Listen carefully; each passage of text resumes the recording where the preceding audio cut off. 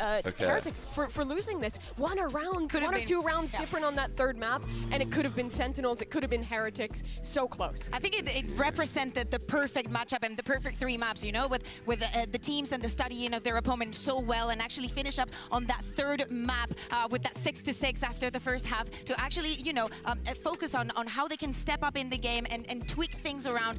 And actually, Sentinels came up on top. They have to be ready for the first matchup today. Yeah, they slept. For sure. And I'm sorry, I just wanted to add as well that it's wild, first of all, that Sentinels are going from playing that last match to the first one, not a lot of prep time, but it also showed, I think, kind of a preview of how good this KC versus Sentinels game is going to be today. I love that you said it was a preview because, yeah, you're absolutely right. It was just a little teaser of how far this team's going to be pushed, right? But a lot of people might be asking what comes next. Well, we do have a Swiss bracket, so at the end of yesterday's show, we did a little draw to set the table for round number 2, and you know, I do have to ask you guys, these matches right now, we can hear the crowd right now, and they're going insane. This is going to be a banger match for sure. Yeah, it absolutely will be, and we'll get a lot of time to talk about that one, but I want to talk about this second match, because everyone's looking at KC Sen, but I think Gen.G EDG is going to be a sleeper banger. EDG is in great form right now. Like we were talking about earlier, they've refined their playstyle a lot coming into this event, and it's the same for Gen.G. I think that they managed to maintain their performance from Pacific here at Madrid in their opening match, so that one's going to be great as well.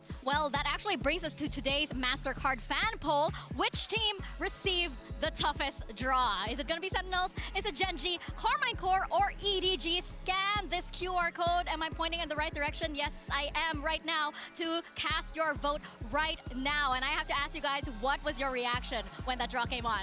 I mean, crazy, because you were talking about not having a lot of time to prepare, but actually everybody had like the same time. It's the resting time that you're going to need, and obviously the kind of time to watch your opponent that you're going to have a small advantage in. But I think that we can all agree that Sentinels probably have the toughest one.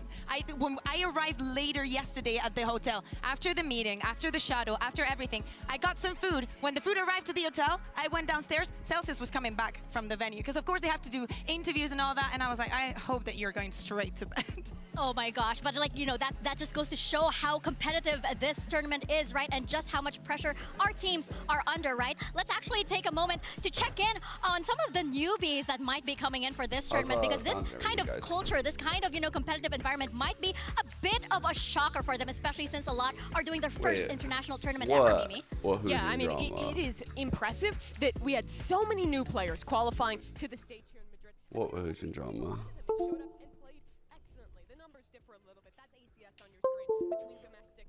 Bought a Radiant account? I don't know. Never was Radiant? Honestly, dude, like, at this point, as far as like what Wahoojan has provided to the Valorant community, like, I could give two fucking shits. Top post? Oh, just the normal Valorant probably is what you mean. I'd imagine. What do you mean?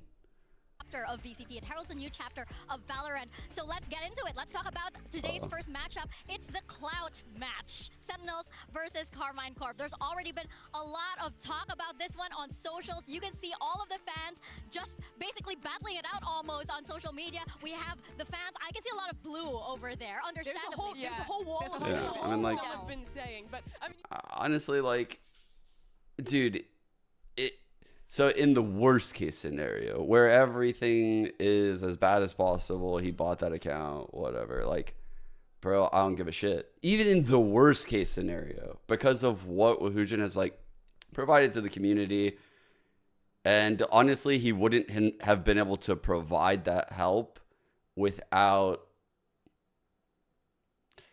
if I'm being, like, bluntly honest, just with my verbiage here, faking the credentials to get his foot in the door. So, like, while that is a slippery slope, like, for me to even feel that way, because, yeah, I've been like, I wouldn't feel that way for everyone.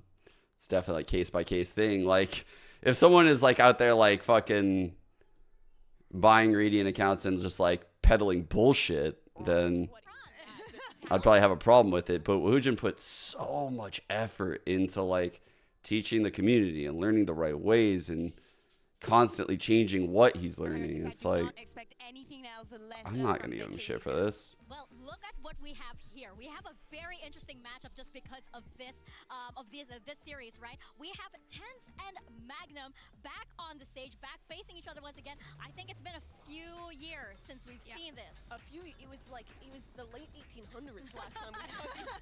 I can't wait for this game right now. Okay. All right. Now I need to craft the thing that I wanted to craft. Okay. This is going to take some effort. Both in their second prime, if you think about it. After that, Magnum, yes, he did go to play at the next Masters Reykjavik back then, and TenZ had only be back for that lock-in, right? But we're longing for this moment where they're going to be back head-to-head against each other on their second prime, giving ult to this game, and also in different roles, different situations. TenZ advancing and moving on as a player, as a new role. Magnum also on the IGL, talking about those responsibilities and how they're merging with their new teams.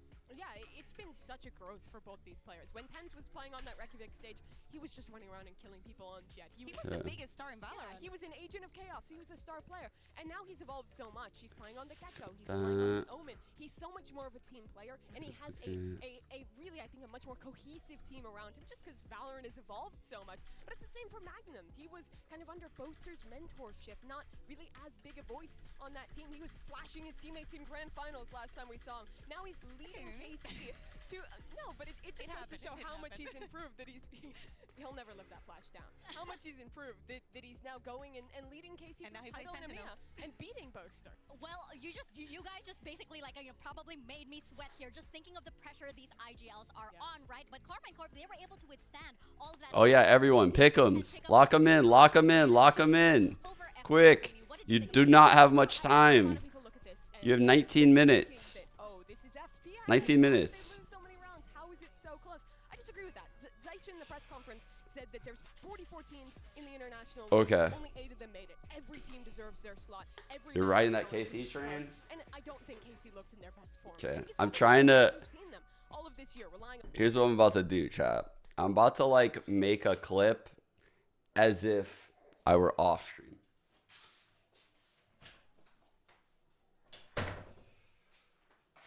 I'll probably like tweet it out, some shit with my live tweet.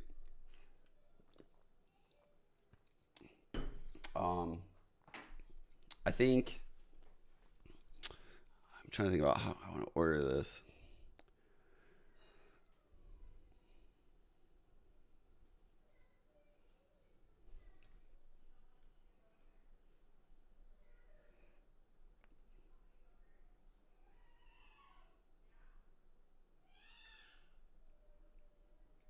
Okay.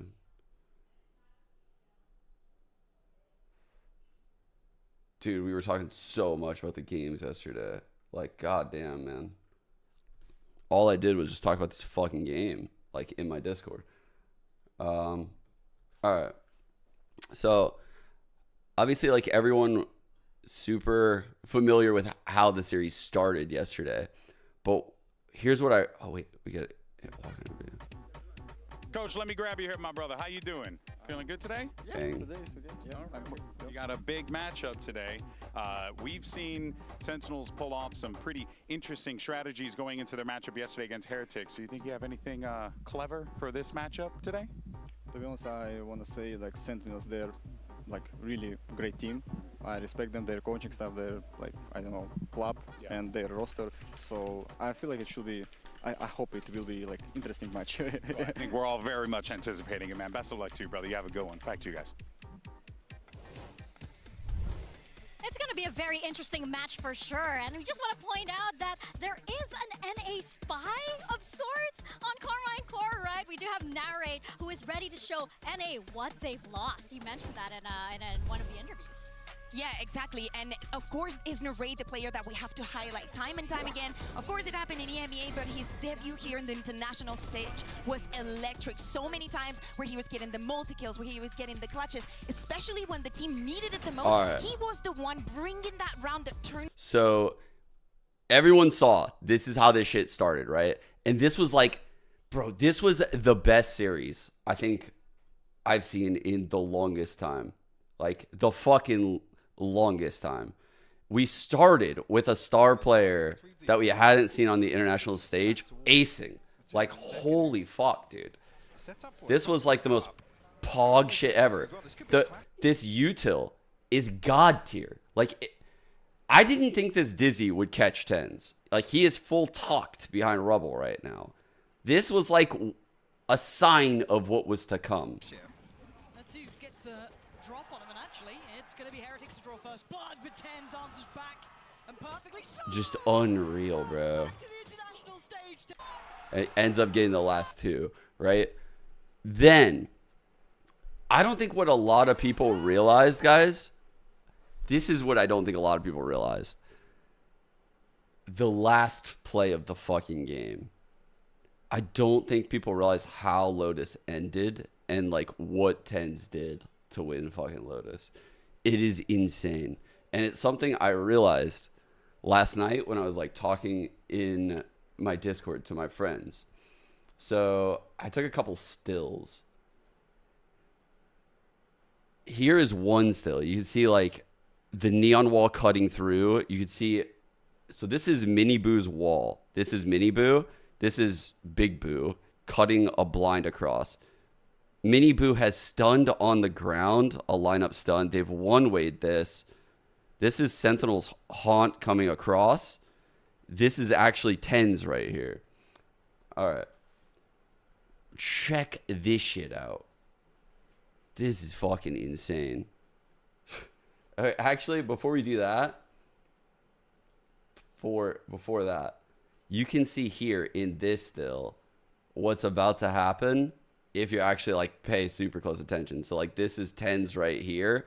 This is Zekin, and Mini Boo is in between them. Bro, this is insane. The play that TenZ makes to save this round. Good environment. I'm not listening to this. I don't care. Watch this. I'm gonna replay it in like slow motion. Very late in the day, plenty of ults to play with, and it looks like Heretics up for the Dude, up for the fight. he immediately TPs into that corner. The headline. Boo goes down. Sentinels in control here. I promise you, they lose this hold without TenZ making this play. So this is fucking insane what TenZ does right here. He literally TPs out into this corner and immediately TPs in this triangle on the other side of Mini Boo's wall, and then saves Zekin, like who is coming on the other side of rubble. And this is what literally collapses the entire round. Immediately the entire round just like collapses. It is fucking insane. And if you watch the mini map, you see like he's just getting there. The blind is cutting through. This is Zekin's POV. Boo is TPing up. They have a Dizzy flying through the air from the back from Rian's right here. So he's flying through the back. The haunt is actually detecting Rian's. So Zekin's trying to take him out right now. Mini Boo is like running him down, literally about to kill him like any second. I'm going frame by frame. That's the slide. And that's TenZ killing Mini Boo right there. I swear, this whole fucking round is just about to go to shit. And then Boo is literally about to tee off from top rubble above Zekin. But because this kill happens, it's like they are so fucked. Because then at that point, they've lost rubble and TenZ is in like the back lines. So crazy that play. And it's so fast. TenZ this time gonna take the headline. Boo goes down. Sentinels in control. Again in like real motion. Watch how fast this is.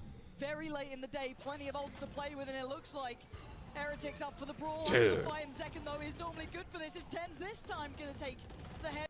That's insane. He literally ended the game with that. It's so fucking sick. The third one looks like a goofy color as well.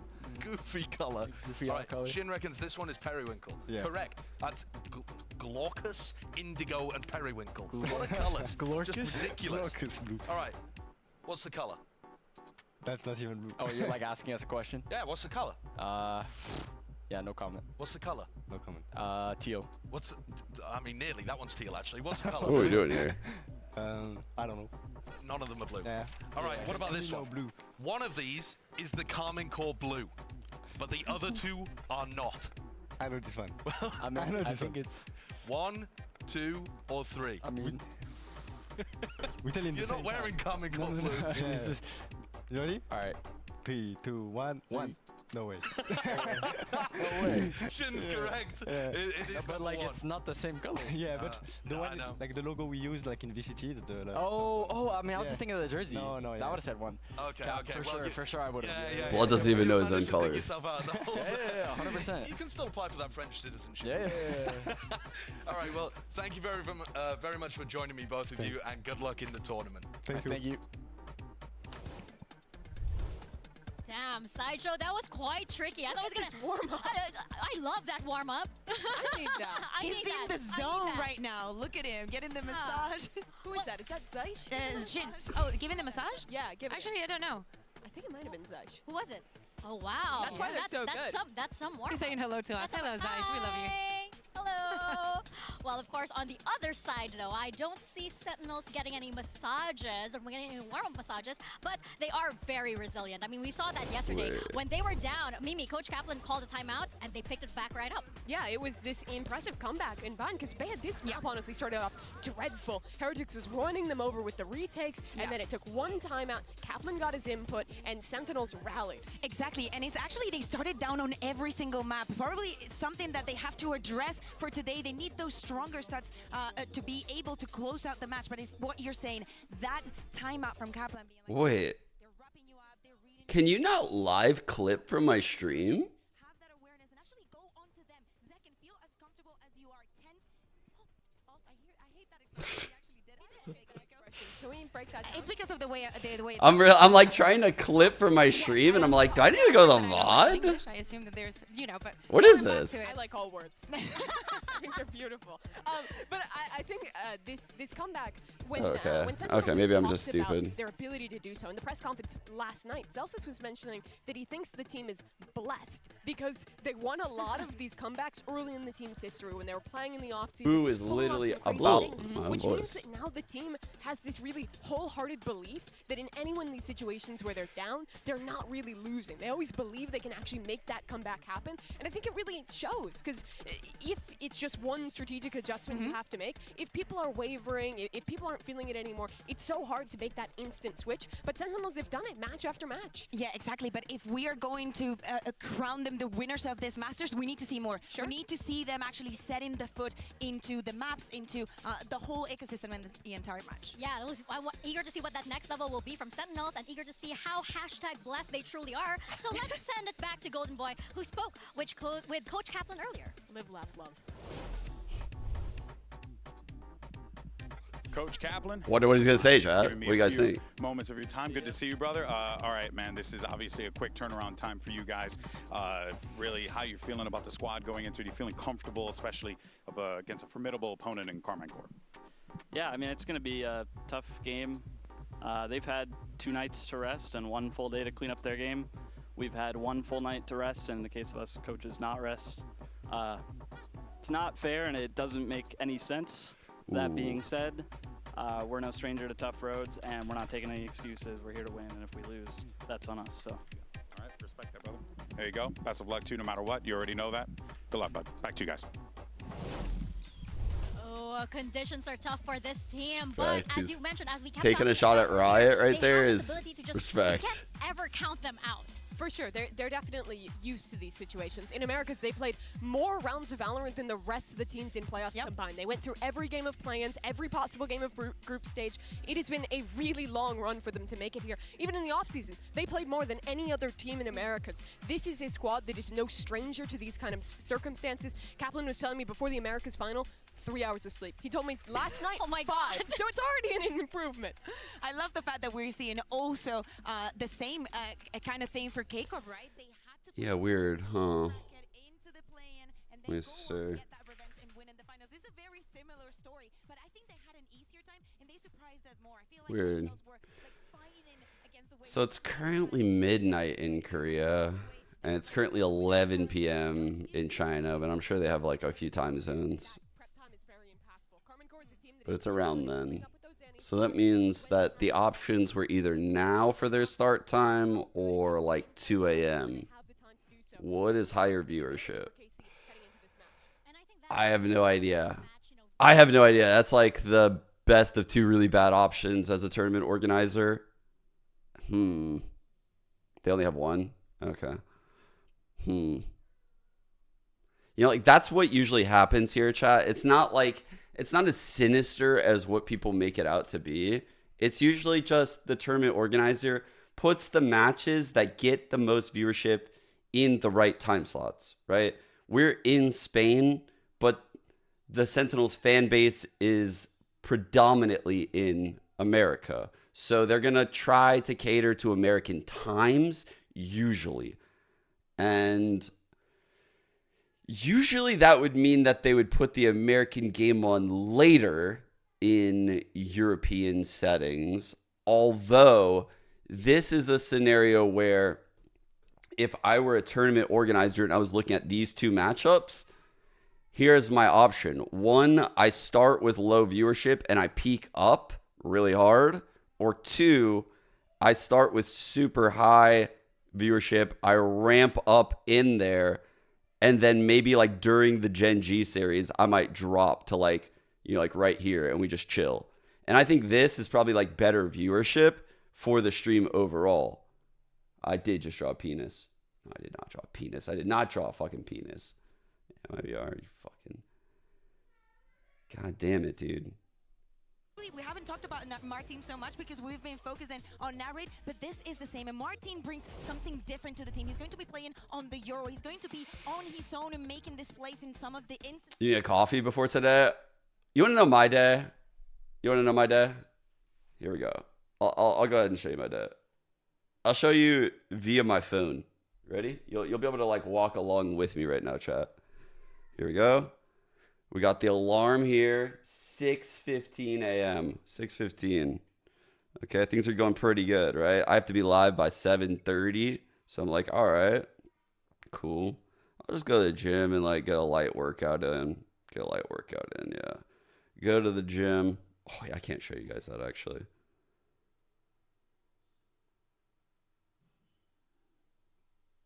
I can't show you guys this part. The hours for my gym, bro. They didn't open till 8. Oh, so I literally woke up an hour early for no reason. I went to the gym and it was closed. I never wake up this early on like a Saturday to go to the gym. Like, made it to tier 1 with Sentinels. Oh, I was like, bro, I pulled up and I was like, he's also reunited with Coach Kaplan. It's just so bad. And I think the system that both of them have built is really parallel to the impact that the coaches have in KC. For my money, these two teams... Dude, that's what I'm saying. What kind of gym opens at 8, bro? They open at 5 on the normal days. What the fuck kind of gym? This is LA Fitness. The fuck? For KC, they're 5 to 8?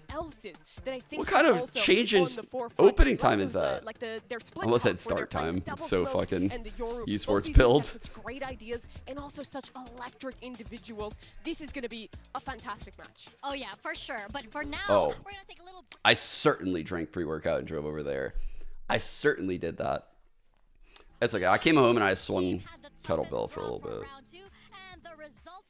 I had to buy kettlebells during COVID when all the gyms were closed. Probably this is because of the time zones. In this one, I'm going to give it to you. You're using my cope. No, I mean, your cope was that the people in Brazil didn't speak English. Wait, that's, again, she's twisting my words. That's not what I said. I love Brazil. I love Brazil. I love Brazil. Let me mind control. Wait, shouldn't they have done this for Mini Boo and Buddha?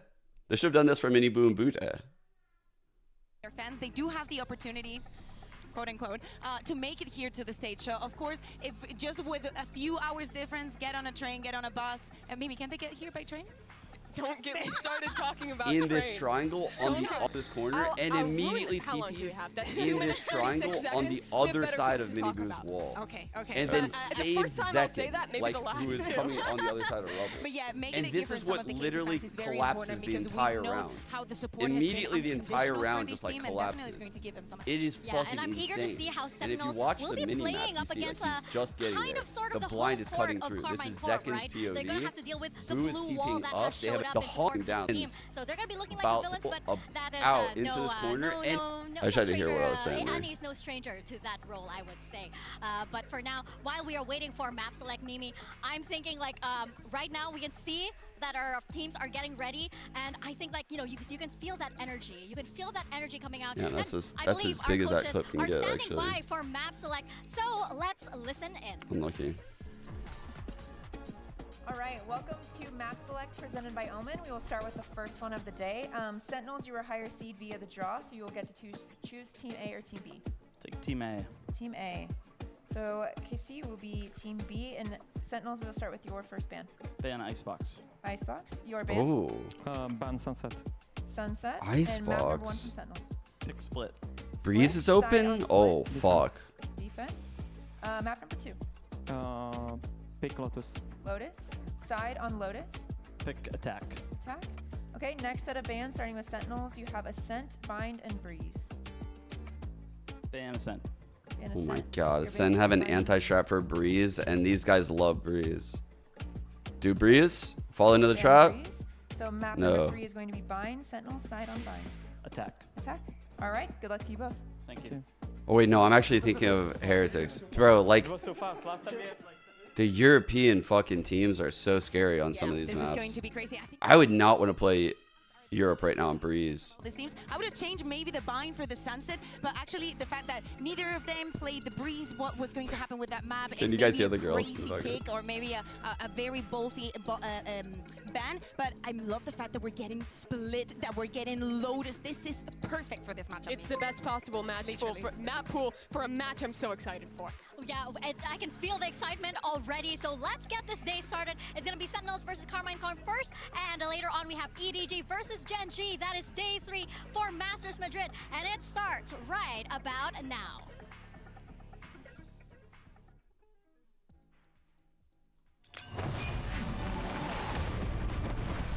Bro, I can't clip this shit. Oh, I'm struggling.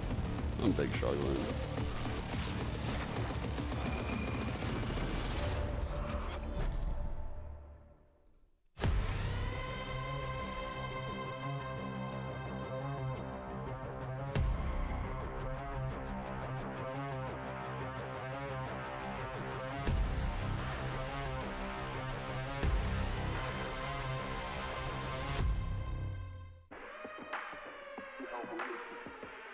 EDG, 4th time is the charm as they finally bested Paper Rex. PRX was like a mountain to us, but now we've conquered it. That's Kong. Their confidence has to be so high. I want to become a more well-rounded duelist and not just rely on my sniper skills. Because of my belief, I want to become the best in the world. Munchkin, now I think I finally started to become more mature. When I play IGL, I try to help the team play at peak performance. Gen.G, crush loud, looking so good. Like the music. I feel like they're failing me. Their constant belief, affirmation, and support all drive me to be better. I can't let them down or disappoint them. I'll keep moving forward with this belief and with my family. We'll work hard so that we can perform well in the games to come. That's Munchkin. Any predictions for a match against Sentinels? So is it nostalgic being back with them? And how do you think it could go? It's weird to be honest, because it's like happening deja vu, I'd say. Yeah, it's like it's been 3 years. It's been a long time, so yeah, it will be quite cool to face them again and this time to take the win. Playing against Karmine Corp is definitely going to be tough. Narrate, I already knew he was a strong player when he was playing challengers here in NA. He was putting up really good numbers even though his team wasn't that strong. Out and over, Narrate can't be stopped, man. It's just disgusting. I had a couple of trials for NA teams, and I think they were extremely well. It just, I kind of got unlucky. The teams that qualify from NA are not like the teams that I expected to play for last season. Everything happens for a reason, and I'm here in Karmine Corp, and we're obviously doing way better than those teams I was talking about. To be honest, like, revenge is not really on my mind. I'm just really excited to play the NA teams at least, because, like, you know, I could have been in their region playing, but now I'm in a different region playing with a new team. NA isn't the only region that can be dominant. There can always be European teams or NA players going to different regions and still performing, like, really well. Second is so mechanically just filthy. Look at Gold! Many people had no idea this guy is just giving him hell. Zekken is an incredible player. I think we've all known this. He's just Zekken. I would say the difference between 2022 Zekken and right now, I have a lot more experience than I did 2 years ago. Zekken is in insane form right now, bro. Going up against Sentinels will be quite a challenge. They're probably the most dangerous team at this tournament. For me, I don't really think about winning or losing. I just think about playing the game that's in front of me and learning as I go. As a whole team, I think Karmine Corp is very strong, but I believe that I can outduel anyone in the world.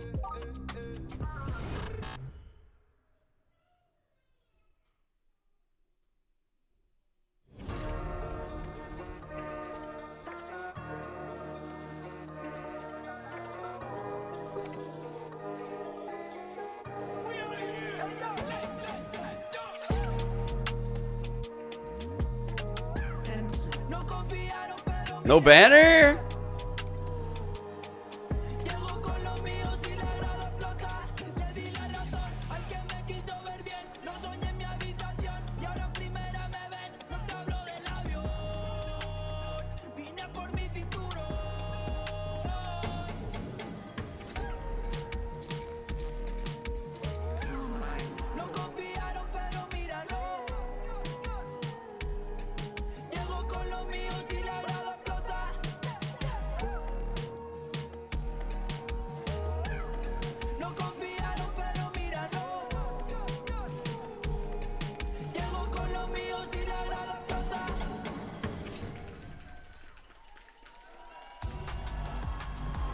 One of the biggest matches of Masters Madrid is coming right up. Sentinels versus Karmine Corp. The kickoff winners of their respective regions, NA versus EMEA, is a tale as old as Valorant itself. But Mimi, it's matchups like these that signal a whole new chapter of this rivalry.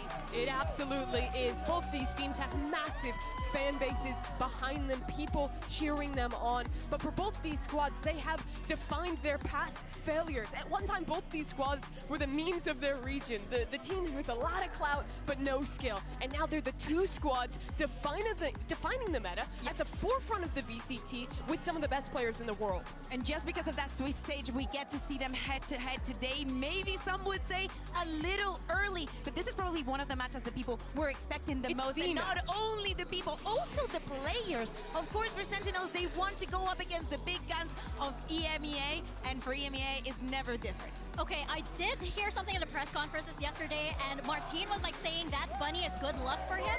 So if that bunny comes out, you know he's dropping 40K, apparently. Le bon lapin. You said it, now you cursed it. Oh, I'm so sorry. I'm so sorry. This desk, I forget the power that this desk has sometimes. But you know, these two teams. If you told me that we would be seeing this match in, you know, the first international event that Valorant has, I would have been like, alternate universe maybe? Yeah, it is really shocking the comeback that both these teams have had. But I think the things to be excited for are, first of all, the map pool. We're starting on split. Sentinels looked unbeatable on this map in Americas, and it was the exact same for Karmine Corp. But they play incredibly different styles, playing the Yoru noise denial comp with this double dive for Karmine Corp, and playing the old standard comp, but just executing on it incredibly well. For Sentinels, this is a map about their protocols and how strong they are at finding the right timings on defense, at making the right calls.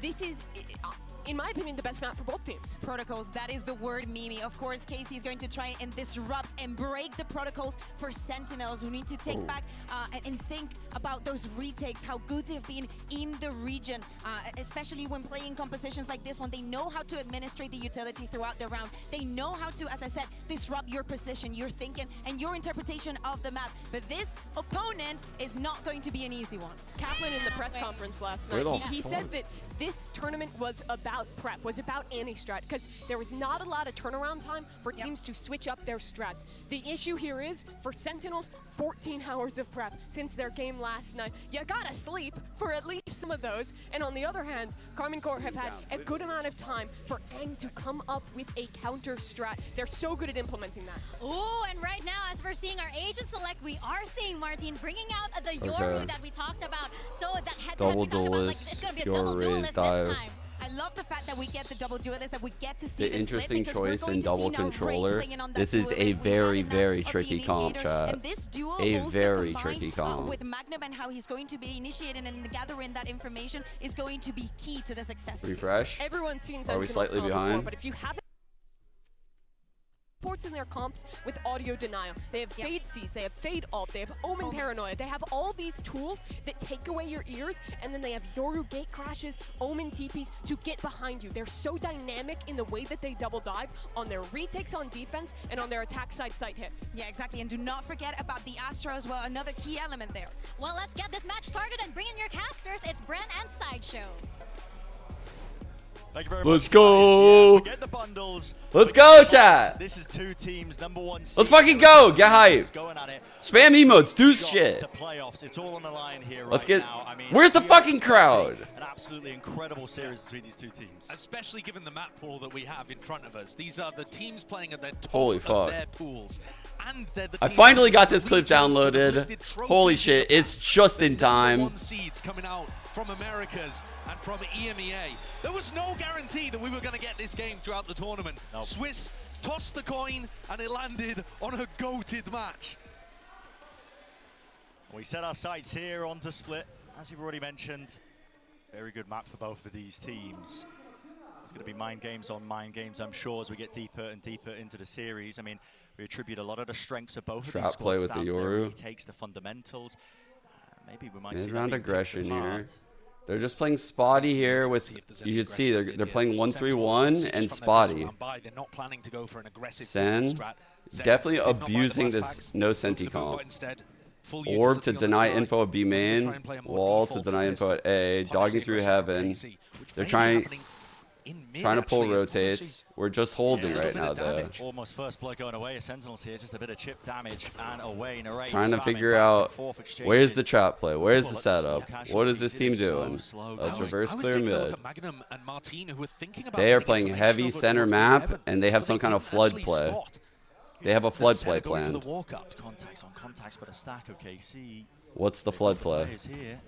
Here it Ball is. Triggered, Prowler through, along with the decoy. First phase. A lot of noise being made. Second phase coming in. 30 seconds Good left. read right now by Sen absorbing this. Accelerate into the A side, but They're doing worried so in case good. of some kind of a trap. Zelsis goes for more info Hard, punish, hard to but read that. is Very, finally very gonna make hard. the call. Sassy gets the spike down, planted for Like I heaven. said, K-Corp playing a very tricky game. They're playing mobile. They have no senti. This is where the Sentinels protocols have been immaculate in Americas, constantly stopping their opponents from taking This heaven blind control. is going to cut through the site. Playing so well around that area. So Understanding they what haunt their in opponents heaven want to do. clear it They out. make the same argument for Karmine Corp here. Paranoia. Oh, this is a in hell and great, prime. great play Ready, here. Waiting was a flash to set that. Oh, this is right up the amazing. rate. What is Will that fall bounce? made. Fuck this Unfortunate game. there, gets stuck into the wall. What is No that? rebound for Zek, and the rest of now Karmine Corp willing to just try and take the fight straight through into elbow. It's going to be some ground gains, but oh my, the bodies Oh. falling and toppling. Pistol Oh. round for Sentinels. Lovely performance. I think it's a good capture. What do you guys think? Bat chesting for my goat. Which is that they understand how their opponents want to play on split. There is a meta that's developed over the course of probably the last maybe a little more, which is plan for heaven, try to retake heaven control as the post planners, and the retakers are going to end up flooding often. Okay. around that All right, I'm heaven full area. focus now. Sen Let's are so go. good at anticipating what their opponents want to do and stopping them. Yeah. You see how they All right. sent that flash just to disrupt what was happening. The timings were all Are we perfect. pouncing on a ramp? Oh, blocking. In the weeds there, I mean, Oh, just good. catching on to one another with the bodies, but they're going to be granted a ramp control deep in the position. And this does look like a round where both teams have opted for the opposite side of things. KC stacking 4 players over towards B main. While this round is going to end up being clean for Sen, I don't necessarily love that approach, and it's scary. I mean, it's going to work out for sure, but just a quick reminder here, you know, like why playing this style could be a little sketch. Let's see. Let me get to the round. Could be a little bit too soon for some of y'all. Look at them playing together, piece together, but so are Sentinels, always side by side, not leaving any gaps, nothing to chance. So it will be nice and easy sailed round. Does it look familiar? Shin the last one left, and time ticking away. We're gonna be playing close attention. Straight out of you know, a big round, a pistol. The other team's eco. You're gonna do some kind of ramp control with 4 pretty quickly into the round. If there's a trap play here, bro, this is very risky. Like, I mean, Zekin literally. So, you know, it all worked out. It all worked out. It all worked out. But something to keep in mind. But here we go. Taking risks like that and having them work out is good, though. I will say, I love. He was talking about how much he was playing that on Split during his rank games since being in Madrid. That was advice he gave me in Korea. He was like, if you're losing your rank games, just force a judge. Well, we'll see how it works for him. Getting in their faces. It was definitely working out the other day in their match versus Heretics. Trailblazer straight in the middle, up the gut, through the side. Prowler knifed. Second, he sent beautiful, beautiful. And even more. Beautiful. Now. Fox in the pen. Looks like he wanted to try. They're retaking mid fast with both duelists. John in a lot of trouble. John might be in some trouble. Has to call for some backup and reinforcements. Fight happening all over the bloody place. Nice, Sean. Oh my God. 2v3 in favor of Sen. Fully taken territory now for Sen. Karmine Corp forced to slow it down now. Good plant. By side, Slightly off of like the best plant, so that way he doesn't get spammed. This one way that Shin's looking to pop, very difficult for the post planners to deal with. Celsius goes for a peek early on, trying to play Zekin in. It's a bit of that information, yeah, close to Good detail here by close Shin. to the corner. Narrate plucks him out. Now brings it to the 2v2 with an aid rebounding. Do they know? Did he expect it towards new box? Half clearance. Celsius just a one and done. Damn, Shin. What the fuck? What a round by this guy. His util was incredible. Dude. Karmine Corp. Yeah, that's a great work from both Shin and Narrate. But at the same time, a very expensive bonus round. Look at the economical difference here. Sen have so much more money to be able to work with. What the fuck? That was sick. KC on the verge of not even being able to buy in this round. Great awareness though, really well cleared. All of these different angles. Very fast from Shin clearing out these two final players to trade Narrate too. So it's a big round and Magnum gets on his feet early.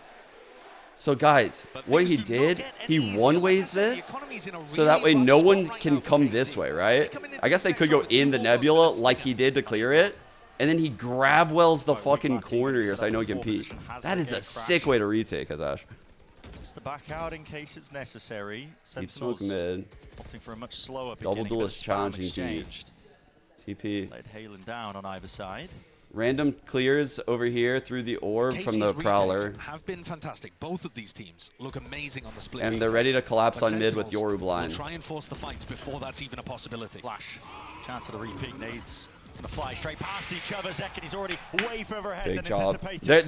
Dude, Zekin is doing so good at scaling with the Prowler. He's done it with the knife and with the run and gun movement with the Phantom there. Man, his timings on these are so good. Ability off the charts. Tomsy feeling he is right on this initiator util. Now backs away, trying to play for the life, giving up heaven control, gives up B as a result, but maybe I'll be able to just pick him apart from the side here.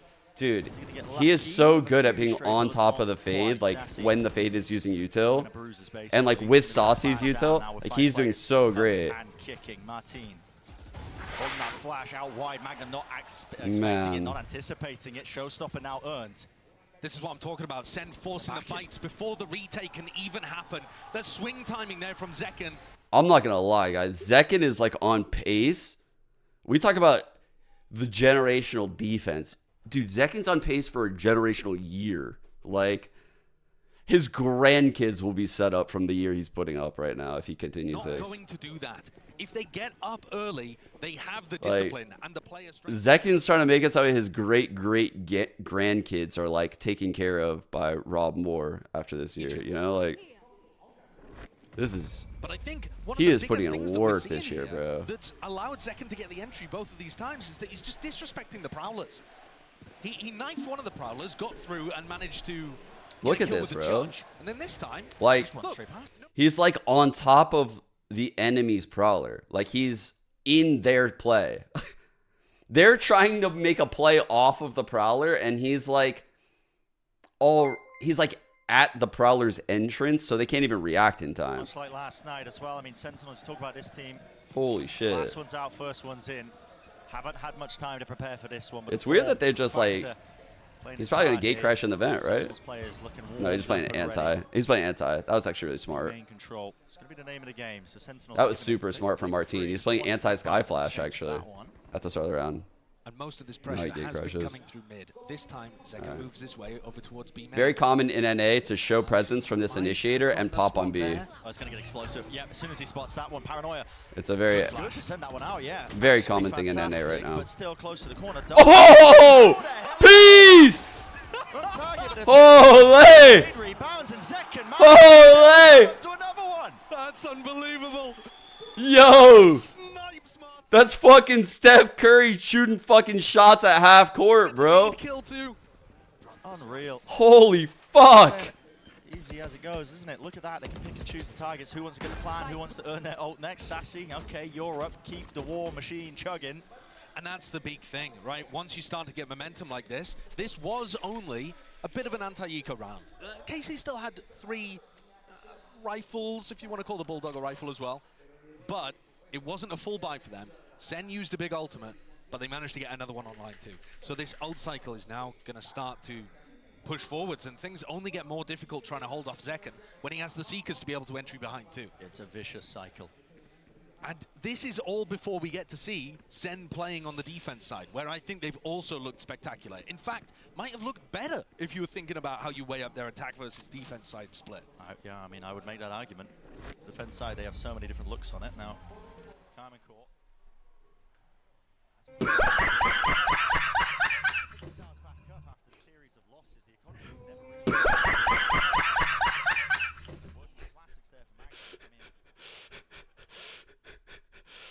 When you're watching Masters Madrid and the team you're rooting for is Sentinels. Feels good! Feels fucking good! And another opportunity for Sentinels to mix some stuff up. Zekken, by the way, still 10-1. Oh, He's dominating. Absolutely frying. And this looks like, once more, the pressure's going to come towards mid. And Martin and Magnum have been trying to get aggressive in this area. They just haven't found the opportunities. Attempt to take an early fight there, but Karmine Corp looking a little bit out of sync with the high-low, but Martin's been pushed forward, so they want to fight this. I think Martin is just looking to catch Zekken as he powers his way up mid, trying to position himself into an unusual spot. Getting really close, Trailblazer. Using the close corner, Martin! Wasn't stunned up there, actually. Catch him, but still the trade's there. Does Martin not have his gate crash? I'm not too sure. But he did a lot of damage too to Sassy. So there has still been damage done there, even though it was a 1-for-1 trade. Good play, John. Yeah, this push through is an excellent idea from John Cutie. No Sentinel on the other side for KC means that these gaps do They hear exist. this though. Because they hear this running, they're like, their ears should be pointing up. What the fuck? And then how deep John and TenZ are. What? Like it. Look at that narrate. God, hearing my own voice. Game of time is, but he is going to be granted. No way! Walk straight into him. Oh my God, been a good freebie. TP. Was not. Shin. He's got so much more to do now. Perfect Paranoia. That's TenZ setting his team up, but will there be anything to capitalize? It's him himself. TenZ has all. To follow through, man. Absolute dismantling so far. In terms of the entry in terms of the lurk play there too. It looked like Narrate had it. His crosshair's in the right place, but I don't think he anticipated the timing being that quick. And this puts an enormous burden onto Magnum and Tomaji. Is that how you say it? Tomaji? Like. Section of this half here. Horn sent wide. Paranoia only on the one. Zelsis holds it down, but as the instantaneous trade, Thomas does not expect that position. So it's 5-1. Sentinels really looking like just the mid-round calling. The idea is initially off the rip. Even when KC seemed to get that minor advantage with the first kill, there's always that instant trade coming out. No, they are absolutely crushing them right now in every department. These are the kind of banger matchups that when one team just, when you haven't had the opportunity to experience how the two clash and collide, you don't exactly know which way it's going to go. No. And when you see it play out like this, you're like, wow, this is spectacular, the way that Sen are just handling everything that KC are throwing at them. Totally really jump spot, I also bro. feel like KC are not actually being able to define the tempo at any point in these rounds. Maybe this, and an eco round where they can take more risks. They're going to use this round. This is the time to do it. Peek and wide. He would have bought more if he was planning on not using it. Shows presence, though, so Senna gonna be You one might to reclear B main, see this combo on a retake. You could also see this combo like we saw yesterday, right? We've even seen the clip where they leave this pocket, but Sentinels will be super aware. I don't think we'll see this combo. I don't think. Oh, not that one. Perhaps he could save it for This a combo. I don't think we'll see this combo because it's so obvious after yesterday. Up against that weaker buy. But there's a chance. Haunt thrown over towards A right now, so Karmine A lot Corp of starts to info stack here. B. It didn't see anybody. Sassy might decide to try to use some Sky Util to pull people back away from the B site You can before this see pop happens. right here, this But also blind that is means being that there held won't off be initiating contact. utility Trap with play the in site. mid. No rates running away. No, going back to heaven. Close corner. Flash. Oh, Martin that's a lot of collects. info. That's a great punish. It gives them the kill, and it tells them to keep stacking B. Here we go, Util being forced out of them with Paranoia going flying. The pull on top of it, TenZ cannot get through. In fact, spam down to just single digits of HP. There's 20 seconds left. The rate's still there with the rocket in his back pocket. It's going to be pretty monstrous here. like Hit this. just to get themselves out. 14 seconds left. Time becoming an issue up top. Second, but the rate 2 for 2 on the way. Karmine Corp full control. And no more chances here. No more Holy chances. fuck, at all for NT. Sen. That's the NT danger when you Zekken. take it slowly. That Damn. abundance of caution that I was talking about prior. They had to use a Doesn't matter if you're lot. playing That's against the alright. half-buy, when you take your time like that. Honestly, I think Sen might be okay with that, just because the Your result were used, and that is fucking crazy out of Zekken, bro. That is insane. Wow, that got, dude. What? What? But the pick. What are these results? These fucking results are built diff. What the fuck is going on? And even if they got the read, Zekken bowled them over. Karmine Corp back into it. Be more than happy with it. What the fuck? That one way is a little difficult. Hello. No disrespect from Zekken. It's not for the util. What one way is that shot on? Is that not the B main one? What are you talking about? I didn't pay attention. How passive these positions. That's a good info flash, because not only does like he's flashing down here and like up here. Expecting. He's popping it like in the corner. Walk right past the back wall there, holding his crosshair for it, but Sen have got different ideas. With ramp fell control down. game by John QT. He's lurked himself up there. Low-key, people missed that smoke on purpose. If I saw that smoke missed on purpose, I would be fucking terrified. People, and by people I mean no one, but it's possible. And I'd be very aware. He missed that on purpose, I guarantee it. Yep, TenZ, ult. Does this a lot to just try and gather that information. They're going the other way. Like what he sees, yeah, going in the opposite direction. Players still ready here to meet them. Close to the corner, Martin. Has to That's do more than insane, that, but he blind. still gets the one kill for him. And B main control is there with Thomas. He smokes himself off now, pouring into the side of Sentinels. 20 seconds left. Nightfall, Paranoia near sighted. Spike dropped Good down. TP Karmine TenZ. Corp rapidly approaching the position. And there's no way for Sen to bail themselves out. That is Karmine Corp again. Good round by complete Karmine Corp. control. Fuck. Another lovely round there. Finding out what's going on with that constant control of B main. Ooh. So this time, Zelsys not deciding to re-clear that area of the map gave KC good info. Now, they could have been miles away from the play. If they decided to commit A there into Shin and Narrate, who was not, in screens, then that round could have been very successful for Sen. They decided to pivot in the opposite direction and ended up falling straight into that crossfire from Tamaji and Martin. Zekken ult online though to try and get things back in the hands of Sentinels. I feel like Karmine Corp have had their most success actually by trying to play for the late round information and the late round picks rather than forcing the fight early on where, we saw Narrate and Martin. I think it's important to note right now, guys, 8 rounds in, this comp is very attack-sided. Just thought I'd let you guys know. Right now, like, we didn't mention it earlier, forwards now with the ult flash into the corner. No way, what a TP by Tamazi. What? No shot, he gets out. Wrangles the beast and eventually takes out no rate, but the evacuation was successful. They got no sky, no heal. He moved out. Bro, Tamazi's insane. What the fuck? Pillar sees potential connection. Players are weak, and this is an interesting one. It's an unusual one. Neural theft gives him an idea of where these players might be. The positioning's now highlighted, pointed out. 40 seconds Oh my left. god, Center playing so well right now. They're playing so... Doubled up together, the double swing is called. Zelsis finds two, flash through. Martin, lucky for that one. Straight bullet, just going wide, but it finds the target. And a necessary one at that with 25 seconds left. 25 seconds. They're going to go for the kills. They're just going to go for the kills. They say, fuck winning this round with the plant. We're going to kill these guys. Noise being made here. Someone must be going for a flank. He's missed the angle. Sassy trying to push the players and pull them away. They're looking the wrong way. No! Oh, they had the play. They had the play. Tiniest of differences. A comedy or a tragedy, depending on which side of the... The mid-round was fucking perfect. It was so good. Oh my god, Sentinels played this round so well. And the tap is beautifully timed from Sassy to pull attention away. TenZ had no idea where Shin was. No idea. Just didn't clear afters. And now KC have won 3 rounds in a row to get themselves back into this. Oh, what Sentinels had to do to even get there was insane. They have lost their grip on this map so far. Oh, here we go, the paranoia play.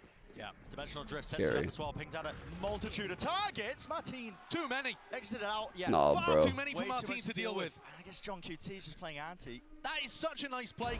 Oh, and Sentinels have destroyed it. A lovely set play from Karmine Corp. Looked fantastic when they ran it in EMEA, but with 3 players there from Martin, bit off a little more than he could chew. That's the one we saw TenZ got the punish. in the finals of EMEA, yeah. This does look like now a round where Sentinels should be massively favored. Magnum's That was an position insane play. is the one that I'm looking at, down mid. Wondering if he could get some kind of flank timing to turn this round. But it does look very much like Sentinels should be favored. Should be, right, narrates down already onto the floor. Or no, wait, that was against Fnatic that we saw that. And nobody in behind to try to get the trade. Arc spray, Magnum almost there with it. Nasty, nasty stuff. So 3 much players danger. moving, pivoting. 40 seconds left. Oh my god. The way over man. towards mid, but they're making all the noise in the world. So the rate is hot on Dude, their are they heels. gonna expect He's a right behind them. double He's making the flank? call for it. But he can't afford to make noise, so he's got to travel more slowly. It'll be really And that's far. allowed Sentinels the But timing they're to be able going to the get way into without the site. trip. Surely somebody is going to be watching for this. Surely right, but doubled up. Now this is where the Astro Alright. could be Enough useful. time has Not passed. going to be comboed, obviously, with Martins. It's all about this crossfire setup. Does he boombot hell? Point of contact close to hell. It's John QT. Boombot. Yeah, he's going to bait for the Astra. So he's just making some noise for the Astra. He needed that kill. If he got that kill, this round was won by Karmine Corp, I promise. And now I fear it is simply too late. Because if he gets that kill, here's what happens. This guy dies. He knows where this guy is. So this guy needs to help the other guy, which means this is an opening for him. He would kill this guy, and then they would 2v1 the other one. It is That's a really big kill. Karmine Corp. When you've been having a lot of success, Karmine Corp is so good, dude. Like, you can see so many win conditions when you watch their games. Like, there's so many ways for them to win, even after the first wave of shit just doesn't go their way. Caught by the paranoia. Even if they all It feels like I'm watching Sen a little bit. might still have been a bit too much there for him to deal with. But Geng is now going to call a timeout. We're headed into a tactical pause for Karmine Corp. Like I said, they tried to adjust the tempo there, but I feel like everything they've been doing in the early round, Sen have had the advantage. But it is so difficult to play patiently and slowly with their composition when you don't have a Cypher or a Killjoy or something like that. Oh, crowd's showing up again? Double duelist. I mean, it necessitates, I think, as well, some of those aggressive plays that you see. Because otherwise, you I'm just kind of surprised it's not start packed, with low-key. You don't have a clue, really, where players might be landing. Like, there's definitely... It's only on, like, When the rounds 2 go extremities. late, that seems to be where Karmine Corp are favored. But we are on to our 11th round, and this only the first time out that either of the coaching staffs has taken. Right. Yeah, playing things, you know, trusting their team, even when they were down 5-1, I believe it was, to begin this. So Geng is now going to have his input. the only head coach at this event who's won a Masters before. Which is madness, but that shows you how new a lot of these teams, rosters, coaches are to the big stage here at Madrid. It was a very I guess Alex got like a bunch of seconds. Process. It does Alex feel has a little been bit second like a new era of twice. Valorant, if indeed they can win out against the old guard, of which Sen, frankly, are kind of representing the old guard here. Sassy, Zelsis, TenZ, all been to very, very... wow, that's a wild stat. Many of these That's a wild stat. Ones that happened a long time ago. No Masters winning coaches. Young and spry, looking to try and Wouldn't expect take a big that. scalp early, but got to offset this disadvantage in the rounds. A flash repeat through. Holy Stun. fuck. A little bit too late, Martin. Rips the head clean. They finally off got second the opener shoulders. right there. And they decide to fight that. I mean, a massive fight there. Comboing the Prowlers with Been the going for that a boombox, so they lot. have even more utility to try See, to stop now second they're from they're entry. mobile. They're gonna clear this shit out. They fall Blunted the off. tip of the spear. Flash connects. Second one used now. Sassy. No more left available to him. Sees. That is a big seize. Dude, they're so well. They're so in tune here. Oh, they both fell off a B like that. Finally. Props up. Divides up the site. That's going to be putting the... They don't know. into them. I They don't think know George someone's is back setting there. that one down, but They don't know for sure if someone's in main or someone's backside. This is fucked. They're gonna want to push spawn because they don't. They think someone's here. Paranoia. Oh my, it's almost perfect. Thomasy though. Wow, dude. He is so good at like bouncing off of Sen's shit. Heard by TenZ, breaks it. No funny business allowed. The rate already in, leading the charge and through the back, twisting and turning. Holy fuck, He's got TenZ. back up, but it's a 1v3, and now he's got to weave and dodge and juke. Diffuse, being stuck by Shin, half on it already. Too much to deal with. Surely it is. Ooh, 2 HP. Looked impressive there on spray control. I'd be lying if I said I wasn't worried for a moment. But Shin had it under control, and frankly, the numbers just a little too much there for TenZ to deal with. What a retake from Casey. Chat. Does TenZ win that clutch with a Phantom? I would bet my life he does. I would bet my life he fucking wins this shit with a Phantom. In the way that Zekken was dominating them in those first 6 rounds. Oh, and the other bro. to be able to set up The extra bullets come out right there. The spray hits. Oh, he wins that for sure with the Phantom, actually. to tie this up at the half. Wouldn't that be something after that blister and pace that Sen have just come out the gates with? But almost equalized. Okay. With a major tool in their back pocket with regards to... So another thing about K-Corp's comp here is like, they know if they don't hear or see a Prowler or a Haunt or something, there's no info, right? Like, it's so obvious like where and when the info is going to come from. And now that they know the Fade's in B Heaven, they know that K-Corp can't even get info over here right now. It's not even possible. So I think they can be fairly sure that that isn't where Zekken's And that causes shit like this. This is such a well-played round.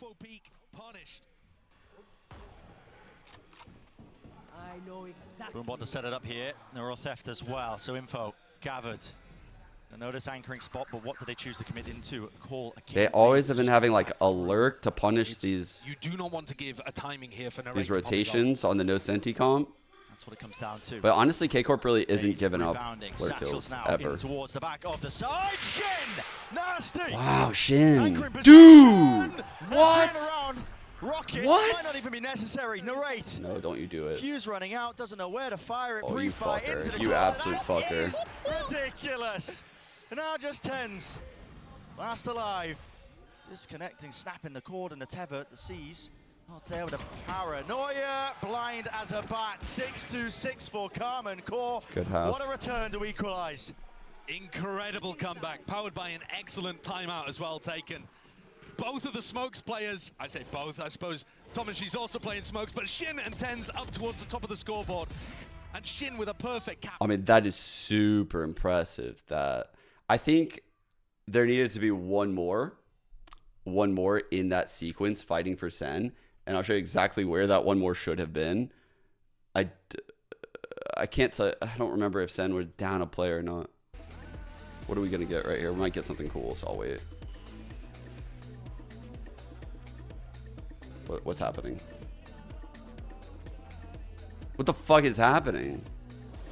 Why is it quiet? I'm married, and I didn't really have any nerves going into the match. I just think about playing the game that's in front of me and learning as I go, because obviously our team is a very young team. So it's really important for us to just learn from every match. I didn't really have any doubts about whether or not I'd make it to the international stage. For me, I don't really think about winning or losing, but me personally, like every game that we played in EMEA, I just felt like we couldn't lose. Flying here, but again, no connections. Martin towards the back, trying to go wide here with a dizzy. Narrate is on one, man. He's on one. Almost there for the ace, but 4 kills eventually shut down in the end, but 7-0.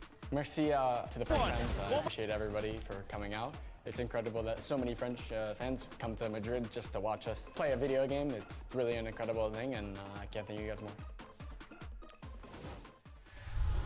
Arena certainly filling up with quite a lot of that. The cheers from the blue wall. You can hear it building, emanating. And with all of the success that Zekken had on the attack side playing Raze, now our eyes are going to look towards Narrate, who you just heard from, and Martin together. The double-pronged tip of the spear. So, no bias. This ain't a bias co-stream. I give Saucy a lot of credit. I'm going to go ahead and kind of say he fucked up here on this round. You see the spacing is insane, right? The Cypher, the Raze satcheling in. I think this is the flaw. Saucy, right here. Saucy needed to commit out from heaven and be the third wave. And it should have looked like this. Where, honestly, even though Sen lost this round, I still think the play Shin made to get these 2 kills like this is fucking insane. Like, this is actually a really good entry, but Saucy or John should be dropping and should be in a high-low. They should be in a high-low like this. Someone, it doesn't matter who stays, but, you know, like, it needs to be like this. And then after this wave of clearing the site's done, you can even do it from here. You then can hold heaven, but you don't fucking... 2 here, Karmine Corp, in the meantime, walking away through, going to be hearing them on the ropes, and now the sound cues betraying them. John deciding whether or not to swing, tried to find a timing, didn't quite manage it. TenZ still with paranoia, so they still have flash nade to be able to put pressure on these elbow players. Martin, though, is very far away. Do they anticipate this? Miles away. Could be exactly what they needed. Trip wasn't broken, they're walking all the way. Oh my god. TenZ opens himself up, just showing himself at the back. Nade rebounds, paranoia now. Kind of connection, if there's going to be any sort of follow-up from behind. Martin has already caught them. It's all up to John. Low enough, dodges the flash, expecting and anticipating, but now 2 players to deal with. The reposition is immaculate from the rate. And with a pistol round under their belt, they'll be more than happy with it. Yeah. Let's see the start that I missed. Sorry. Okay.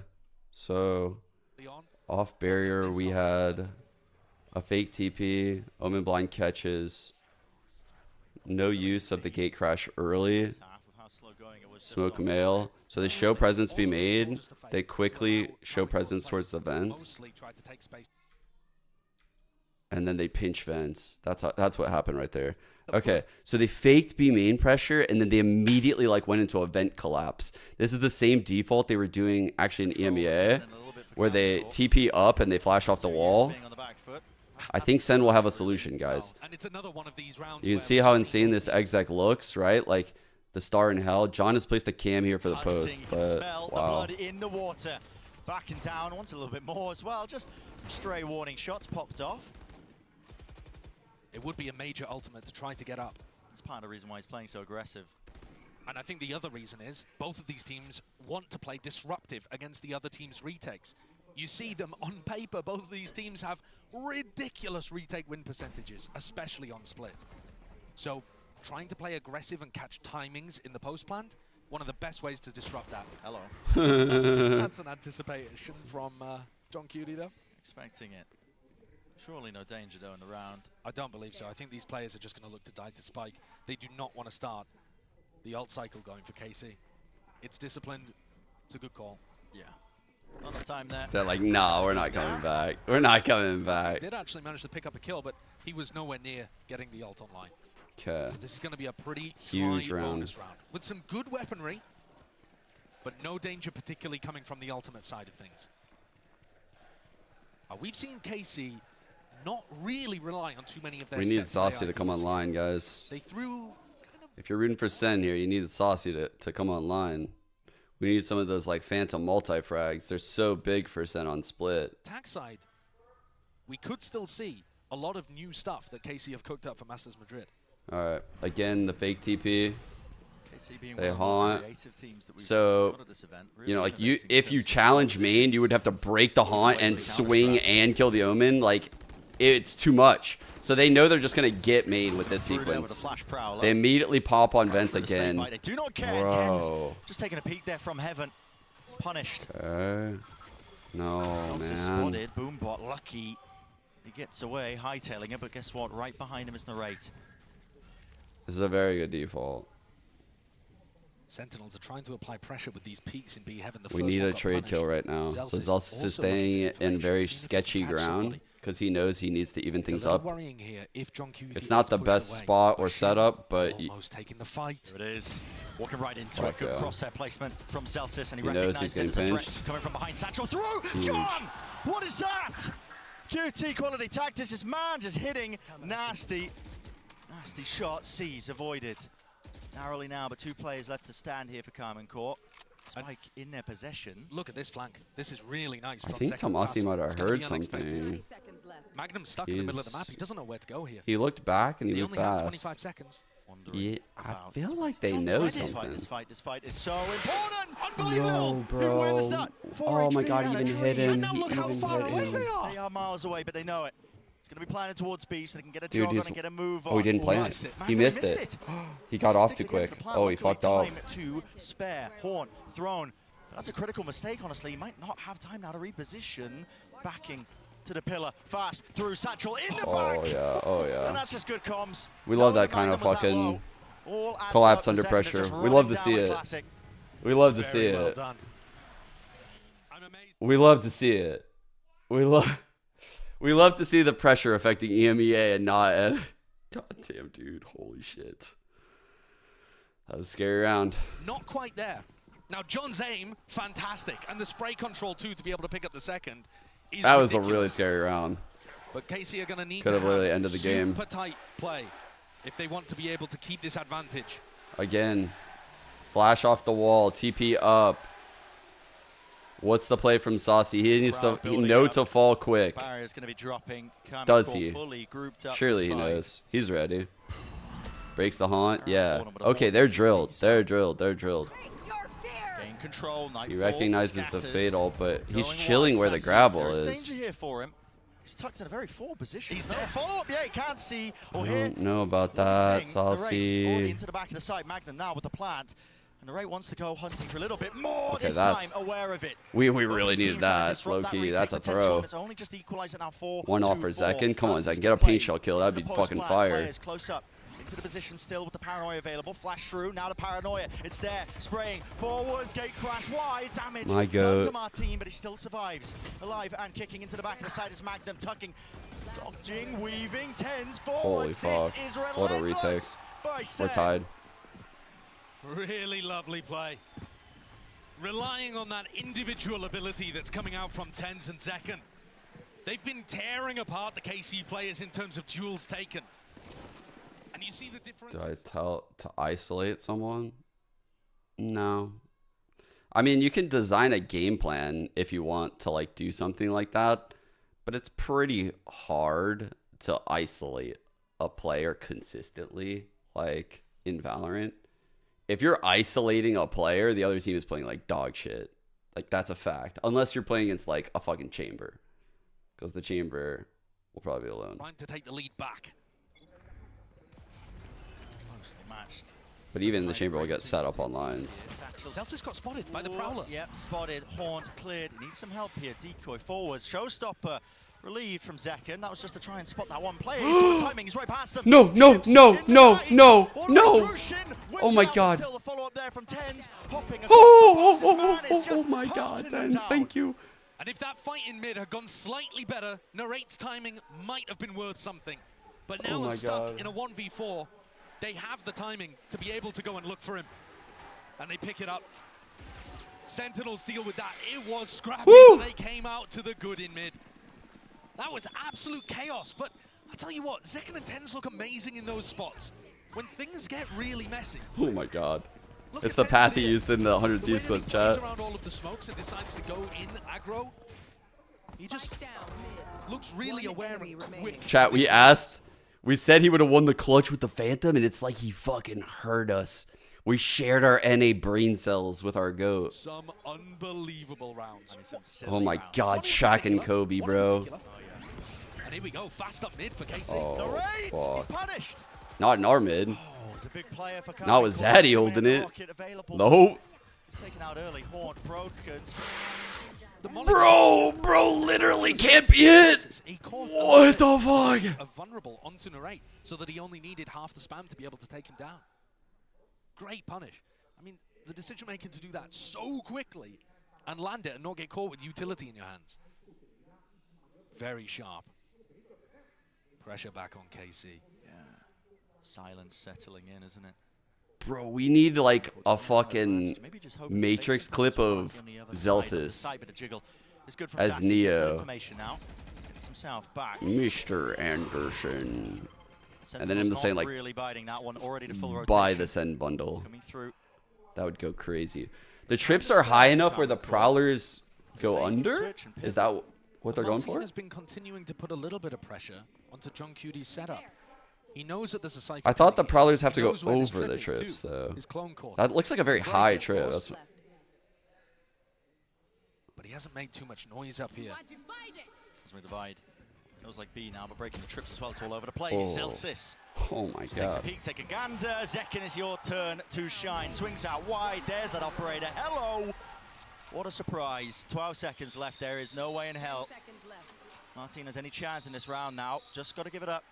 Waiting at the sidelines now, and the team going to be Either or. Economy crushed. This is where... Yeah, there's actually a lot of like meta when it comes to like the Cypher trips, as far as like,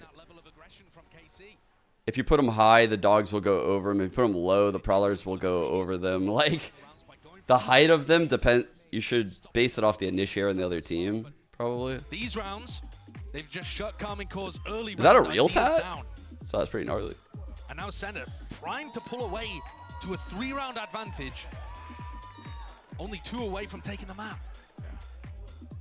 This is where things really matter. The pressure starts to mount.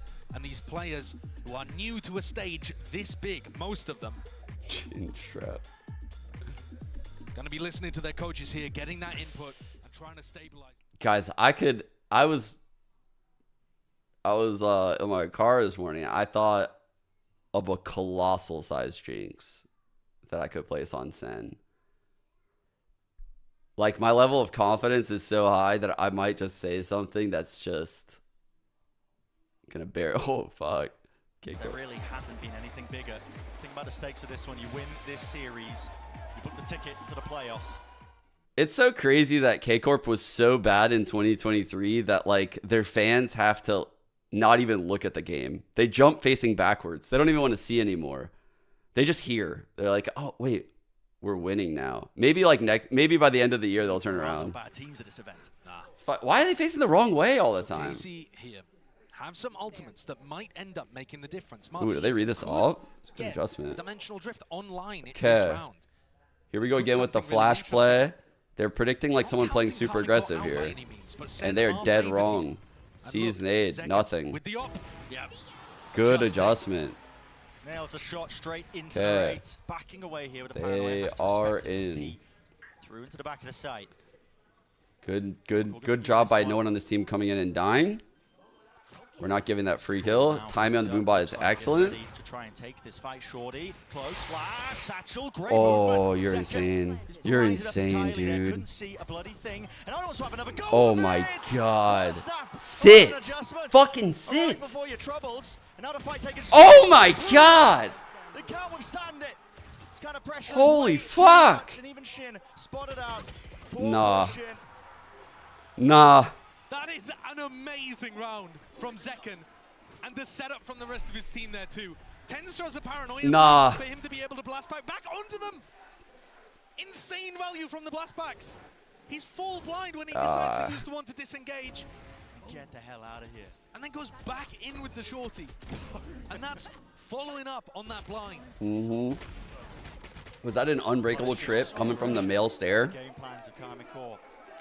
Is that what that was? Like into the box? And this round, it's a must-win for KC. Rifles, ults. Fucking hell, what a trip. Now's the time to offload all of them. Gotta get your head back in the game. Gotta do it after barrier, obviously. He's slipping in again, bro. He puts it in the pit. So if anyone pounces on Zelsis, they just get fucked. Okay, they clear outside. No, it's now fully cleared out. Straight bullet. Sassy's a kill trick. Set that one up. Rocket forwards.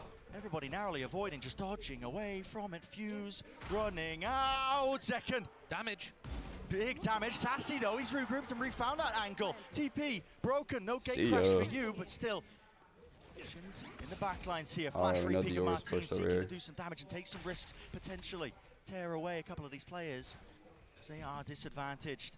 And this is Sen looking all the way now, set up for that 12th round. Clear out screens with that dog. It's going to have to be individuals putting up big performances. Another flash, it's perfection. It clears them out in the open. One player left to stand. It's Shin. It's just not possible, man. There's just absolutely no way. Oh my god. The Sentinels retake utility there was perfect. There Actual is no other word masterclass, bro. They put pressure over towards ramp, grab a kill. They back Wow. off, they dog out through heaven. They have this kill trip to be able to set up at the start too. They then have another paranoia to layer on top of it. As they blast back into elbow, that catches onto Martin. So many waves of things. And KC's post-plant aggression cannot find any timing. They can't disrupt it, can't stop it. The war train keeps on going. 6 rounds in a row have taken Sen from losing to map point. It's all in from Karmine Corp. This is it. Showing her hands a little bit early, forcing out the nade second. The timing for the wall, Paladin spots him! And the raid's finished! Run and gun! Drive by, going wide. Oh my god, we have the GOAT! Safety in numbers, and numbers are arriving! We have the best team in the world! Sassy! Oh my god, they're insane! On fire, and once more poor Shin. Left alone with the things, but oh, they're so good, dude! Oh my god! What outrageous dominance. Bro. The first, full credit to KC. Oh. Look at them. They're so sad. Oh my god, Sen are insane. One of the scariest teams out there, of course. An absolutely electric first Holy map, shit. even more to come.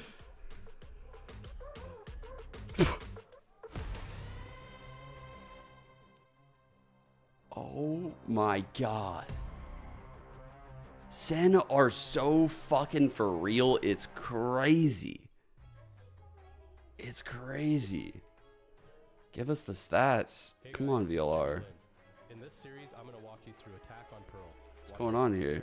Clear this angle. You're going to be able to fight this. Fuck.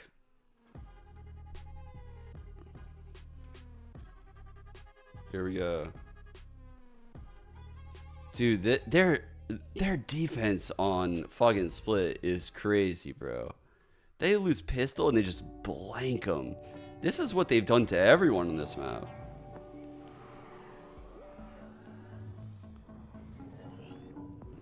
They are so insane on split. Even with Saucy just having like an awful game, man. Like, holy shit. That was impressive. I thought Shin looked lights out, but they did miss some key moments. If I'm being honest, like I think Magnum could have even won that 1-on-2 he was in. The misplay with the plant. I think Nary had a couple rounds where he gifted First Bloods, like going into Beat Heaven. Didn't feel like Tomasi was down here. I was more worried about like the first deaths coming from some of the other players when I was watching them. He did have a lot of assists, yeah, 17 assists. I do have a fucking question though. Yeah, he was 1 HP, But here's the thing about that 1-on-2. Let's see, where was it actually? Was it like the last round of the half or some shit? It was close. No, it was like, where was that shit? Actually, no, it was in the second half. Derp derp. So it was like probably around like fourth round of the half.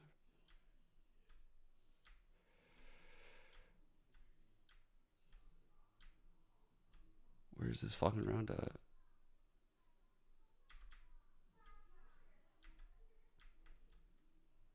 I'm not really sure where the round is, but I do. Let's go! I do have a question, chat. Oh, fuck, Brax. Huge fucking raid. God damn. Yo, Brax, see the Cole picture? She like tweeted out. Holy fuck. Dude, the plays TenZ has been making it so crazy. Anything crazy happened in map 1? Dude, Zekin just looked insane. Zekin looked like unstoppable. I didn't look at his first blood, so I'm going back right now. He was 6-3, but I swear to God, it felt like he was unstoppable in some of like the early rounds. This start was, I think, purely off of the back of Zekin. It was so impressive. And they really needed that. They needed a good start. I still can't get over that this is how they beat Heretics. Him out right now. Mini Boo is like, I can't hear my voice, but like, dude, TenZ making this play to beat Heretics. The players on Sentinels, guys, are making fucking insane plays in the moment because of the amount of matches they've had. Like, they just know how to react. And subconsciously, they just make the right plays. It's very hard to be this structured ahead of time because you're thinking too much. There's too many thoughts in your head, and then you get bogged down, and the other team just kind of runs you over. It's fucking insane.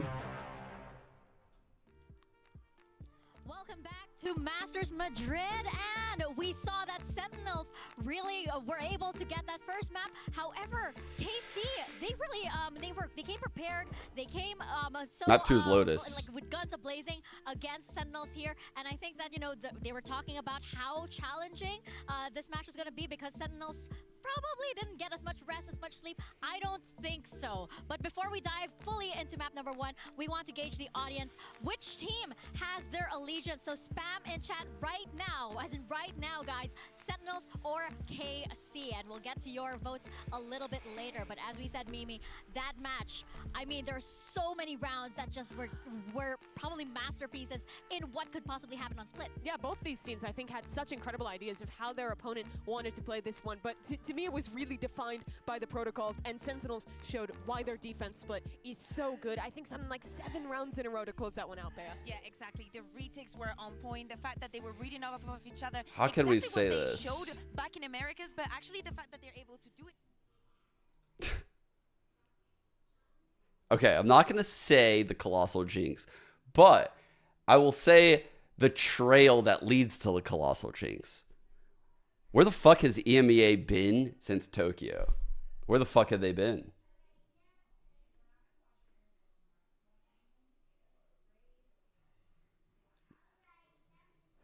We left EMEA in Tokyo. Those motherfuckers were left. We put EMEA in these fancy ass Japanese trash cans. And people say Tokyo's clean, but we left a lot of trash over there. Okay.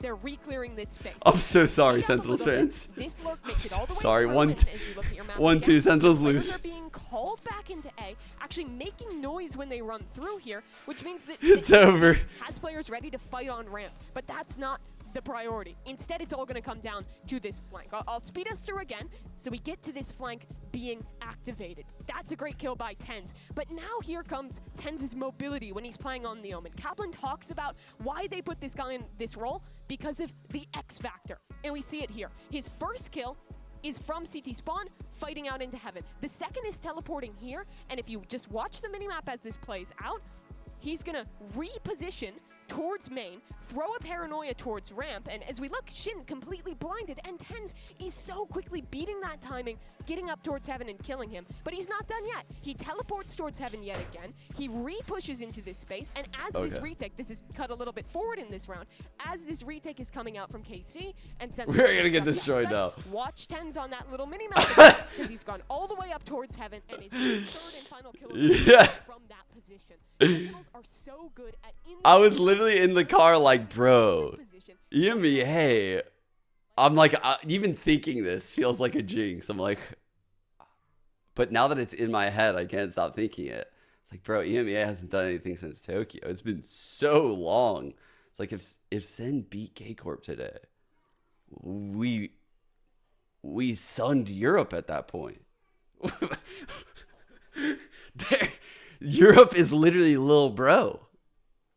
All the weaknesses that were exploited time and time again, and those timeouts were simply brilliantly used by Sentinels. Every single time they had the response. Like, even when like we're literally entering territory of like Europeans beginning to call football soccer. Like, you know, we're just powerhouses. You know, like we dictate like meta. You heard the Sentinels chant over there, but of course KC fans were jumping on there as well, so I think right now it could be anybody's game, even as we until you guys can fucking beat us, soccer, all right? Until you guys can actually fucking hang, soccer it is. By the way, Shin had some amazing plays, and a big part of why Sentinels had such a hard time against KC was this player. I think that there is a couple of things that made the match and the score seem closer than it was. First, that crazy second pistol round that we saw when KC just had this amazing good play using the Euro and the TP that they set up at the beginning of the round. And another one of those factors was Shin as a stronghold, as I was saying. Name a more iconic duo, this guy and defending B. Has he ever lost a 1v2 clutch on the B side of Split? I just want to go back to EMEA and watch that ace that we couldn't see, but he managed to defend time and time again, and it's so complicated. I think that also his utility coming from an Astra, when you don't have that Sentinel, there's a lot of responsibility that falls into your place. Absolutely. Across that first map, both teams really had such a great read. I think they both had this idea of really forward committing to fighting in towards their opponent when they're that is true. To stop these sets. No, that's a good point. Really think that's what K-Corp has narrate, so like there's a puncher's chance they could actually beat us, you know? Sentinels. KC had that same idea, but they managed to shut that down. They did such a good job at playing. Yeah. Still managed to play these sets. And not only that, they also managed He has NA to start his name, dude. Narrate. He's repping us. That's actually crazy. Having one player down because of getting that information, He's tagged up. The fact that they're so in sync into following onto the steps, into knowing everything. This is actually gonna be a really hard map. No troll. In Lotus, FPX showed some of the cracks that are already. I'm gonna feel really bad when Sentinels loses series 1-2. Crazy performance that by Narrate that they managed to close that one out, because FPX, trust me, a 13-10 is not that much. And specifically, after seeing the retakes that we got from Sentinels and how we struggle on that on their attacking side. I'm literally, when they lose this series 1-2, I'm gonna just walk away. And here, no big surprises here on the agent composition, but Mimi, I think that, you know, definitely we're gonna have our eyes on each and every one of these players right now, and of course the TenZ Omen again. In this first half, what I'm watching is Sentinels post-plant protocols. In their match against Heretics, what they did really well was in their post-plants, getting forward, playing into their opponent's. I'm not gonna lie, I think it's almost a lock that Karmine Corp wins this map. Like, they have all the footage to work off of. They're mirror comping them. Like, it's almost a fucking lock we're going map Are they through right going now. to be fighting for A control time and time again? But I assume that Sentinels is going to be very ready for it. Well, let's find out if this one makes it to a map number 3 and send it back to your casters. Here's Bren and Sideshow. All hope isn't lost, really, if you are a Karmine Corp fan. Lotus is a map where they are highly specialized on. They have shown great success in the past on this one, but they are up against Sentinels, who, listen, there are no slouches on it either. It's the reason we were so excited about the map pool heading into this one between both of these teams. We're seeing an interesting beginning. Already, it looks like it's gearing up for a lot of aggression out towards the middle of the map. Looks like we've got a set pistol round coming out here, especially wow, from that's KC. super be You heavy. see the Killjoy player on defense not buying utility and just going straight Look at for the the sheriff. wall. Starting from Expecting here, something a bit what? pacey. KC trying to Yo, take this is tempo weird as right fuck. at the beginning of this round. Walking up with the paranoia prepped, trying to take the fight to Sen. So they try to get a kill through the wall off rip. Oh, the timing there. If that had been a tad earlier, KC probably would have stayed to try to take the fight. But now they're anticipating that John's calling a reaction. And they've read it correctly. Wow, so normally the wall would cut here across a similar line I feel like by the door and this wall, this lane. Attack sides. They get the same thing accomplished, but with have the mobility opportunity to comes get a confidence. You kill have at to the be start of the round with the confident to haunt be right able to here. make that play. Break the Trust turret. call, take the swing. Little So far, edge, that's been slight one edge. big area where Sen Very are looking good. better. It's been missing a little bit for Karmine Corp. Maybe a symptom of. I actually really like that opener by K-Corp. K-Corp. Sentinels have got some experienced players. So do Karmine Corp, don't get me wrong. Magnum himself was shut down his hopes and dreams in a Reykjavik 2021 Grand Finals by TenZ himself. So now we see it, a bit of an explosion. The pivot here over towards B. Open sight line, a rate. Ooh, chunk load of damage. Has to back away and respect the nade now. And that's their star player. Line coming in. Spike planted. Gonna cut through. There's no heals online as well. No chances there for him to get top back up. Contact call by Karmine Corp right behind them. That's 3 players looking to set their sights on the link. Distraction plays with the Prowler. Peeking Sassy. He's out wide. Probably too much in terms of the connection. Zaken taking the time here to position up towards heaven. What a call made. Still nearsighted. Blinded up, but narrate. He will fall. That prior damage done. Clearing him out into the site. It's getting dangerous. It's getting dicey. A little bit all over the place here. Damage just wandering right into him. Zelsis definitely doing it here with the players tickling down a wide face of Zelsis. There's no time left whatsoever for Karmine Corp. God, struggles here. Holy the opening. fuck. Holy fuck.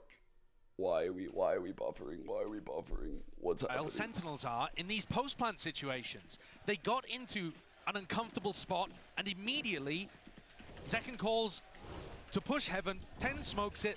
It's a weird smoke, one that they can dominate, not your standard smoke. They get inside of it very quickly and set up the duo that dominated on split to be able to win the post-plant and secure a pistol. Neutralizing that early round aggression. You can only go for those plays if you're feeling really confident and very in sync with your teammates. I think that's been a clear difference today for Sen. What the keep an eye on. fuck is this turret doing? Can swing through this gap between the turret and the wall. He can jump it. Can he squeeze his little legs through? Yeah, he's through. He's past it. But And he's dead. is watching. Yeah. Very aware of it. Now the door opens wide. So Chicken leg EMEA. Fucking oh my. Okay, could have got dangerous. skinny legs. Oh! Take your pick. Do you die to the nade or do you die to us? And now just Shin left standing. I feel like I've been saying that quite a bit, but it is the eco round in early days yet for Lowe. That was a little weird. I thought he could have like flipped around for a second. Holy shit. We're expecting this to be a pretty attack-sided map. Yes, it will be attack-sided, chat. Sentinels versus Heretics, that's exactly what we saw. Right, Heretics got up to a really big lead. I think it was an 8-4 half, something like that. And Sen were able to bring it back. So gonna incredible attack sides. take some pressure. I don't think he could just be jump spotting, but we'll see. It's not over for KC if they can't build some momentum here in the first half, but it is going to be very difficult for morale. Getting the info here. Yep, the one way offer it. Confidence. They break the turret. Prowler. Next wave of util here. Paranoia and a satchel. Only grant some access to B main. Rest of the map not really being played. That's the second Omen smoke. He has no smokes right now. It's a good opportunity to like pick into like these chokes and get some. Yeah. Wow. John not even really aware of the fact that they could have walked all the way back up there. So he's calling 2, but they immediately fall off of that. That's because they know they showed 2 people on a 3-site map. You can't do that. You can't show 2. Oh fuck. He could win this round for them despite being down 4v5. Behind it, they don't seem to be aware of this at all. Not even slightly. There's been a gap in the defensive protocols, a need to force these players out wide. The damage being done to them. The rate looking to the side. TP. He missed the teleport. Missed a TP. Shin! You've got to be joking me. Judge in the face second. To trade by every part of the definition. Prowler forwards, jumping, damage. The shot's going wide. Second. There's no way he's getting away with that. Martin. I love the attempt though. I really respect it. It felt like there was serious danger in that round. Dude, I felt like that's so unlucky for TenZ right there. Like, to have a Bulldog in that moment. Like, if he has a Vandal, he's probably just going to one-shot that player that makes that play. But that's just a weird situation where, like, he's now in, like, a deep mid-range fight with a Bulldog. And he's going to have to spray transfer. That's rough. He was absolutely dominant map 1, so he expects to be able to win those. Oh, it was a Stinger. Oh, I didn't even... Dude, I thought it was a Bulldog he was playing with. Jesus. Oh, yeah, Stinger? He's fucked then. Yeah, that's not his fault. Dude, I thought it was a Bulldog. I was still giving him a pass. Good plan, but well, Magnum's just out wide like that. There's no return of fire. That's a really big kill by John. Not with the Odin. Oh, he's going to try and get in behind. No way. With an Odin is a little bit of a hard read. This is a hard read to make. Can't hit it. He had a chance, shot. With the Prowler, second forcer just fired a rocket. They got the info that Second's in heaven. It's the Prowler. Plays down now for Karmine Corp. One way it goes away anyway. Take this one, or do you choose to take the save? They're looking, hoping for a bit this game, bro. That's hilarious. Off the tile or something, but the orb still does the job. Cuts off that one sight line, and now it has to be the call, surely. I think you got to save here. Yeah, you have to. They look like they're still sticking around though. They want to make a go of it. The economy on Shin and TenZ is just not good enough to be able to go for this one, I don't think. No. Now they're backing away. And that's a huge win for Sen here. I think on the wall maybe want Broccoli. Very standard post-plant setups where they have Zekken up top. So they often tuck somebody into this is the analysis you get, well. And you can see here, that really is the crucial duel when Sassy is able to get that pick onto TenZ. Oh yeah. That's the real one that matters. Tuck's very astounding as well. I mean, the consistency with Zekken frying just builds up these ults like it's nothing. Yeah, absolutely. And you could see that the clear game plan there from KC was... Doesn't it look like a Broccoli on the wall right here? So they had a triple play over towards C, fighting very heavy for mount control, because that's where they expect Sen to start the round. And then they had a crossfire setup, but it just ended up with Magnum kind of wandering around in the open. He missed the timing, didn't tuck, couldn't play the cross with TenZ properly. Ended up giving away his life a little too freely. And Zekken has started this map, much as he started the other one, dominating. They're going to collapse on long. Omen opens up right away. He has the option to TP up. Doesn't. Control. One ways. Sentinels happy to concede it. And this round, they're just going to solo fight. Shin into that forward angle. He's going to be getting a lot of mid-round information. Keeps his blind so that way he can hold it in the late. Some juicy tidbits that Magnum could use for they broke door. So that way they could have 2 here. Quick rotates. Situations on defense where it's so difficult to get a read on where the attacking team is going to end, especially if they have a really competent IGL like Gen.G. They have util out right now. They might even have Molly out. I can't. Probably Molly nade out. But Shin is playing that jump spot angle a little further forwards, so he's not really going to get caught by this. Might even get value. I mean, he's in a very exposed spot. Really pressing forwards now has to respect it. I mean, he was just trying to get ahead of the wall. So they couldn't lurk out, but now backing away. A few stray shots. And this is where KC start to lack information. 45 seconds. They know that Sen might be pressuring A, but are they really there? Is it a fake commitment? You hear a lot now. Ooh. Not even quite. I mean, Martin's just trying to play. Tricky how he's playing right now. See if he can get that time with the door. It looks like a fake. I mean, Martin's seen that there's nobody really pushing off the back of this. Yeah, it's not really going to be calling as well for the rotations here. Paranoia forwards. Martin! Why did Martin leave? He should have never left that. Can't get out of it with the satchels. Why did he feel the need to leave? He should have just risked it. Could have been a difference difference maker might still be. With only 12 seconds left, they've really just got to get a move on into the site B. Plant, Magnum, forwards, pressing forwards. The players wow. dropping all over the place. The time pressure maybe Great just round by getting to the Sen. nerves, getting frantic for Karmine Corp. Those are the kind of confidence moments that I'm talking about, where it feels like Sen are very strong in those kind of spots. You see Zeken or TenZ in a situation like that, they're taking the swing, they're taking the fight. Feels a little more tender, Such a well-played round by Sen. From KC, and they're getting Dude, John's calling on this attack half of Lotus so far in Madrid has been fucking lights out. The calls he made against Heretics were incredible in that comeback, and he's doing it again. They believe that they have had the most difficult run. I mean, their run through kickoff, through the play-ins, their run here, fighting against Heretics, then fighting against Karmine Corp. It is very hard to play against Sentinels with this style of calling because they're getting map control all over the place, and you don't know where they are.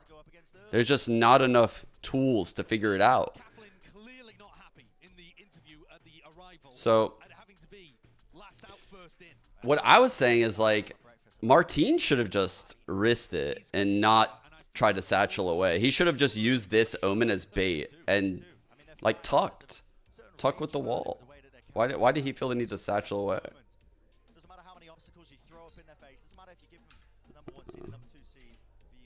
So right here, like, I think he could just, like, tuck up on the box. He hasn't been spotted, right? He didn't shoot.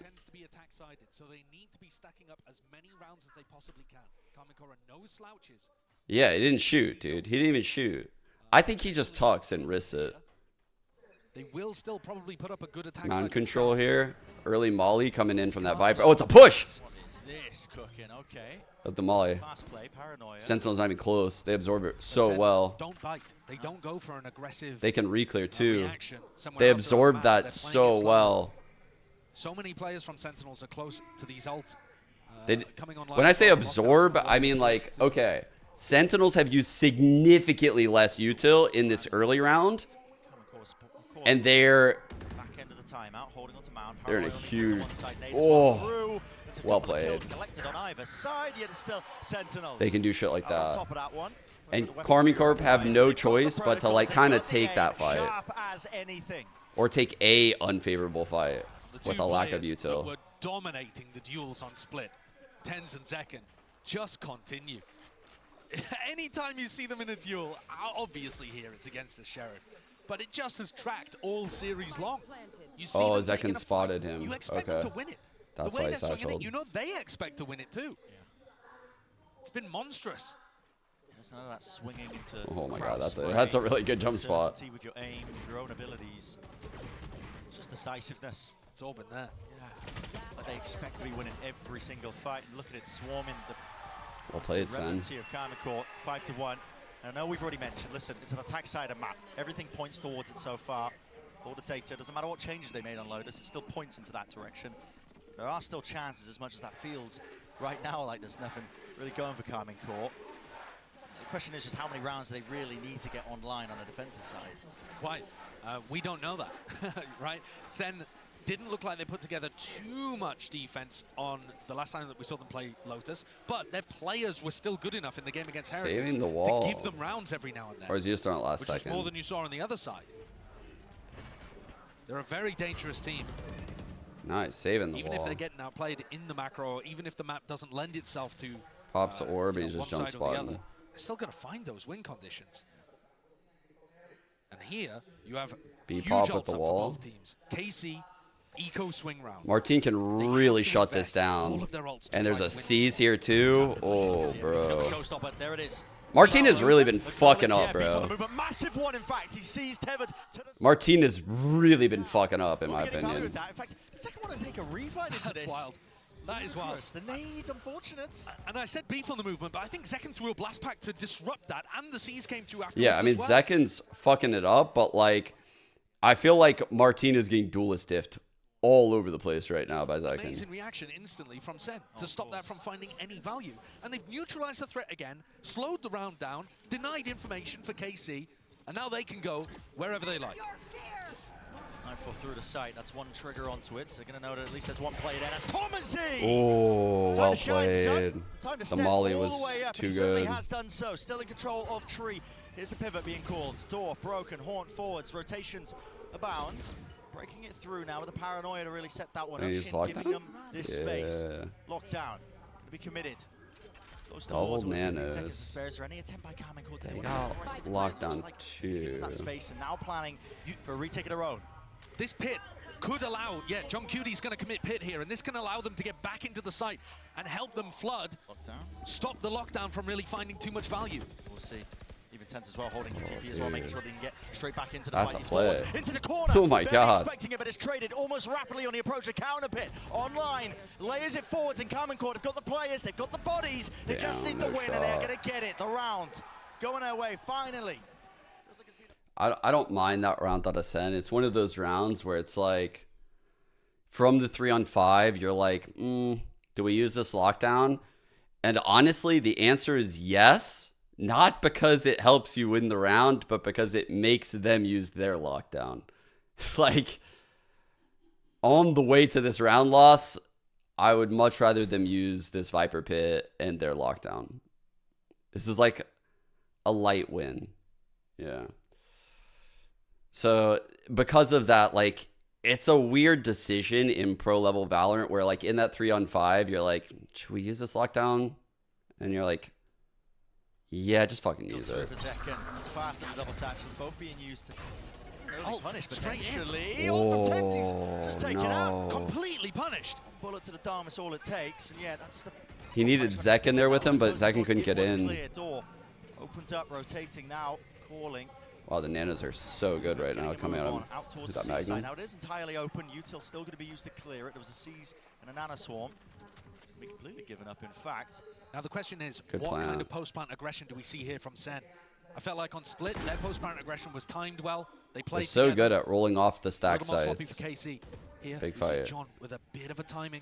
Bit of a timer, but he might just Great miss it. Hits timing. Nightfall as They're well. not turned around. Nightfall. Now the sound cue is going to be missing from a few of these players. Elsis is in a one-and-done position. Blinded. Satchels. Oh. Martin barely grappling onto that one. A satchel forge just in case cuts it up. And now everybody playing from Mound. A backwards position, but smoked off. Immaculate stuff from Shin. Almost going down to the spray. Down here.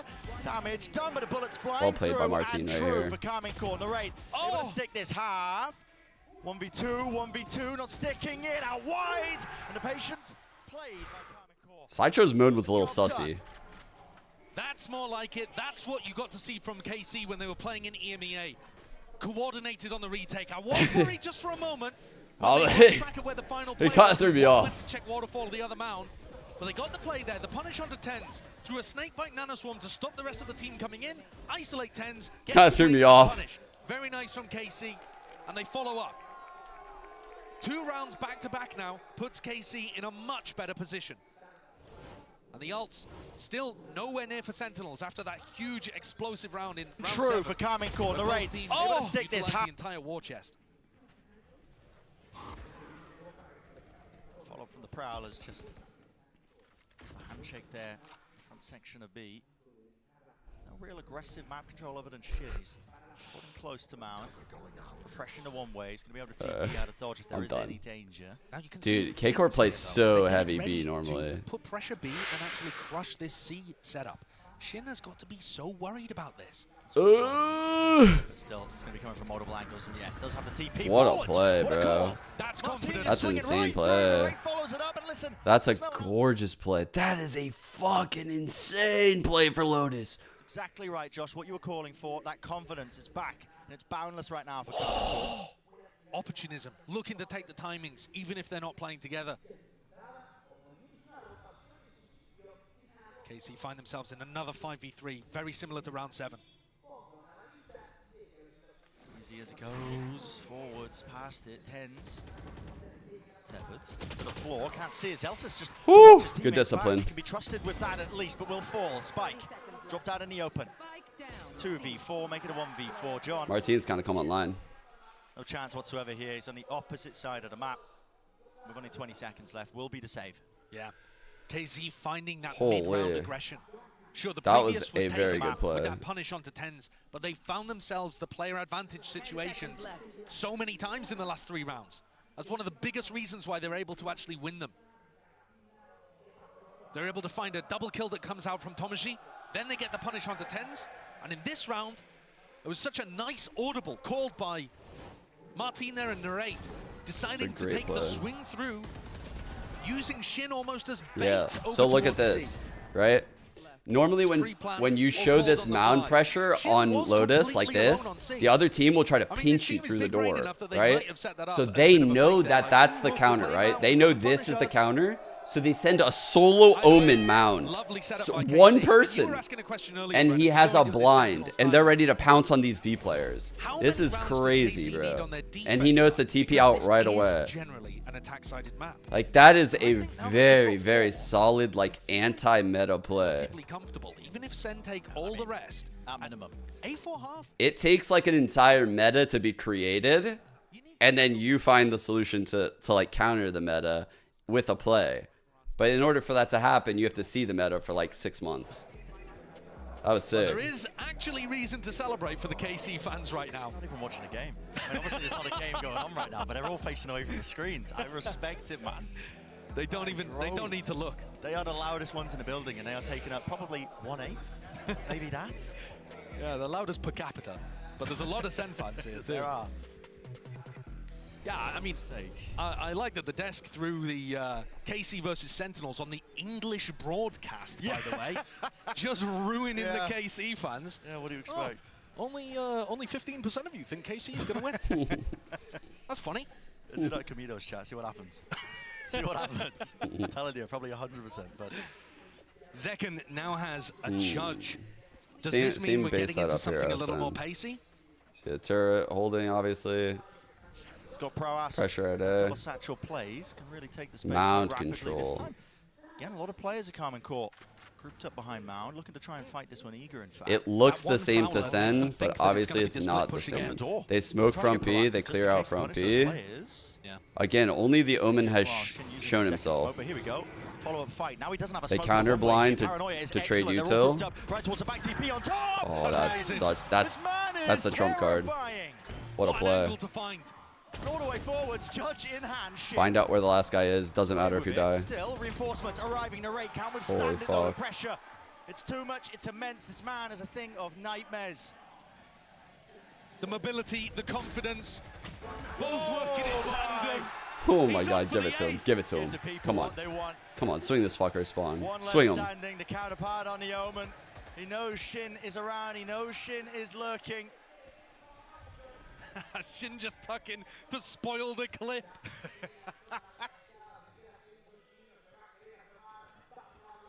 10-4.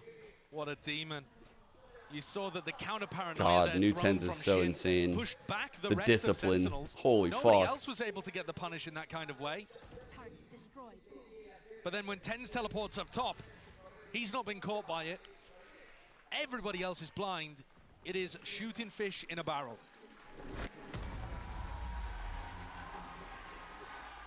And it really is terrifying what TenZ is able to do on Omen. It's fitting like a glove. Without this TP, I honestly think they just like absorb this and they end up like in this 3-on-3. Probably like we're running through a fucking Viper Molly or some shit with paint shells. That was huge. Shin got the pick onto TenZ. If Narrate had been able to punish TenZ too. Oh, sorry. Shin got the pick onto Zekken. If Narrate had been able to punish TenZ, maybe KC could have come out with something. And now back to the A default. 4 rounds. Cacophony is building here in the Madrid arena.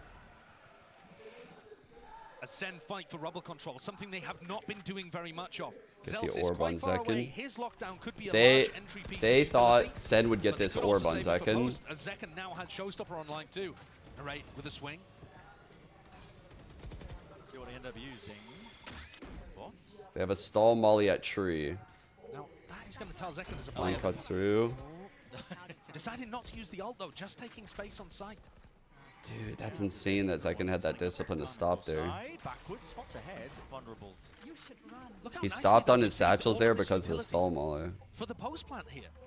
Sure, the spike isn't down just yet. but they're anticipating the fact that KC will be playing retake because of the ults.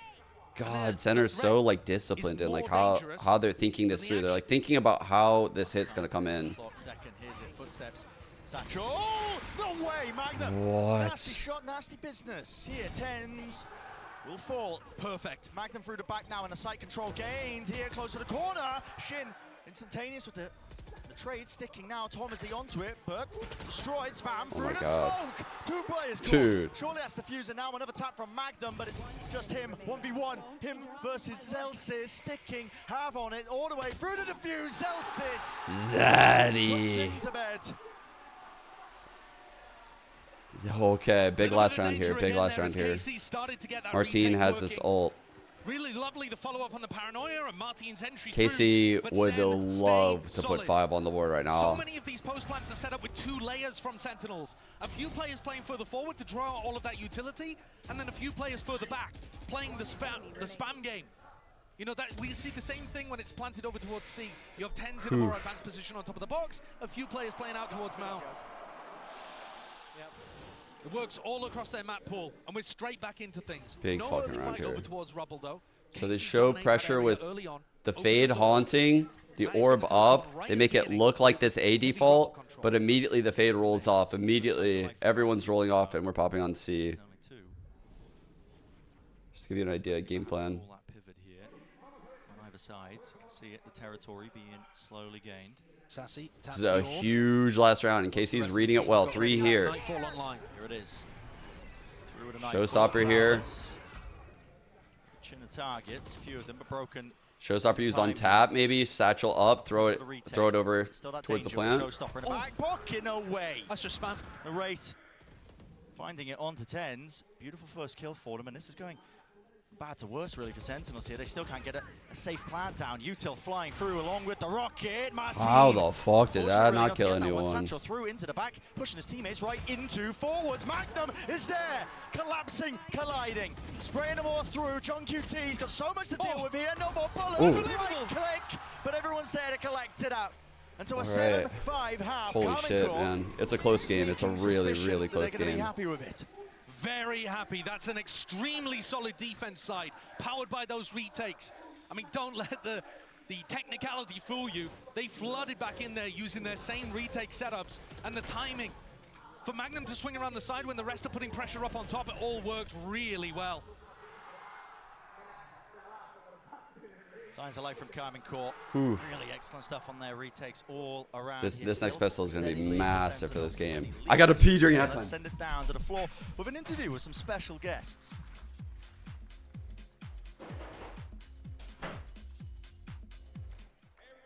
Down on the floor, and I'm joined by Mama Zekin and Mama TenZ. Give it up for the parents.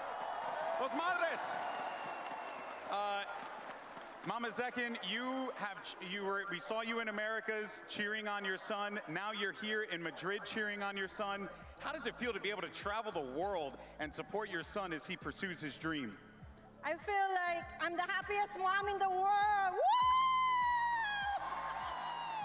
Amen to that, sister. I love that. And Mama TenZ, I found out this is the first time that you've ever watched your son play on stage. How has the experience been? All the fans here in this building.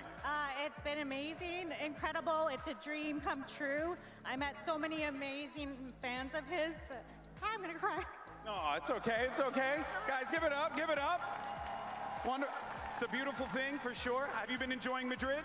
Yes, it's beautiful here. First time to Europe. First time to Europe. First time to Europe, everybody. Wow. All right. Mama Zekin, how has the Madrid experience been for you as well? Mi amor en Madrid. Woo! I mean, she's the best hype man in the biz right here, baby. Let's just send it back to the cast and get this party rolling. Give it up one more time, guys. Oh, my. That is one hell of a way to get the crowd on your side. Do we need to pick her up for the broadcast? Yeah, a bit of crowd. Wait, what happened? Oh, my what just happened? I want to see grand finals. What happened? Second out there hyping up the crowd, because I mean I'm loving the hype though, because this match is delivering so far. Oh, yeah. We got to see excellence from Sentinels when it came to split. It was close in the first half, and then they pulled away. And I think KC may have done enough here to feel confident. Oh, TenZ. I'd never seen TenZ mom, I don't think. Mean they're even favored. Have I? But oh, no. When you look at what's on the board, 5 rounds on defense, normally KC very good on attack. You've got to be feeling good. Definite chances. Stay in the series. Have a chance of things here. Oh, shit. This is so dry. By side, shoulder to shoulder. Prowler. Will it afford anything? Right into the face. This is a satchel. Martin, not even with a shorty, but he will go down. And Anna Swarm's tearing him to shreds. And KC decide not to commit off the back of that.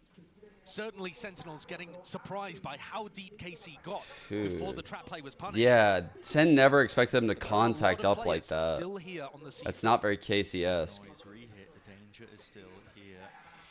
Like I said, I don't think they'll picture 3 people being here, chat. into the corner. What a peek, dude. Oh my god. That was amazing.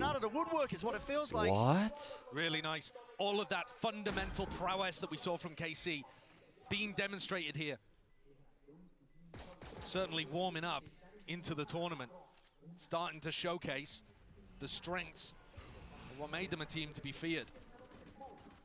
This pistol round was a great call coming out from Magnum. As long as they can secure things. And John Cuties denied the miracle. Oh my god, they're low. They'll be feeling, again, really good about their chances. Doesn't have the tools for it. I mean, a lot of players, we narrate, chooses to put an end to it. So, pistol round should, you know, as long as things go correctly. She said it's her first time watching him on stage. Oh, that's so crazy. And that's Magnum that actually gets the kill there. But there's so many little set plays that we saw from KC when they were playing in EMEA. Wow, I'm actually kind of sad that I missed the TenZ mom interview. Maybe a high-low setup or a jump peek, and the second player swings in. Now we see Magnum picking up the Outlaw, actually. Nobody on Sen buying armor, of course. Not going for that force buy. Few pieces of util. And how many times have we seen this in the series? No real possibility for the team that lost the pistol to do anything because both teams just kind of... So that's Second's mom and TenZ mom? I feel like every time a team's won the pistol, we've seen this in the series so far. Right? Dodging that variance. They don't have the labels below. Normally put the labels below. Free sight for Karmine Corp. Plan of a mound control. Yeah, and a great plan. And now, once you get the plan down this easily, you have the mental bandwidth to start thinking about how do we optimize our ults. Right, so do we want to try to load them into narrate? Oh, they because did. he's already halfway. Do we want to try to prioritize Martin, perhaps? These kind of things you can really start to ponder. But there is still pressure here onto Tomashi. In fact, Senna committing utility into this. Things they really did purchase. Oh, fuck. They've squeezed the players out towards That's a good, mound. good first. Ticking away, running short. Great reaction, though. Really great reaction. So, through the back there, and Sentinels realize that there's really no chance of this. They're making another call now, moving their way forwards. And I think just looking to try to die to Spike here. But Sassy is going to take a little bit of a time in. Players are caught out in the open. They're going to be able to die to the Spike. Yep, yeah. Okay. So, really successful there, to be honest, from Sentinels. Not allowing KC to get close to any of the large ultimates. And that's very important. Lotus, I think, more than any map in the pool right now, is so ult cycle dependent. How highly do I rate Kaplan? Really high right now. I think Kaplan has done an insane job of doing all the things that I think he needs to do with this team. It's fucking insane. I mean, I even said ahead of the Heretic series yesterday, if you watched my coach stream, that I thought they needed to change their bind comp if they wanted to win. And when we went to bind and he changed the bind comp, I was fucking like greening out. I couldn't even believe it. 4 players with light armor too. It's like, I think Kaplan is an incredible coach. Great point. 4 players and a great fit for the team. One shot to Magnum. There's that extra danger. So you can see the decision making. You can see the blind ready. Oh man. The smoke setup. The as well. layers are so cool. Like when I see the layers of teams, that's my favorite part. Flash position, but at least the stuff you never actually get to see happen. Call from Sentinels to refight when the orb is tapped. Loading up the ult orbs. Like if there was a trap play mound, shit is so ready for like a protocol where they blind. Rubble, pointing out the 3 main positions that somebody like TenZ would be playing if they got him posted up. One way over at Rubble. So they're going to go. He TP's into it. He TP's into the smoke with a haunt. There is nobody home whatsoever on A. They haven't broken any of this. The call's going for Karmine Corp. Looks like there's a lot of uncertainty. I mean, Sen are basically just playing rotate through spawn 35 right now. guys. They're not trying to, this could get really weird. anticipate this so much as just. They're gonna try to pull them to C and then pop on A. No way. Oh, Okay, this that is a one away fail. still. It's a Or kill. going B actually. Well, Sentinels, first kill going their way. Oh my God, Center's so ready. Yep, they're looking for it and expecting it. Out towards B, smoke still up into heaven. What's the call going to be here? With only 15 seconds left, the chance really to try and fight them aggressively. Haunt broken, Boombot now, 11 seconds plan. Finally going down, but what That's is a the great fight? seize. Yeah, right through. Sees, no connection. Oh! Hopes and Oh! dreams torn away in this round. Shin. Oh, fuck! Cheeky Oh! Destroyed. Yo! That was a really bizarre round, though. Sen were rotating through spawn off noise cues, off reads, and just trying to stack the correct position where KC would aim. They're not worried about leaving holes because they're just trying to be Shit! That can really bite you. If you're planning to play defense, Yeah! sometimes. Oh my God! Every game! It's every game, dude. Some fucking Shaq and Kobe out there. Right column where KC were going every time. Holy shit! On that bonus. Yep, really good job, boys. No damage, but a healthy buy on either side. Vibes Merchant making sure everything is in order. Go TP forwards, dash it across here, sees nade, everything being combined. Shin surely goes down. He gets a kill. He's so low, he got that kill? He managed that. He was caught dead to rights inside the What? season. To almost single digits, evacuation called. TenZ backs away. What? So listen, call up the cartographer. Power lines being redrawn. But What a line. space entirely of rubble, not even posting a player up deep onto A. Damn, Bren. Giving it I up. see you. Certainly very willing to rotate around the map themselves on the attack side. Fucking bars. And Sen now a bit frozen in place, expecting this to be an A re-hit. Even when Sassy doesn't really spot anything over towards rubble. Zelsis has all the utility here, but he is All the just cringe. one man. We've got all the cringe. Still the Odin is a very big gun and a lot of targets to really choose and beam down, spot it. Beam in, he does! But the mollies into the back, Honestly, he had Kit no clue Martini, about bro. it. Snake bite. Everything being utilized on top of it. Ruins his day there, but still getting two. Ooh, the turret super aggro spawn, so now Saucy knows Made it an even spawn job for push Sentinels on this retake. in play. Position of Magnum. But it's just fake pressure, right?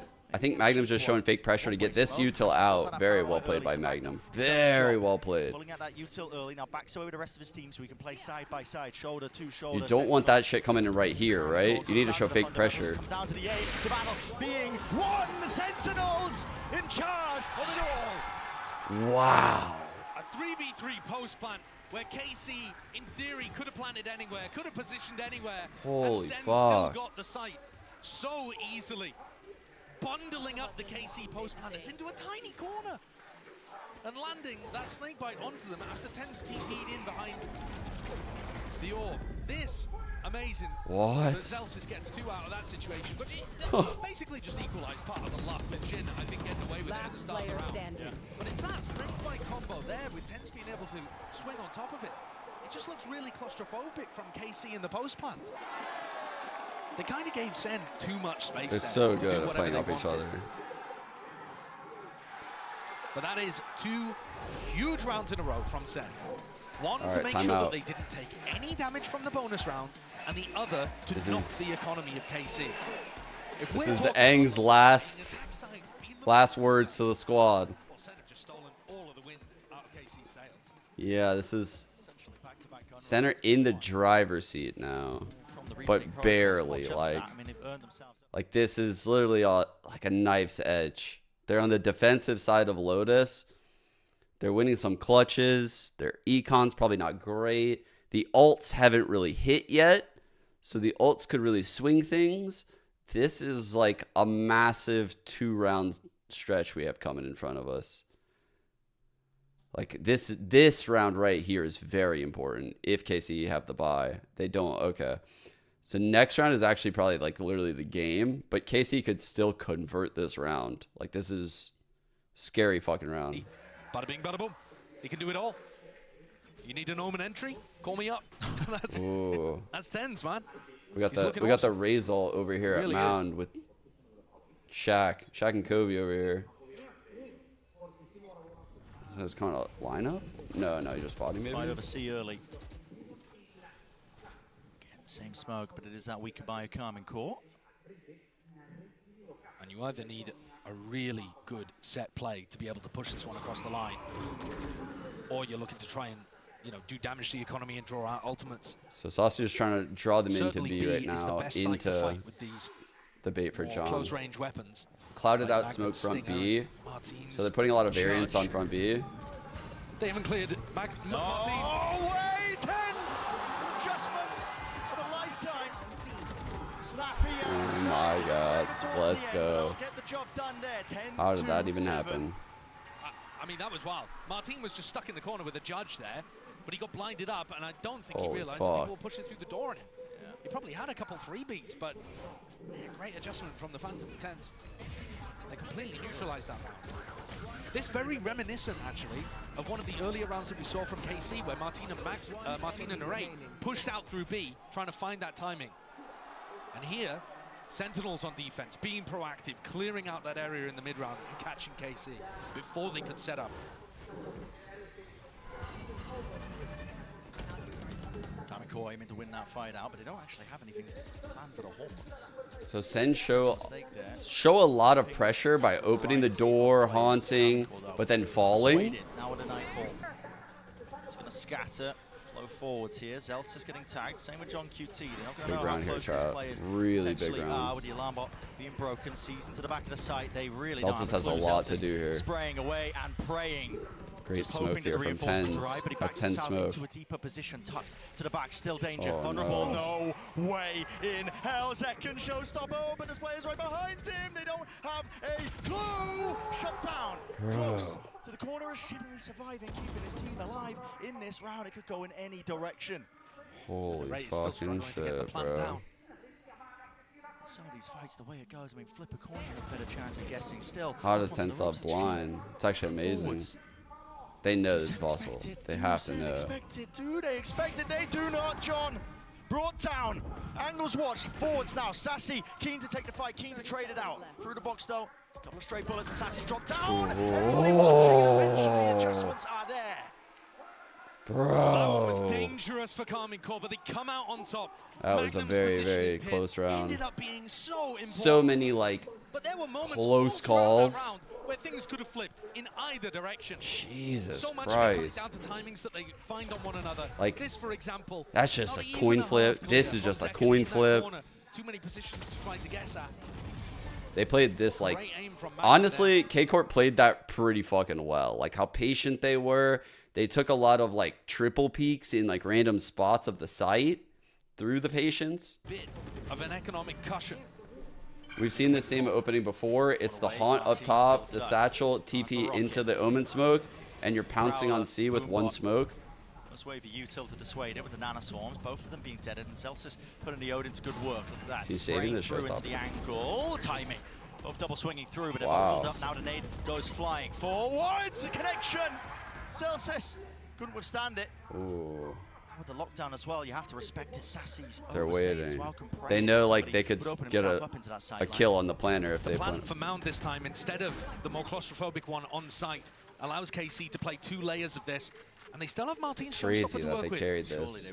They anticipated a free sight because they have showstopper. Great C's. Holy fuck. What's the back? Sentinels are already in. Showstopper. No one to break it. Couldn't let loose with the Prowler defuse burning away. Half into it. It's a gamble. John QT. He finds it. Still 4 versus 4. What That's do a they really blunder. have? They've got to play it side by side. Time working against them. Paranoia. TenZ waiting for the timing. He flips the switch and now moves forward. But so do Karmine Corp. So do Karmine Corp. In complete control of the front section of we the site, cut and the decision 10s is without made blind. for That was John sick. QT. Hightailing it out of there. Well played by KC, adapting to what TenZ was trying to go for. Sentinels, you could see, were expecting. I felt like shouldn't Martin have probably just shot that showstopper off of the C's, you know? Maybe he was scared it was like too obvious. But like the C's was great. I felt like he could have played off that C's. A headshot through the wall there that actually sets up the nade kill. A little unfortunate. Like, also, I mean, also the C's, in addition to taking the sound away, it's like having their HPs, which then makes the showstopper better. So it's like the chances of that showstopper being good are so high in that moment. Towards a snack on the C site. Just that, I mean, vacuuming up these orbs. Granted, and given the C mound area. Harry C's was fucking money. There's no plan in action for Sentinels. They did manage to take rubble over towards 8, so they've got TenZ posted. And we haven't actually seen TenZ in this position before. We know that KC have got protocols to clear this Why out. are they swapped roles? The fight actually occur. The Vipers usually have a stronger lurk presence on Lotus, and I think John likes the lurk role a lot. His lurks are really, really good. He calls from the lurk. Super well. Like what they've seen. No. They're happy to return back over to Magnum. He knows that there hasn't been any re-aggression on C.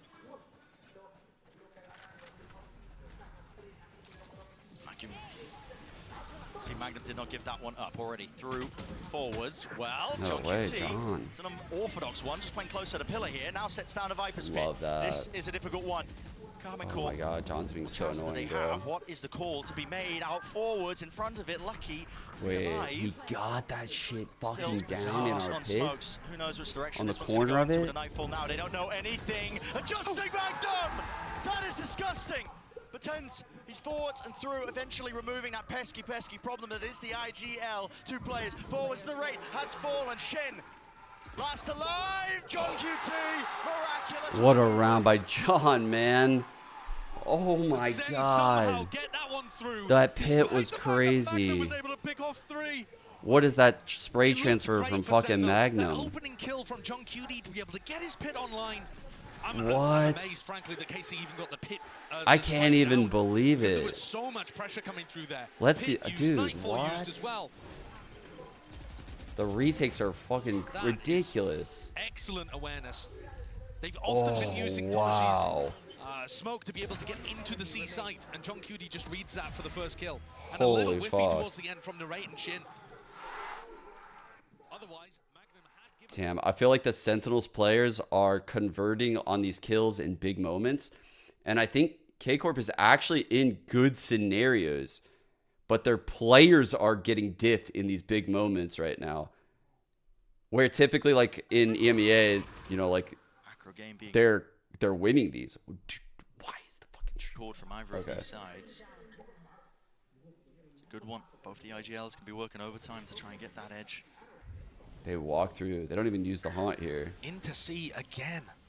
Celsius. 2 here. Double nanos Off pop angle, pretty there's a chance it early. could be punished, but safety for now at least. But the snake bite fades. And here's the second go of things. Prowler, satchels, up above, doesn't expect it. Stinger, exactly where it's favored. Close quarter combat. They don't have to sight just yet. They know where John QT is. John needs some help. John needs some help here. Swinging wide. Sassy. Good paint shot. Punished for it. Casualty. Line of fire and a line of action here. It is a bit futile is what it feels like. Karmine Corp only just getting ground underneath them. Plans, paranoia, that forces it out, and a satchel forward, smoke fading away. Martin! Oh, he's on one right now, on for the ace. One more. We'll do it. John QT. Spotted. 1v3. Yeah. Spotted and shut down. Damn, dude. Sunder gonna That's have a to wild save, situation. maybe. I mean, Sentinels TenZ has no realize money. that Everyone Tomaji else is 1 away from could. being able to get his pit online, so they can't just allow him to go for the plant. They're forced to go aggressive. It's a very This risky entry, buy. excellent from Martin. Great movement. He barely got on the Wasn't really box. expected in this spot. But yeah, they're forced to go for this level of aggression and run into Martin's Odin here because they need to deny the plant. Otherwise, they're going to be retaken. Wow. Okay. Sentinel's economy is getting stretched. They're I mean, look at this. buying here. TenZ is Oh, the top of the wow. scoreboard. This is a very risky buy from the boys. We're doing this? Are we fucking doing this? Are we buying here? Potentially giving 12. Ooh, it's a risky buy. In the best position possible. And here we see Sentinels coaching staff taking the timeout. Oh, bro. Because this is crunch time. They have a chance here of being able to close out the series against the #1 seed from EMEA. We are literally in the scenario right now where Sen are on this force.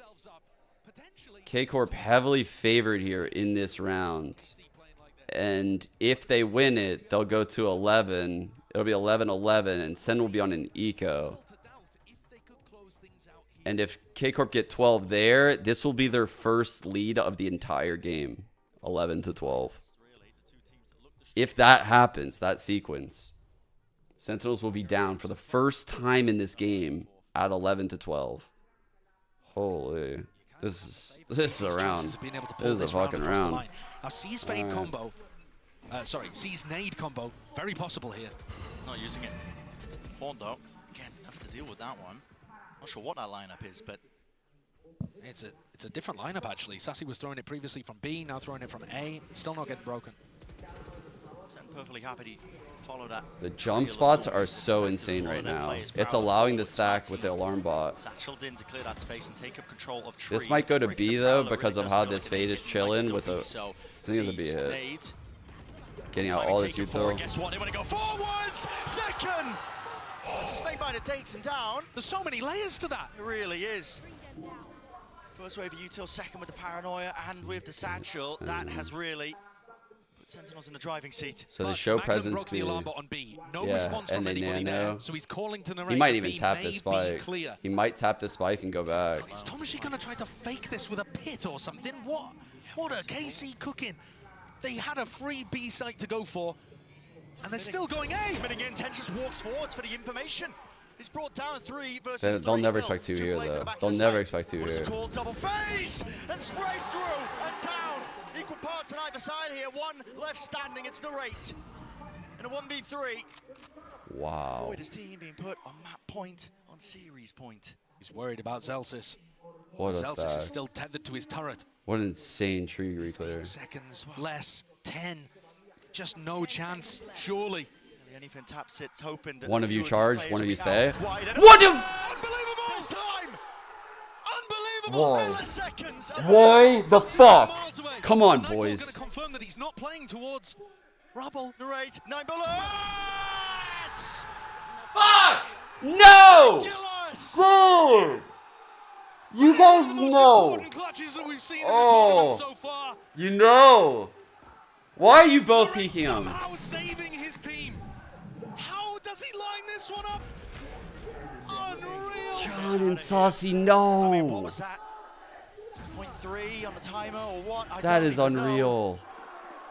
Everything stacked against him. Oh, this kid is so good.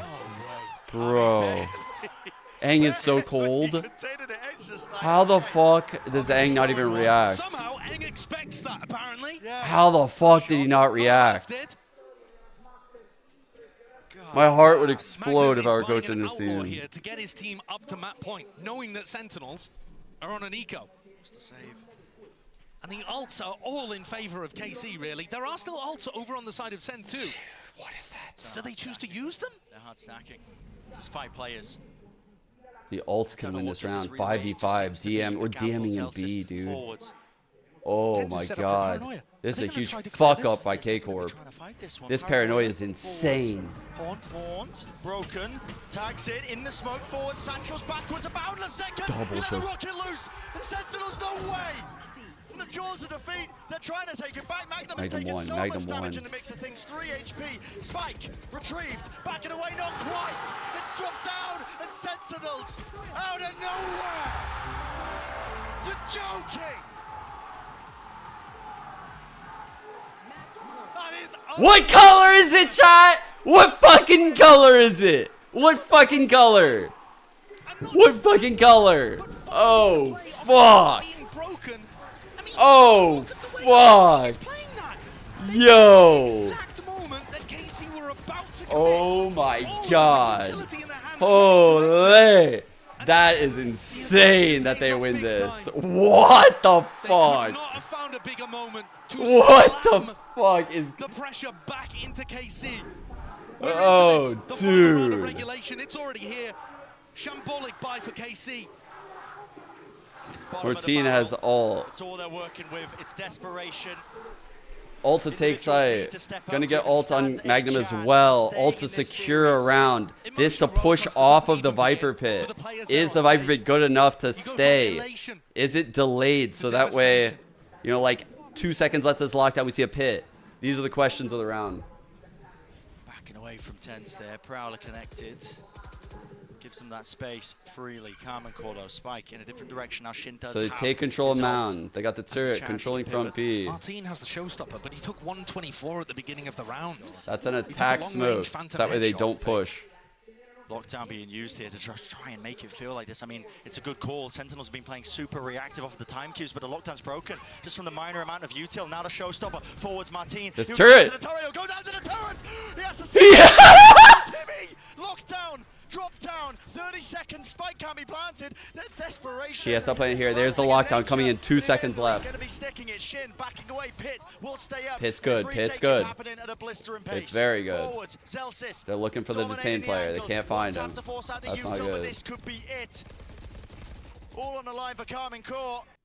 And the calls are being made here. Fighting up close. Fighting forwards. All tucked away. Zelsis. The hopes and dreams ripped to pieces. He almost had the Viper. Fuck. TenZ forwards. And it couldn't come down to anything. Z. No chance. Sentinels have done it. They did it, dude. What is that absurd? Sen City here to play. Yo, holy shit. Congrats, man. Those final moments are just wow. Sen being able to take this map with a 5-player gamble stack over towards wow. that takes the win. It looked poised, it looked ready, it looked like it was going to bind. But the final map denied us. As Zen denies KC their spot in playoffs for now. This team still with options being able to make it through our Swiss stage. But the path for them continues. #1 seed of Americas. Taking out the win Argo against the winners of EMEA kickoff. Oh my god. And what a game it was. Oh yeah. 2-0, but goddamn, what a definitely the better team series. there on split, but a hair's breadth between them on Lotus. I mean, the smallest of differences. I was convinced we were going to be seeing bind. I was convinced it looked like it was preordained, man. But it's Sentinels moving forward to the playoffs. They'll be happy for it, I'm telling you. Kaplan and Drew been gaining grey hairs at a rapid pace. They haven't had a break, man. They haven't had a break, but finally, a bit of peace and quiet, time to prepare. Sentinels are first team in the playoffs.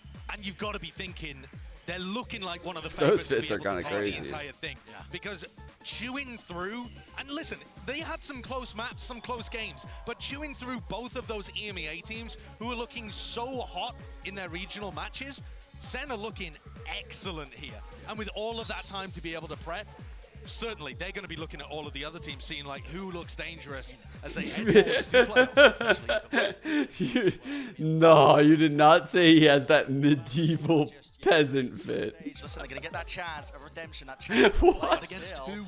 Against who? Against who? I mean, there's too many unknowns, man. There's too many unknowns and too many other good teams. I mean, we're barely anyway in this tournament, fucking and we're just so seeing such outrageous. high quality of play.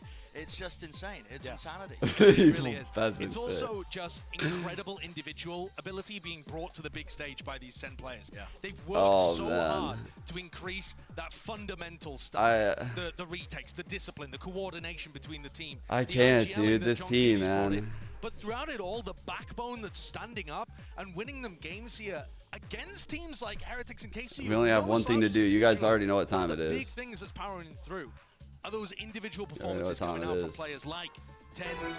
You know, the second opening one as well was just unbelievable. And John, of course, is on the scoreboard here for the second map too. What's also calling an amazing game too.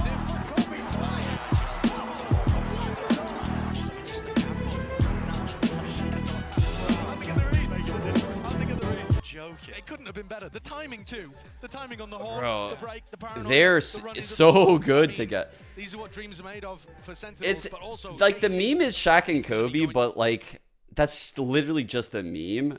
The way the whole team plays together is truly what's special about Sen. Like, it's not just like TenZ and Zekin. Like, honestly, every single motherfucker on this team is insane. And the way they play off each other is so special. John said they played bad yesterday. I'm curious what he says today. Let's listen. Join QT, and we're going to have a little bit of we want to hear the feelings after this matchup. Estoy aquí con Young QT. Vamos a hacerle unas cuantas preguntas sobre este partido. First of all, after failing to win Ascension, getting back to with your coach, getting here, making it to the big stage. Now you're on to playoffs. I assuming that you're feeling amazing and say crazy. The words. But how Please, God, say the is words. actually IGLing and preparing for Americas compared to this?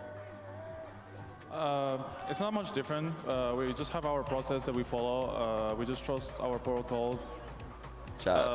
We're Make him say the games words. The same as we approach them in Americas, pretty much. Say the words. Just making sure we understand how the other teams play and how we want to play, and just trust ourselves. It must be so hot. Le he preguntado sobre, obviamente, se tiene que estar sintiendo encima de una nube por toda la trayectoria que ha tenido y estar ahora aquí, será además el primer equipo que se clasifica a los playoffs. Le he preguntado cómo es de diferente prepararse para América que prepararse para aquí. Y dicen que básicamente hay que confiar en sus protocolos, en lo que tienen preparado y que la diferencia realmente es mínima. Okay, you say that the difference is not really there, right? But coming into today's matchup, knowing that you barely had any time to rest, how was the preparation, if there was any, especially, you know, with the maps and everything that we saw?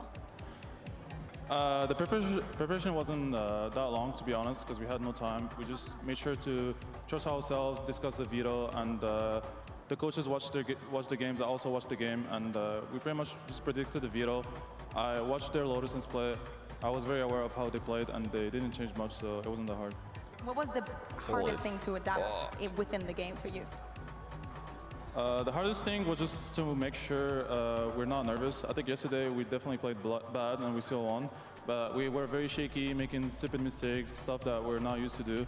So I just made sure that everyone stayed comfortable and played well. Le he preguntado que también cómo se ha preparado con tan poco tiempo, ¿no? Después de que ayer fueran el último partido y hoy el primero. Dice que tampoco ha habido mucha diferencia entre lo que Karmine Corp ha hecho en días anteriores y lo que han hecho hoy. Con lo que más dificultad han tenido, sí que ha dicho que es con mantener las energías y no cometer los mismos errores pequeños que cometieron en el día de ayer. Bro, how it feels right now. Let's hear it one more time for Sentinels. Listen to John in this interview. Robot pretending to be a human, pretending to be a robot. Like, I watched all their VODs. I had 6 hours, knew every play, perfect setups, perfect shots. Bro, John, like, God, dude, he's just like so cold. It's like, yeah, after the game yesterday, watch Lotus, watch Split, knew everything they're gonna do, predict the veto. Fine. And he shoots back. And he's our IGL that shoots back. Like, fuck, dude. You guys went from having to root for people like me to rooting for this motherfucker. Because they're eating now, NA. Alright. Jesus. But yeah, here's the stats again. With that, I'm real quick.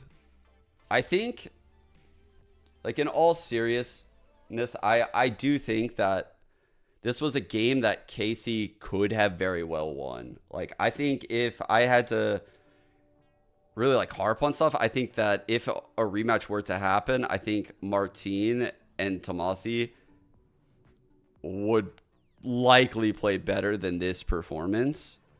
They didn't really rise to the occasion here today, given how they played in EMEA.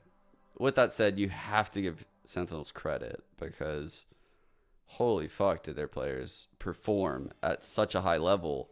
Given they played the late game yesterday and the early game today, what they brought was amazing. They did look shaky against FPX, which is what I said in my preds yesterday. I was like, I said they looked shaky. They looked shaky against FPX. And it was the same vibe here against Sentinels, except Sentinels are a much better team that can punish that, right? They still have the same util. They still have the same ult plays. They still have star players. But it's like little tiny mistakes that K-Corp are making. They reek of inexperience in my eyes.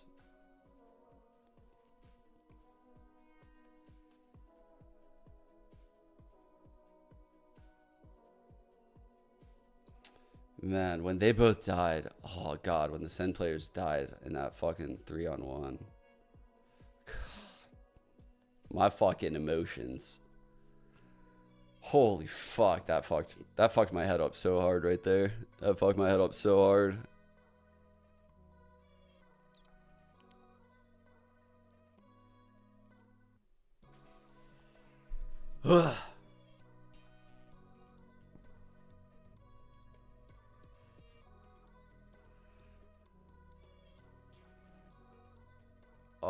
Oh, like the press conferences? I don't have the link now, Slime. But if you give it to me, or someone in the chat has the press conferences and shit.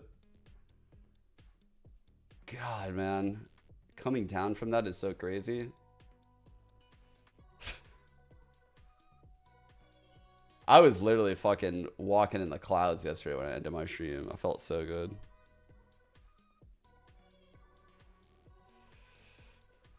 Just say it. Say what? Say oh, say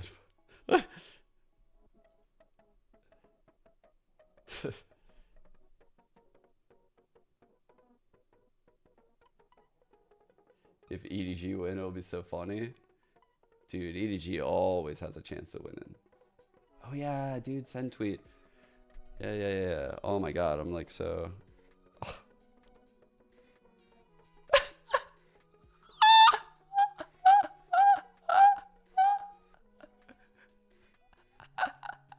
The lowercase is just so good. Like, I don't know, just the way the account delivers the tweets is one of it.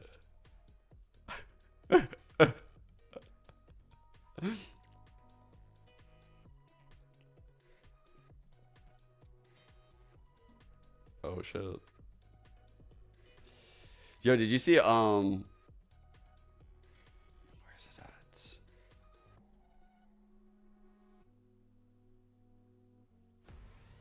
Wait, we're way too far back. Dude, I thought I could have sworn. Someone tweeted like the image of Zelsis being like, this util's insane.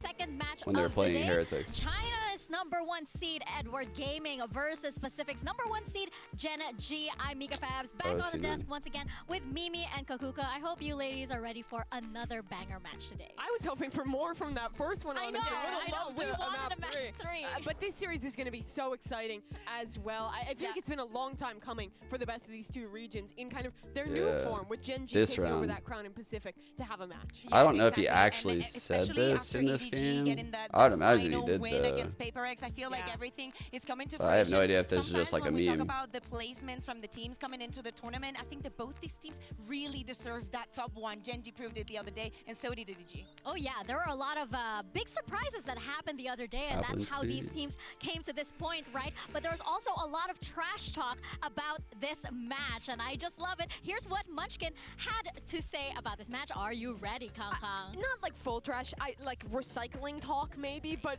both these players. A little light. That's a saying now, Bea, and you can't stop that. Yeah, I won't stop you. I'm never. From the beginning of LCQs, many Japanese fans call me the god of operator, but now I want them to know I'm the god of duelist. Every Kong Kong quote is so hard. It's so like, metal. I mean, it's they so chew metal. their bones to like pieces, or how was it? Like, yeah, I'm gonna chew my opponent's bones to dust, I think. He's crazy. You know what? If ever Valorant has like a heavy metal kind of theme, and the lyrics of like the opening song should be like Kong Kong's quotes. I feel like that's what I feel also like in the past he was more about the teams. I like the fact that he's humbling a little bit more. You know, I think that he's taking a step back. He's focused on himself. Yes. I think that's a good thing. That's a good thing. No. Yeah, I think it's great. I think that the evolution that we're seeing within the players themselves and the personalities coming into emerging with the rest of the community that we already have is perfect. Well, I guess, you know, when you talk about EDG, you usually talk about Kong Kong, but there's so many other players that are really delivering. There's actually nobody else to talk about. There's nobody else to talk about, really. Well, let's send it over to Golden Boy and hear from EDG's Nobody. I don't think I've heard a Nobody interview. Have I? Nobody, come here real fast, my friend. Hello. Good to see you. How you doing? Oh, I think I did actually once before. Yesterday, you guys overcame a massive challenge by defeating PaperX. And now, today, you enter a new era here where you have an opportunity to overcome new challenges. Is the next challenge to win the tournament, or are there more in the way?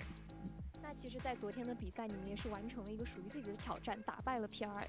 那你觉得接下来会不会有更多的挑战在等着你们？或许是赢下这整个所有的比赛，又或者说还有其他的挑战，你觉得在等待着你们去完成的？我觉得今天的对手来说，对我们的话是一个挑战吧。如果今天能够顺利拿下的话，我觉得我们后面的旅程将会一帆风顺。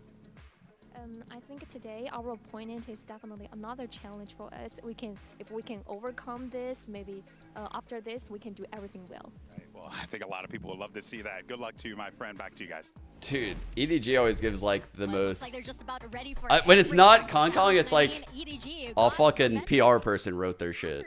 After that history and finally managing to overcome your demons at international tournaments, right? I think like you'd be ready for just about anything. Yeah, I mean they've played this team 3 times before at global events. Have lost. Smile. We just want to do our best. This one, it felt to me like the final. It would really suck if we beat them and they didn't feel good about it. So we're trying to make it close for their sake. A lot like what kind of FPX is now, but in this match they were so slow and controlled. They were very focused, especially on the attack side, of playing these really patient mid rounds, waiting for PaperX to mess up, and then finding the gap. Yeah, and actually that is something that you can expect from PaperX, right? Not the messing up. I do think though that this series will feel probably like complexion wise like way different than EDG versus PaperX, right? Like the play style of Gen.G, while they're from the same region, won't feel like that. And also I think we didn't really see a lot of Kong opping in this series. I don't think the map suited it very well. So I'm kind of wondering if we get like more op heavy maps in the pool today, because Gen.G seems to like to play those a little bit more anyway. Kind of levels of players to step up in the late rounds and win clutches, which I think makes this a very interesting style match. Speaking of players that really step up and make it into clutches, we have to talk about Haodong, because I have to tell, there's almost something. You always find it weird how pros use the screen down in tilted heaps. I talked about it in the past. So, oh, you're gonna make me draw, bro. Okay. First, we go table. First thing we do a table. Then... Dude. My perspective on this is so bad. I can't figure this out. My drawing. Just know that people fucking tilt their monitor. So that way... Like, I'll just do it with my phone. So you can see like this. If I'm like this, if I want to see like the top left of my phone, like my monitor, I need to kind of like pull off and like move my eyes up. It's just easier if I like look down to just glance my eyes. Like just like I could just kind of glance my eyes to the left. But if I'm like doing this shit, I don't know. You can't get as close. It's weird how it works, but I've always thought to do it just because of where the mini-map is situated. Like you want the mini-map far from your eyes, so that way you can glance at it easier. Like if it's up here, it's easier to like glance at than down here. How duelist now maybe Flex to talk about his return to the big stage. Like right now when I'm watch party, my monitor's flat. But if I were to be playing, I would tilt it. I would 100% tilt it. Start off by asking you, this is the first event now that you as EDG has been representing the CN International League. How has it changed from previous events to now playing in the league? No, you're good, Mitch. 我们是代表着我们 CN 联赛进赛区来第一次参加这个世界性的赛事嘛？那你觉得和之前相比的话，来到这次马德里大师赛有没有什么不一样呢？我觉得这次参加马德里可能更多的是背负 VCTCN 的一些荣誉吧，所以说我要先为兄弟们登上这座山，然后为兄弟们插这面旗。I think like we kind of like take the pride of our Zeen League for all of my brothers from CN. I kind of like I want to climb this mountain for them. Yeah, well, you're already kind of starting on that quest. I want to ask about some Do of your people games from that you played China CN. call For EDG, China it feels like CN sometimes when as like a way watch of you like play, you see kind of different like slang, versions of this. like the way we say like NA. NA. Played against a team like Case, it's a very like the way she said that team, and she when you play against that? FPX, sometimes it gets a little bit more chaotic. Do you think EDG is a team?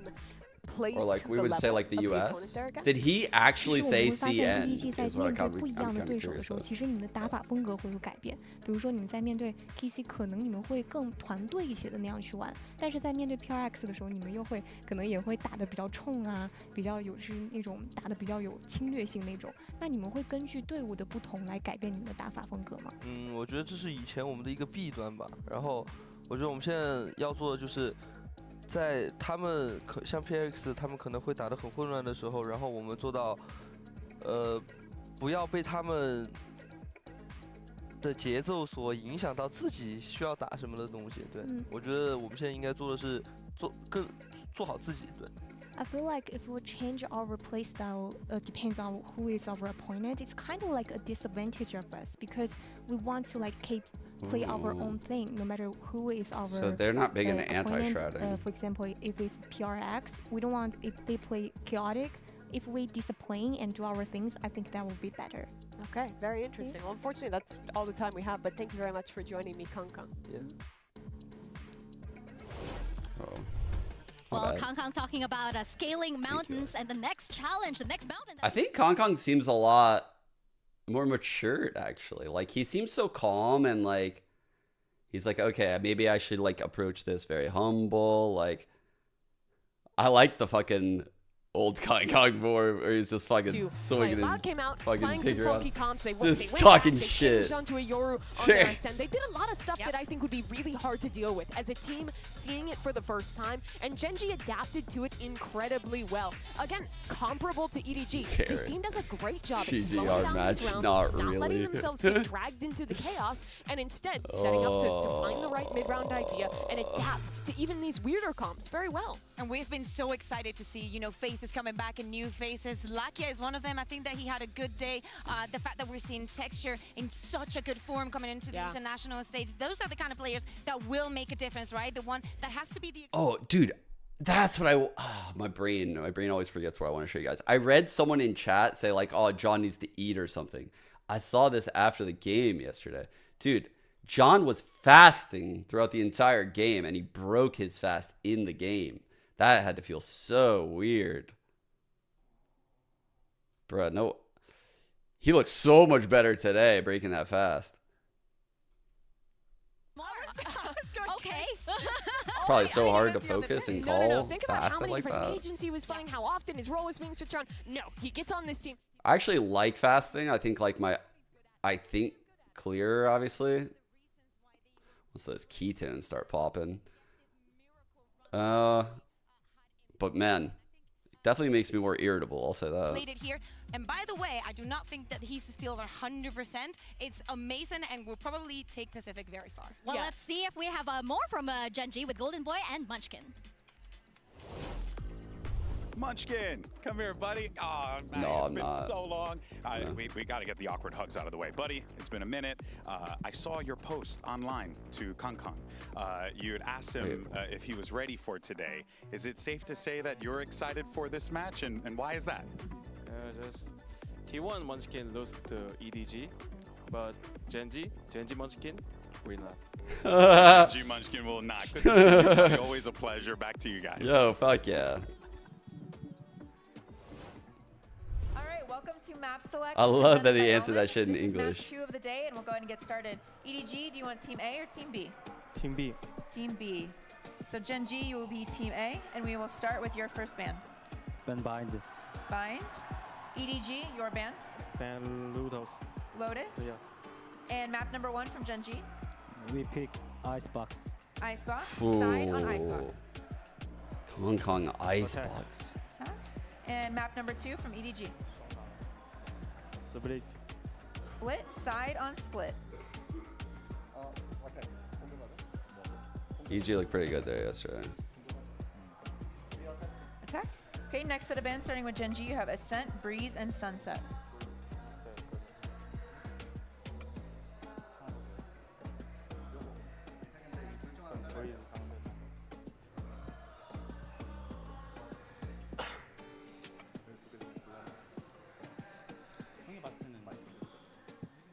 really thinking about this shit. Ban Ascent. You know, you don't want Kong Kong on Ascent. You don't want it. You know, you don't want it. Ban Sunset. Ban Sunset. Oh. Your ban, you have Ascent and Breeze. Ban Ascent. Okay. So map number 3 by default is going to be Breeze. They gave both of the op maps. What? See both.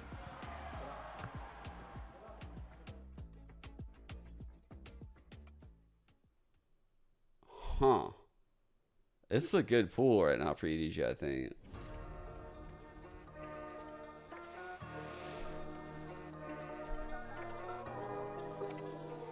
Yes, N1 2-0.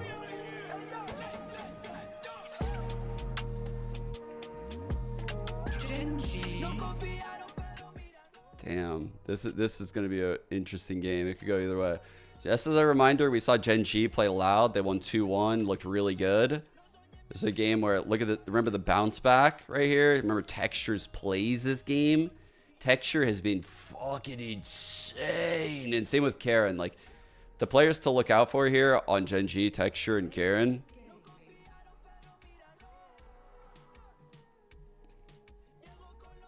Just seeing if Kong Kong's kind of popping off. And then for EDG, we saw them play Paper X. I mean, they won this game against a triple duelist when Forsaken had those insane fucking rounds, which was their pick. We won't see either of those two, so not really much to take away there. A battle for that sure spot into playoffs. China's #1 seed versus Pacific's #1 seed. It's EDG versus Gen.G, and we've seen, Mimi, just how hard these teams can punch. 5-0 on Icebox. People were hyping up RQ, so like even though you guys might not know a lot about them, like this team is actually quite good right now. Their Breeze with the Astra seems slightly weak, yeah. It's very interesting. Why the fuck are these guys so confident in their Breeze? Or do they just have a dog shit map pool? Weird.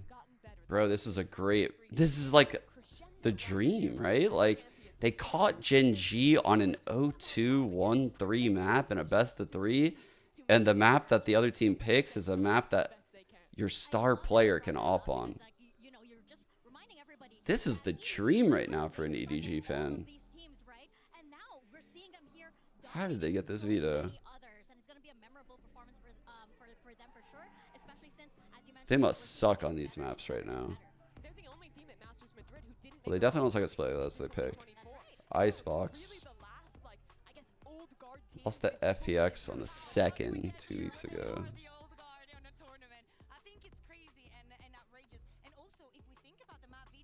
Bro, they're just gonna run like the default comp.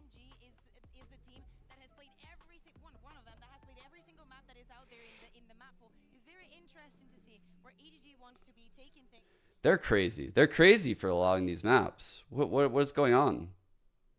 And I think this is an interesting matchup because Gen.G have been so damn good on this map. They're yet to lose it in 2024. Yeah. 5-win streak. The last name they took down was Loud, who a lot of people considered one of the kings of Icebox through the history of that team. They play the Gecko KO composition, playing around those dizzy flash combos, and they're so good at it. And it's perfect, right, to play against EDG. They do not have This might be one of those like bad matchups for Gen.G. Like looking at what we just saw, like this could be. And no changes here. EDG have been playing this comp at home in China. The comparison is playing into that Sova versus I like this, like both these comps play pretty similar here. when they're on the attacking side. They don't have that Sage Wall, they don't have the Harbor utility, so on their B hits they have to be fighting forward, going for space. So what I'm looking at in this series is Kong Kong and Texture, two Jet players that we know are incredible, and how well they can be set up to take space forward and allow that plant to come down or to win the retakes. Yeah, and I want something else. I want to see the Gecko making and being the difference. I want to not give them the space that they want and actually finding not only the lurkins but the right timings to go into execute. Well, we're all set for our second match of the day. Let's send it over to our casters. It's Texture's Mitch in and Tom. Excellent form, guys. Yeah. Thank you so much, This Mika. is gonna be a duelist battle right For here. this one, Tom. This is gonna be. We're gonna get see. Juicy series in front of us. Yo, Mitch's hair looks fucking gorgeous. What the hell? Oh, that's brutal. Throwing under the bus today. I think I'm slightly leaning the Put way it down? of EDG. I think they've been in slightly better form, but EDG are one of those teams that they're on the war path. Like, we're about to see fucking Clip City right now. There's gonna be highlights. We're about to get like 5 a map minimum. They've got slightly different weather conditions as we kick off on Icebox, and that's not the greatest start with Chichu already going They down. just sent Chichu fucking on a mission solo like that. That's wide insane. open for Gen.G to take. So they've got to be a little quicker or move back towards the site, make Flash this a peek. brief site take. Instead, it's going to be much faster as they look Wow, to fight on Fnatic the pistol. site. Meteor good for one at least, Sell. keeping numbers in favor. But Haodong, this man was impressive, able to constantly get behind enemies. But this time, he's taking them head on. 3 kills already, and EDG are back in the round. A 4th just around the corner with Munchkin so desperately low, but Haodong falls. Texture putting up one hell of a fight. Connections, another with the headshot on Smoggy, and nobody, 68 HP. Texture's gonna find it hard to get him dropped with 2 bullets left. He needs to be precise, and he has no idea where nobody has snuck off to. Texture creates some space to pop the reload, back to 6 bullets. A bit more spam ability, and he's right in the corner. Only 1 shot, and he needed both to land. That is 1-0 for EDG. Yeah, That's a big pistol. Seeing Haodong and nobody get activated like that, I think you can assume that like Kong is gonna get his at some point in this series. Like, it's not like he's just gonna be fucking absent, you know.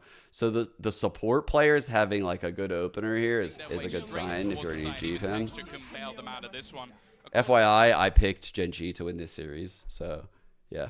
Like, very, very good attack sides coming out of the side of Gen.G. So they're starting on the weaker half. but I'm seeing a And for lot EDG, of they really ways struggled, that but EDG we've could only win seen here. them play it versus FPX, who, I'll be honest with you, that's not a litmus test of how you play a map, because FPX are playing the is that our double first? duelist, Reyna, Jet, aggro, crazy style of play. So I don't think that it's something to really worry about too much in terms of that match going down poorly. And for EDG, obviously getting off to those good starts, being able to build the economy up a little bit, is a good place to be. Well, Tom, we've seen the famous words pop up on the screen. Looks Of course, might be. we're in a technical pause here after just the first round. What Best the- time for it. You know, realistically, if you're halfway through a series, that can really break momentum for any team. But right off the bat of the pistol, it's going to give more time to Con, for example, who had already decided to purchase an Outlaw. Now, this is something I am thrilled to see. I look back at one of their previous Icebox games, didn't see them purchasing the Outlaw, and got very sad because Con is one of the strongest snipers we see floating around the international scene. Let's see why we have this time. What we could do is look at what Gen.G was trying to cook there. I was very EDG focused the first time around, so. Yeah, I think this is a match filled with storylines as well. Like, you're looking at Lakia looking to make his way back to a playoffs after a career that hasn't been where it should be. I think that's the best way to put it. He peaked in So they went with been on his way back through the entirety of his previous probably a Dizzy going straight up in the air right here. KO pushing down tube. Viper supporting right now for the chat. Now have an opportunity to do it at a Masters. For the side of EDG, this is a story of, can we now see China overtake Pacific? Because that's the thing, they've been pretty close a couple of times. They've battled There's a versus stall up big B. brands many a time and finally beat them. So they go with a triple mid push right there. They just have a Killjoy, retakes out. This is all really basic. Basically the kings of Asia, that's what we're looking at here. So Yeah. it really is an important Nothing too matchup for insane. either side. Gen.G to finally sort of prove themselves, and even just sort of what we saw from Munchkin earlier, the sort of like, okay, I lost to them on T1, but I'm not losing to them here. Maybe just feeling that little bit extra confidence with his new roster, with his new team. Well, Tom, it looks like we're back. We got to see actually pretty cool over the shoulder of them just testing it there at the end. Mouse is back online, game's running smooth, and so the game is running right back into things with EDG 1-0 up. As we can see, Con didn't decide to take the Outlaw. He's gone instead for the Guardian.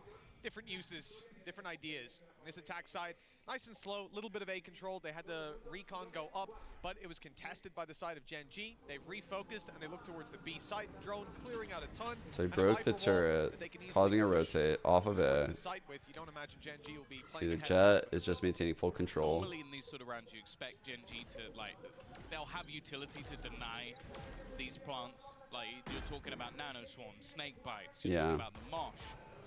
This is very light because it's just like they know they can't win, so I don't want to waste this money. It's a lot of money they would waste. One of the things we talk about with this sort of composition being run by EDG, they have especially with the potential of like weird outlaws and shit right now. Just a farming exercise, a chance for Kankan to really build up those orbs. You know what, he's still going to get a couple. Still makes it a little bit costly. Trying to see if we're going to have Chichu pick up a weapon. He did make it just about. So 3 rifles carried forward for EDG altogether. Decently successful round, and I think the main thing being that Kankan finds so many kills and the death, this might be able to cancel out some of the economic disadvantages that could be coming after this round. For now, they'll play it as a bonus with some pistols, and he's, Kankan's 3 away from the Blade Storm. Yeah, damn, you think he's gonna make the final? Me, but as we get back in, you see a scope in his hand. The weapon dropped over, Tom. We're going to get it. Let's see what he can do. Attack side outlaw on this man. He has to get kills here because he basically needs the Blade Storm for the push next with round. that knife kind of extra credit, so maybe they can drop an extra giving one, him some space. It will leave them with some gaps going into Great the next. job by EDG not giving this pick pick the real up. benefits of their composition. Woo! That's the new outlaw. Okay. And also, Kankan just himself. This is the thing, you've got Karen and damn. Yaki are both now terrified. That's they've got half shields. So rough. that outlaw rings out and you realize that's we're in a bit rough. of trouble. I wonder if even an element of that is looking at previous iceboxes and seeing this wasn't a preferred weapon. Good peek. With Kankan down, that rifle can still be retrieved and used later on. And really, you got to think about damage. You got to think about the game. That's the name of the game here. What? That was coming through one channel. That was. Either way, we are going to see them building up back again towards this A site again. Why is it double? From Howdong to at least be able to find one. To at least be able to find one. Okay. In this 2v4 situation, it is 2v4. Bro, it makes me think I have a second tab open. Really needs to get something. Really needs to. It's literally fucking me. It's breaking my brain right now. I can't. 1 versus 3. Try and turn this. They planted in an audacious spot. I guess expecting him to come around on the flank. This man has been a real showstopper when it comes to Gen.G's success, and he might be able to get a second player planting. Definitely got a little bit tight for a second. What is his timing? Looking to try and isolate one of these jewels, faking out the sound, but now know exactly where he is. Needs to try and drop one of them, and Howdong is waiting on the other side. Great start to this map from EDG. Man, that's so risky picking Icebox into EDG. Before the 3-0 and the immediate. But yeah, that's exactly what Loud did to Geng.G. It has a very sweet taste for the EDG fans. Their economy is stacked. You've got 3 players floating around that 5K mark. In fact, coming out of that round, you've got players close to 9K, but big reinvestments being made. Big upgrades too. The Blade Storm will be online soon, so definitely no economic struggles, and a Viper's Pit to work with, most likely in this round. Will it be used in this round? That's a different question, but these are huge pieces of option utility for like a reactive knife if to you're a have, drone or anything. where Have a Gen.G carry. now find themselves trailing and on an eco.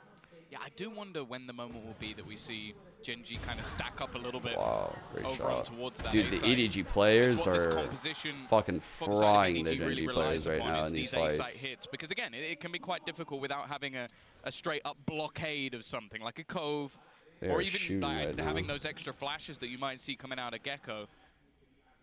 For now, at least, though, already shutting down the players in mid, and they are just winning. Smoggy, are you insane, bro? You're crazy. What?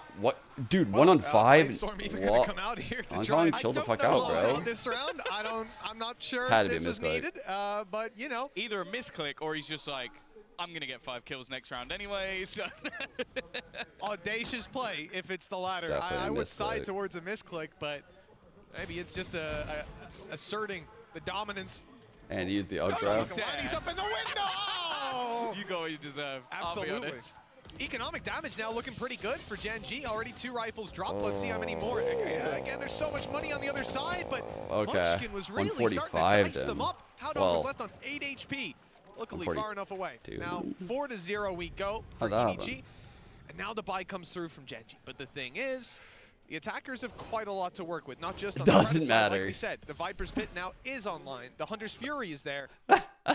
I love watching Valorant because no matter what team you root for, your team is going to do a fucking dumb play. Like a play that you perceive as dumb as fuck. Like there's just so many choices to be made in a Valorant game. that something like this is bound to happen. But when you're rooting for the team, you're like, doesn't matter. 3 players over. They're going to look to try and pressure, but this is why they have 3 players on the other side of the map. The We're still reliance winning. on Texture. No escape Oh. available at this stage, so he's just gonna have to run. And he Oh, he won't got let it. tail it out, but there's been a catch in mid. Chichu gets the pick onto the killjoy. Losing their utility, they're going to filter back in very quickly. No on the side of way, Gen.G Chichu. to take that space, but the cost is massive. 2 kills and a big player taken down. Oh, Gen.G God, he decided- got or pinged. EDG, pardon me, try to switch directions. Gen.G would be blind to it. Up close here, Texture's already used his dash. There's no easy way out. Wow. And with the shot not hit. Nobody is punishing again and again. Lucky the last man standing. Once the Holy herald fuck. of this region. Hey, it was all we heard about again and again. Oh, wait till he steps on the international stage. Well, doesn't look too good in this one. There's a 1v4 though, so we'll give him a chance. 5-0. Doesn't he only play Bind? Yeah, I think they messed up their roster on this one. Yeah. Remember the bind game?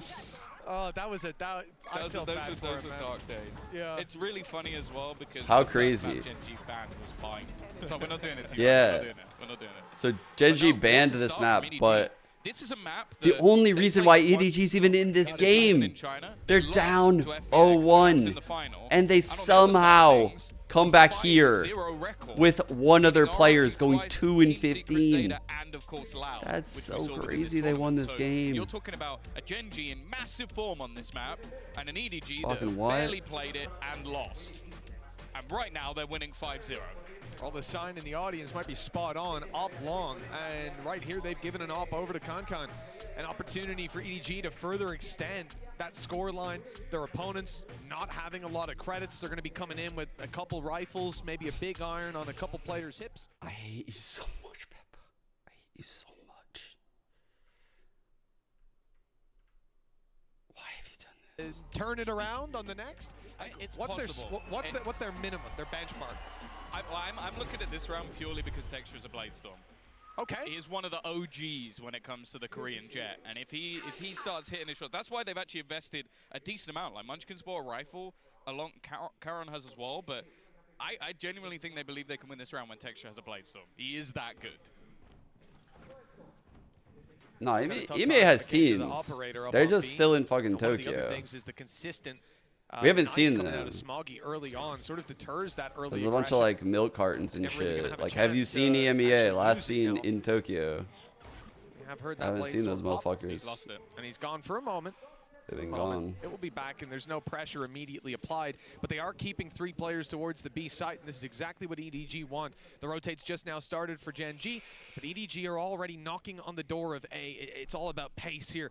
How soon they're going to actually commit to this? It looks like not soon enough. Texture has rotated in, and in fact, Karen's on the way to help out. It's gonna be a stacked Oh, site. what a drop. Munchkin at least grabs one. This is what we needed to see, and Texture now canceled out completely. Damn. That's one where I feel like Texture gets that against Loud. Nice Ooh. shot from Meteor though. Gonna go back That's into an the Sheriff. overheat. Still just means a 1-for-1 trade, but Karon starting to step up. This is starting to look doable as he gets a second off the back of the Guardian. And now that Only Bladestorm, two. at least a couple of knives should be online. Smoggy just waiting patiently. Bro, Lil Bro's Bro's vision gonna is so give his ridiculous. position away, and eventually, finally, that knife comes through. The MasterCard Thrifty will give Gen.G their first round. Yeah, Texture waited quite a while to get to use that. A funny round from them, but the early contact. We're just on getting B, started here, chat. I guess from We're just EDG, getting the fact that started. they didn't follow it up. You have the drone go through, the knife fall, and then they immediately move towards that A site, but shifting the whole way. It allowed them to rotate in on the side of Gen.G on time. They were ready for this play, and they obviously held back until you Let saw those us knives not come back forget. online. Good crunch. Literally, 5-1 the on last This game was Gen.G played, not a they were round that down most people would have 0-4. expected them to take. And we they ended did, up probably off a here. massive play from Texture. So, I thought they'd win it, this but- time 0-5. You just expected the 1 kill from the Bladestorm, I did don't you? know. Can they come back from the 0-5? Yeah, that adds up. Let's just Slow starters. not play back any of the audio. But man, once they No, got we can replay fire, it they were later, it's okay. insane. The op again on Texture. He has another opportunity. And the He has a dash lot still of online. support as well. Oh, That's they've been the main spotted. thing. Yeah, that recon just saw the player in the corner. This would have been a great bait, firing the op, running back, telling them like, oh, I'm scared, and then easily mowed down by Lakia. A lot of success. Munchkin is pushed up. I was gonna say from Chichu lurking this tube, just as far as like pulling rotations and being a nuisance, Becomes a but little bit more audacious. All the killjoy shit's still up. Advantage. You don't really need to be He did nothing. in such an aggressive position anymore, but there isn't a safe way out. This needs to be at least a 1-for-1 trade, and I think he's going to get maybe even more than that. The only thing is the timing. There's that burst, but Smoggy comes around the corner. Oh, wow. Really saved the day with that one. Just comes through the wall, scrimming. Fucking scrimmers, bro. Top, but Chiron spotting it. And for EDG, the spike is now down. They've got plenty of control. The B side is theirs. But what are they going to do with it? Nothing without that spike. It's Con, 1 versus 3. Yo. 20 seconds left. I've seen this shed my This round rankings. is already over. No, the angle's a little off on Timmy. So he's sneaking his way through, but now he's being spotted. And with 12 seconds left, there is no chance to plant. They're just going to send one player. Well, actually, they're going to scatter in every direction, ensuring no matter what, he can't get all 3 kills. If it was anyone else, I think maybe there'd be a bit of confidence. You're going, do we want to face into Con? Nah, not really. They are going to hit the steps, though. That's why. That's the exact reason why. So clean with it. Bet he wishes he has that blade storm right now. Seeing from Gen.G. That was the exact thing I was saying in the early rounds is, are they going to now adapt to stack up that A side? Because, as said, with all the utility that's there for EDG and without having something to help them get the plant. Man, dude, that's crazy awareness. That's crazy awareness from Smoggy. What the fuck? And looking for that after plant. So they've just started stacking up players. You've had aggressive positioning from Munchkin. I don't think I've ever heard a Smoggy interview. interview. Okay, let's see if they push B. If they don't, we'll quickly rotate. Breaking the dart or knife. So far. Well, Gen.G certainly starting to find their footing on this defensive side. The 5-0 was worrying, concerning. The knife just came in, was broken, and then you can see right when that happens, pops the orb and takes his ground. It's much closer at the halftime. It's fairly common. The KO comes over for a pop flash. Time to see how your opponents They're shifting into mid to clear out in the mid round. 4 minimum, 5 rounds. Lockdown retake on B. They've shown that they have. If they pop, I'm gonna molly the ground. You're gonna flash. I'm gonna swing. Molly. It's definitely their favored of the lot. Break the dart. Oh no. Oh no, they know we're here. Oh They've got that no. early rotation. They've set texture up over on the A site. Okay. Actually, we're gonna see Wait. Fury Wait, they didn't expect this. They did not expect this. Yo! He used the Hunter's Fury on the yellow? Oh, fuck. Not for the lockdown? Yo, he did not expect that. Just now given up, but oh my god, that's hilarious. EDG, holy shit. Fantastically. Just Munchkin left. He's got some support on the way. Meteor just making it through the halls, but look who's right behind them. Nobody snuck his way in. Yo, this is a round. The lead now convincingly in their favor, and with alert from Chichu, the final nails in the coffin for that round. Holy fuck. 6-2. EDG back on the board. Very atypical way right there to use that Hunter's Fury. And you can see, like, honestly, Gen.G, even though this Viper was pinged and this Hunter's Fury was on deck, they're like, we're chilling. They'll never use that over here. On any other map, like, you wouldn't feel that way about that type of scenario. But on Icebox, there's just the same thing with Ascent. A lot of times you save the Hunter's Fury to break the lockdown. Oh, dude, that's wild. That's wild. Same side of the map. That player's dropping now. Con wants to get greedy. He heard the orb be tapped, but there were players covering it from far back. Lots of big irons in play for Sheriffs, and a classic for Lakia. But the real danger this is when it Gen.G's comes to pick. ultimates. Retake with a Viper's Pit. Even the pistols can be deadly inside of that, and a Thrash online as well. There's definitely potential for Gen.G to play retakes with some success. Although, again, it would be risky. Really, if we see them commit anything big, I imagine it's going to be on the back of a couple kills first. And they need to find those texture, a good candidate for it, but they're going to be forced back by this lockdown. I think that's been the problem, because some of these ults have been online for a little while now, but they just haven't really found any opportunities to actually be able to use them. And a lot of that is because they've stacked the right sites most times. And at least the lockdown and other stuff is very good for retaking. This is Again, they do a little bit of damage, crazy but good for ultimately, EDG. EDG are looking really fucking good. Like, I think the tactics Gen.G are bringing are great. I just think that, like, how EDG just approached the game in general, a more dry style, and kind of taking these fights, they look more in form. Like the players look more in form, which I wouldn't have said after the Loud game, but yeah, I said Lackey has had a tough time. It's He's the still no having a tough assists time as well. Like it means that so Man. far there's been Lucky having another rough literally one. no impact, which is a pretty scary prospect. I've loved Has the way that they've Thrash. used this combination. Both of initiators Gecko and KO aggressing in the over past. here. So far, it's just not really. They been got there. texture on this B op line. Oh, Can has definitely Breaking the alarm bot, maybe? a little bit of extra sound. No, I don't didn't think get it. it's ludicrous to say that Gen.G have a decent idea of where they're going. Already 3 players sat within the A site. Alert from Chichu. This battle between him and Meteor has been a Texture regular has the occurrence, cutoff but line, this so time they're pretty comfy looks with like this it might go 3 amiss. stack. If Gen.G want to come back in this game, 100% need this round. Chichu's at least been spotted, but they don't react in time. A free kill for him, but not the Oh, follow. wow. Meteor's at least able to keep this control as the lockdown now is a big threat for EDG. They're going to give up the site control. Spams on the way as they retreat. Concon keeping their back secure, but a Viper's Pit 120 to to stop ice. them from getting back into the site, to stop them from keeping their Viper's Pit online. EDG completely shut out of the A site. Now they've got to go looking elsewhere, but in fact, they've already gone looking elsewhere. They've pushed up mid, made it through the tube. They'll be spotted immediately by the turret, but with 5 HP here, a big threat for Texture. He's got an ult Bro, that can EG one-hit are them. everywhere right If they've now. got anything, they can one-hit They're him in back. tube, in mid, outside of this pit at A. They have an alarm bot holding B, so no one's there. To find something here, and he does. Oh, actually, alarm bot's dead, but One player actually within the site. They have to go running in though. Karen might be able to just ruin their day. Well And played. that's exactly what he'll do. 3 kills. okay. They really needed that. Texture needs to get active, though. He was the last point of defense. And just a really good. Obviously, you want Lockheed getting some kills here. But I think your win condition on Gen.G is truthfully Texture. But there's a rope right up top, and it's dangerous. It's weird. Steady There's just a lot waits of for the things that aren't plants to really try to happening jump right now for straight through to Gen.G get the that plant. The time was what was putting the pressure on them. Yeah. they need to 7-3. get activated here. Gen.G All right.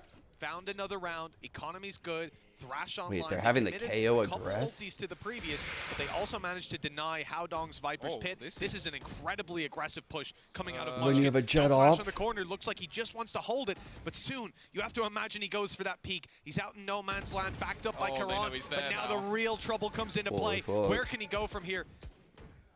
Bro, throw the molly I and guess at this fucking point they leave, expect that there's an man. operator on the angle. Knife. So they don't gonna go pushing around Holy that corner. shit, that Give was Texture a so free kill. sketchy. Little do they know, Texture actually isn't there at all. He's on the other side of the map, and again has a little bit of aggressive support Jesus. from Lakia. A slower approach though from EDG, and this is what Ooh, works. that knife would have been crazy. They've been very good at pulling those. He had a rotations. good Calls read of from the whole Howdong have been situation. Fantastic. So sorry, I was not familiar Now with at your least fucking game, looking Munchkin. like a Jesus Christ. similar setup to what we've seen before. Now, Karen has Line to up. be careful. He got isolated Flash. last time. In Flash fact, dash. he's playing anti-flash, ready for it, and will even pick off that first kill. He's done extremely well. They know he's here, but the backup is covering him until he swings into 11. Concon. A dangerous play for anyone to make. Okay. Gen.G really Was punished that time. adapting Trade well is here. good. 2 versus 4. Munchkin and Meteor extremely low after that engagement. But what can really be done by just a lone gun of Smoggy? 15 seconds or so to get that spike on the ground, and it looks like it will make it to the ground. Unfortunately, not planted. So, like, this is... Munchkin is the IGL, right? To the M names. Meteor, Munchkin. Like, I always forget this shit. But I think it's Munchkin, right? That felt like IGL brain. Like, I recognize EDG every round. Guys, what they're doing is they're like walking up into these aggressive lines. We're giving them the ground too much. We need to show fake pressure. We need to make it look like we're fighting close. They need to use a lot of util to clear this. And then we can rotate properly. We can actually have the right stacks, the right setups. We can't give them the kills. Already gonna clear the close angle. That felt like an it almost IGL seems type like play. a direct counter to just the position that Munchkin Okay, was he playing is the earlier. IGL, yeah. Felt like that. Well, here comes the null command, and assumably the rest of the Ooh, EDG squad good will be flash. following up with it. A full play towards the A site.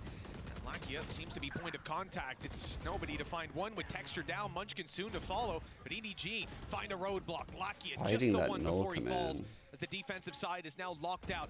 2 versus 3.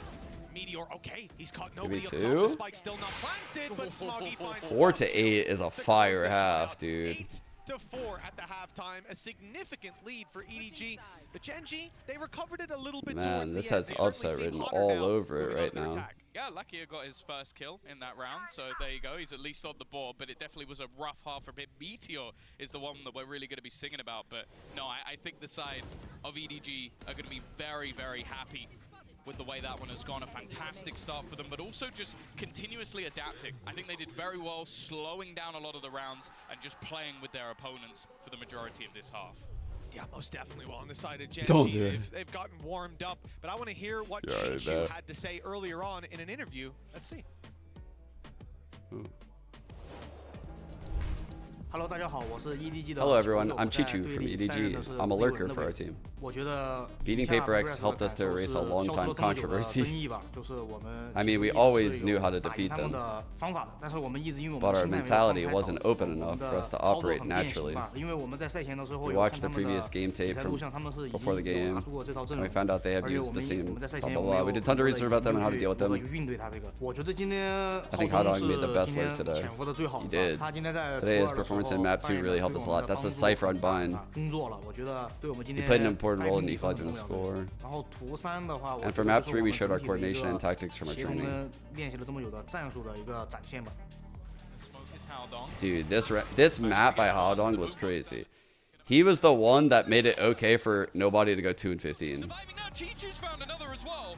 I don't know how these rounds are going down in the fashion they are. Howdong still alive! How has no one cleared this match? Our confidence originates from our 2 coaches. Ooh. They shared both of their ideas with us about how to deal with our opponent. For the game, they helped us with training. Also how to adapt to the possible situations, like various changes. That's one of the reasons why we are strong. To our haters, I know our team was always in controversies. I don't care about the haters' comments, I just know our team's potential. That was like one of the more open interviews the EDG players have ever given. Obviously, we can talk about the interview there with Chichu and how well Howdong did on Bind. First map removed in the veto. Not really surprised by that one. I like that they gave credit to their coaches. Like, yeah, our coaches are great. Like, they helped us prepare for even potential comp changes. We're missing in that first half. Now, the thing that works with this comp for Gen.G is those executes around that double flash. The dizzy flash combo that you can throw out with KO is fantastic. So hopefully they're going to be able to get off the mark here. Otherwise, they're going to have to head into Split, which has been an amazing map for EDG. Big pistol. Yeah, it's been tough so far. Like you Double said, holding. It's hard Sheriffs. to be drawn to. Oh, fuck. Well, that's about as poor a start as Yo. you can get for the poor guy. He's got the 1 kill. Oh, on the back of no, it, but why? his teammates looking to pick up the pieces No here. The info pistol on the mid already lurk because we finding a bind lot of value sheriffs. with Meteor, and he's got backup. Even if they take him down now that he's super low or hear his steps running away, they should not assume that there's another player around here. It's free for texture. He's also not been off to a great start. A lot of whiffed up shots, but this one, it couldn't get any easier. There you go. Smoggy down, nobody left. 1v3, Meteor Damn. low, but everyone else is healthy. They bought 2 sheriffs. Obviously, Killjoy has one. So there's no alarm bot. So once this orb is up mid, they would have needed the initiators to pick this up. Like with knife, dart, drone. Like constantly like getting info behind this. But they didn't do that.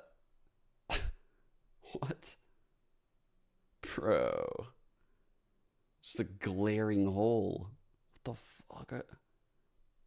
Just risking that no one makes a mid play. Through that mid position and find that initial fight. It's going to put them at least, well, if they convert this round within touching distance. And as said, that's all they really need. Like a lot of the games that we've seen from them, they've managed 8 Quick rounds take, over on dude. this attacking side. So they can easily get Holy this over the line. shit, dude. Wow, what a start to have already. Oh my god, he killed him fast. Danger players. And they had the lineup. EDG have been unbelievable with their pistols. Even when they have nothing, they've managed to do a lot. Oh yeah, they were a very scary team when it came to those ecos, and what we're seeing right here for EDG, 4 players stacked up and ready to go. Flash out, kill, not coming in onto the little guy. So the plant has been secured. EDG numbers thinned out. And that defensive side doesn't stand a chance at this stage. You have to Good imagine. damage though. Chi-Chu, One more would be 35 fire. HP in a 1v3 with a sheriff High in load hand. though. And two of his opponents have rifles with a double peak setup. I don't know how he hit that shot, but thank God Texture was up top to cover. Yeah, they made that one really costly though. 3 players go down, so it's definitely not ideal. And I believe they lost at least a He Guardian killed in him that round. so It's not like fast. you had a load of pistol players alongside them, so I think they could be very happy with that, especially when, for the majority, that was them fighting up against an afterplant. Okay. So I think that Bonus EDG here. have done well to No make that one as outlaws costly here as possible, and because of to that, punish.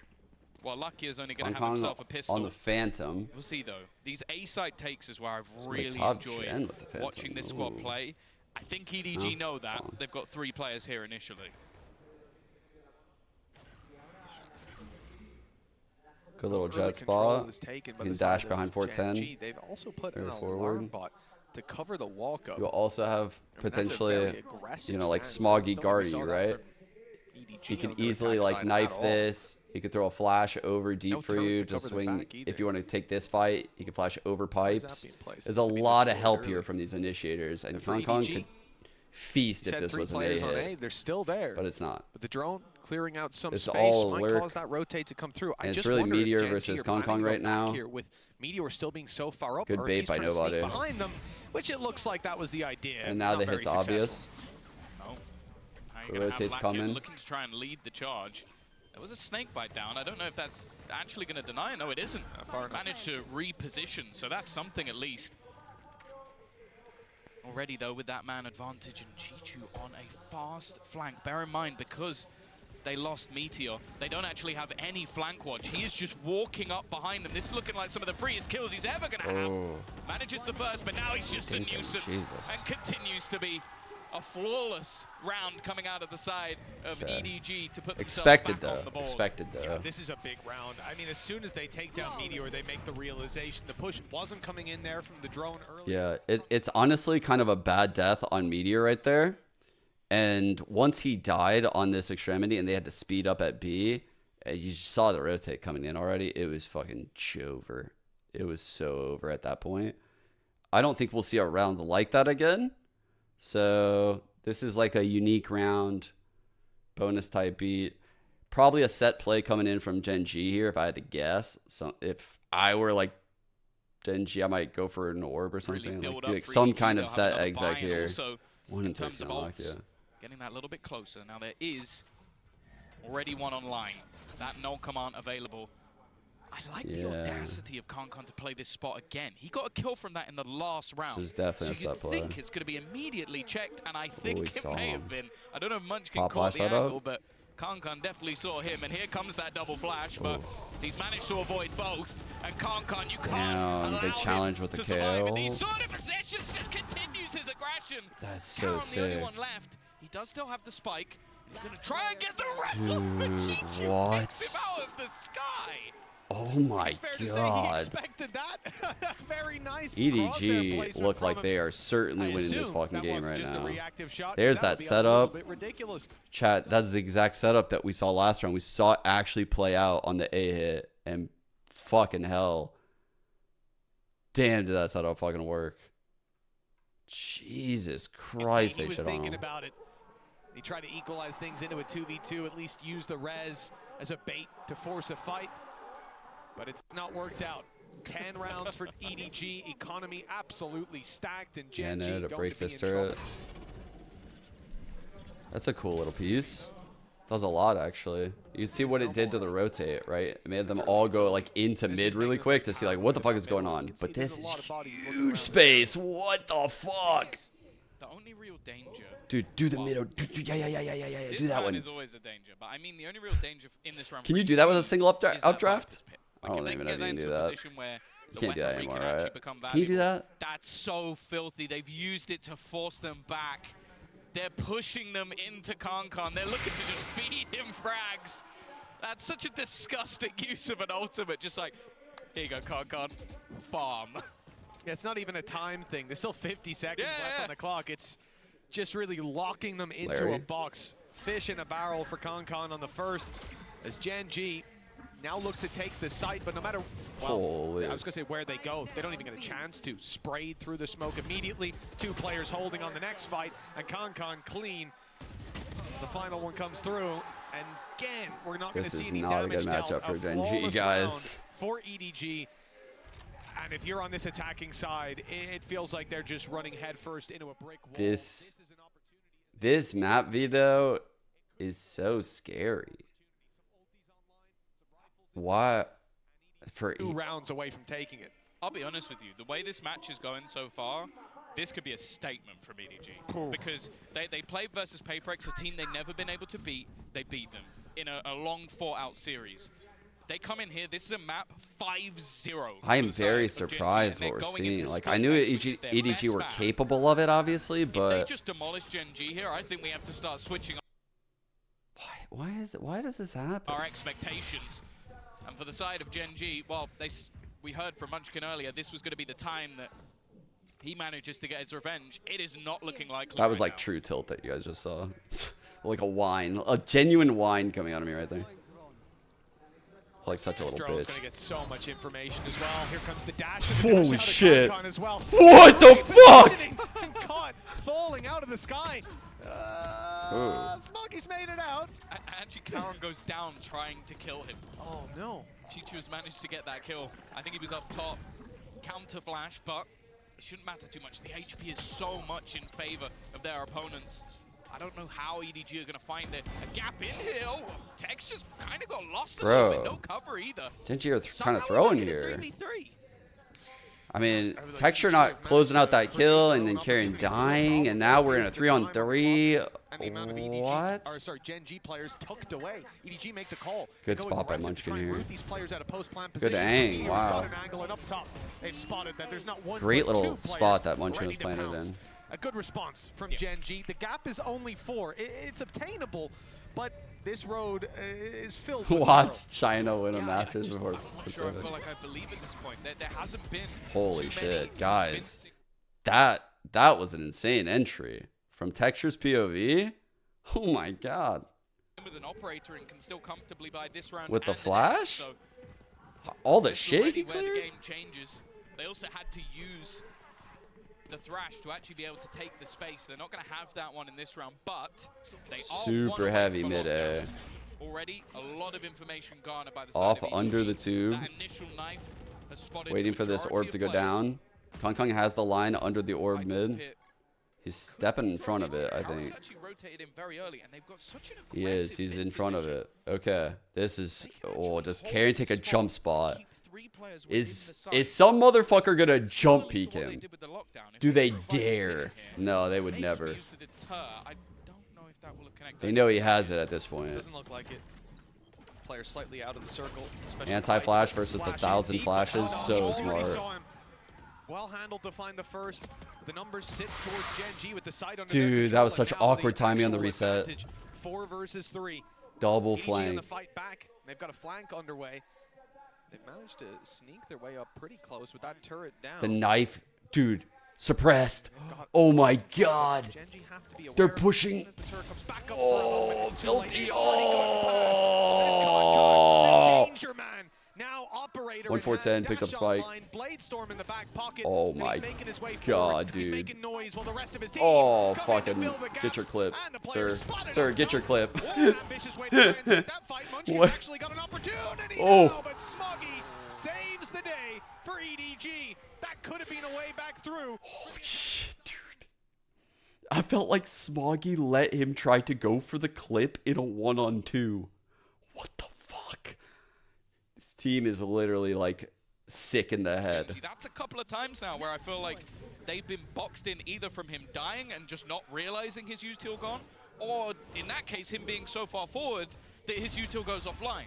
Now that's a mistake that you just can't have. You're in a man advantage. He doesn't need to be that far alive. forward. We're in a 1-on-3. Somebody else needs to be aware of it. Those are mistakes that if you give those over to EDG, you're done. You can't allow Concon that much space. Dude, what a play. KO into the double flank is kind of sick. Coming out of Smoggy, popping the ult. It's just delayed. It's like not only did they pop the KO in double flank, they did it very slow. So that way, if you're playing against that, you're like, ah, yeah, okay, they would have done it by now. Like, I've been holding it. The turret's back up. It's coming back up. Okay, we're good. Like, they hit that timing, actually, on the flank. So sick. Let me pull it up real quick. We've got, like, very little time. Try to show you the timing they hit. So you can see, like, right here, the KO ult's still coming in. Still coming in. Still coming in. The Viper's holding it. The Viper's holding it. The Viper's holding it. Like, they actually are pretty aware. It's just, honestly, it was perfect. It's perfect. It is not what you want to be seeing. And as said, there are a few maps that I would heavily hand over to the side of EDG, and one of them is Split. Funnily enough, the other one is actually Breeze.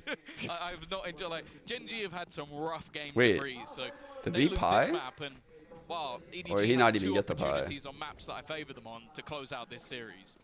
Well, you know, 4 ultimates is usually a very strong position, but more so for EDG. If they had 4, they could dump them all into a round and just claim 1 round win, move on to the next map. For Gen.G, they have to be a bit more conscious of how they use these. So obviously off rip, you're going to see the Blade Storm pop to make up for the economic disadvantages. Munchkin also using his ultimate, the null command, I mean, robbing them of their abilities if they're close enough, and a Viper's pick committed. So I said they need to reserve them. They have dumped them into this round, with a lockdown being the only thing they'll carry through to the next. I don't know if they will. That's the thing, if they keep it. Yeah, the Judge investment, Yeah, I they're like really it using a from lot of Munchkin. ults. He's going to play a close corner within this Viper's pit. I feel like they almost need this one just to keep their economy strong, and they are utility dumping. Already Texture's going to pick off one, but so much util thrown in to clear him out. It's easier said than done, though, as he takes out Chi-Chu along with I bet that should. Nobody trying to clear Oh, his backline. Somehow he got Geng spammed. another.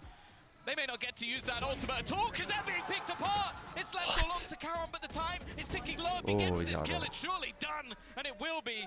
But It's he's still go very down with costly, it. That was dude. meant to be an economy builder as they spam all their ultimates bar Holy. one.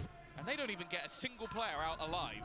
Yeah, that's, I mean, just take a look at the credits. No one's able to get their full shields alongside the rifles. Maybe one player is, but that's about it. This is going to be a really tough position to play from because, like we said, there's almost 2 ways you could look at it. Save the ultis and try to use 1, maybe 2, incrementally tick them over and use them as safety nets in these rounds, or dump them and build that economy. So you've got rifles. This is the worst of both worlds. It came down to Rebel clutch. That's all you really need to know. So And now they've got it was to do clutched by the spike. I also, worth mentioning, I like EDG's approach to just not play heads up into the Viper's pit, to move around the back and try to contend for the backside all the way down that laneway. It's a good idea, and you can see it very nearly worked for them. That was I a think tack Gen.G knife, had yeah? slightly He less missed ultimate it? spot. The round would have fallen away. This man's crazy. He hasn't even popped his dash yet. Yeah, he also doesn't know that someone's Turret's already only crossed holding to the other flank, side. So dude. This Ooh, really weird. is a very, very audacious play. He's dead. He's definitely dead. I Meteor don't know if needs to that get was that maybe kill, slight though. misinformation, but even I feel like still, Meteor a should have filthy got shot to that. open. The take in the meantime is coming onto the B site. 3. Oh, bro. A single bullet tapped and Chi-Chu just ruins his opponent. They're not even going to get the spike down, and now this is a problem. Things become so much more difficult. The spam through from nobody is so clean. And now Texture, the hero, the man that has been highlighted throughout this tournament so far. He's got to find 3 to try and save them. The spike is down. Nobody has already spotted him on the angle. There is no hope. EDG comes through with a dominant victory when it comes to map number 1. And they have their choice next. Yeah, this is where it gets scary, Tom. Like you said off camera coming into today that after we saw the veto, it looks like we're probably going to go to that map 3, right? We're set I up did for not expect it to look like that, man. quite a bit behind in this series with Holy fuck. Gen.G just got hard diffed. What a sign. What the fuck? What a fucking deady ass fan. Holy shit, dude. They gave this guy op maps. If I can this is literally playing with fire. Dude. At least they picked the map where he plays Raze. But then they're going to have to play him on Breeze to close it out. How the fuck does the #1 seed end up on these maps against this team? I mean, their Icebox was crazy before that. They were on a bit of a streak, a 5 streak.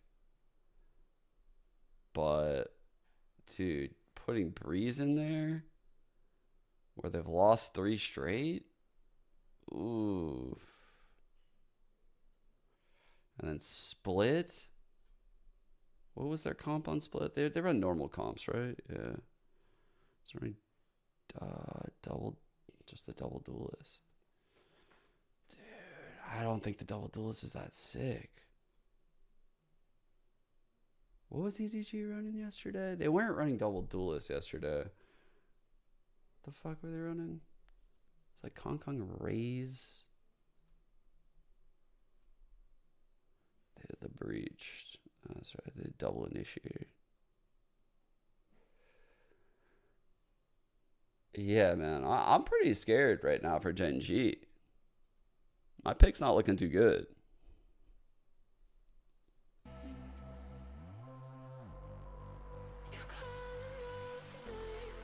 I do have a question.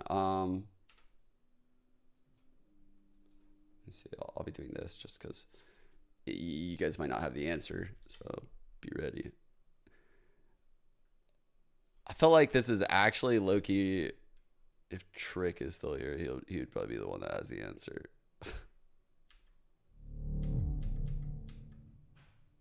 So, oh my god, I'm so lucky. I came to the right spot. So in this round, you used to be able to see radar on people through the top parts of these walls. They would come through radar. And I'm questioning whether this glitch was fixed right now, because it doesn't seem like texture reacted to the guy behind the wall when he moves up. But it could be that... No, actually, maybe he didn't see him yet. I thought he might have seen him through the gap. But I think... I don't know. I kind of want to check and see if it's still there. One sec. Someone in... Anyone fucking come in a server with me real quick.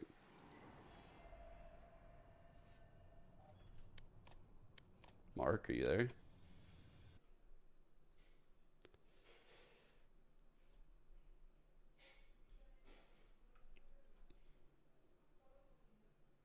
What the fuck? I'm blind. It's a fucking tiny ass maps.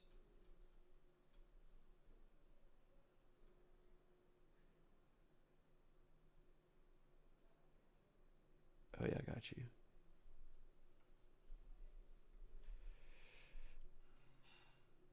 Let's see. Okay.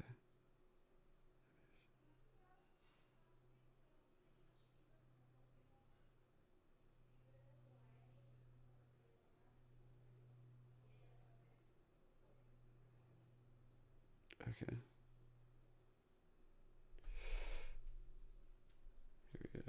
Invite.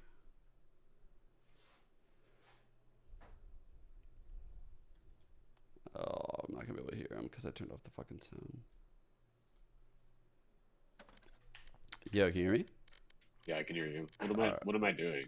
Just go top site behind my Viper wall. Okay.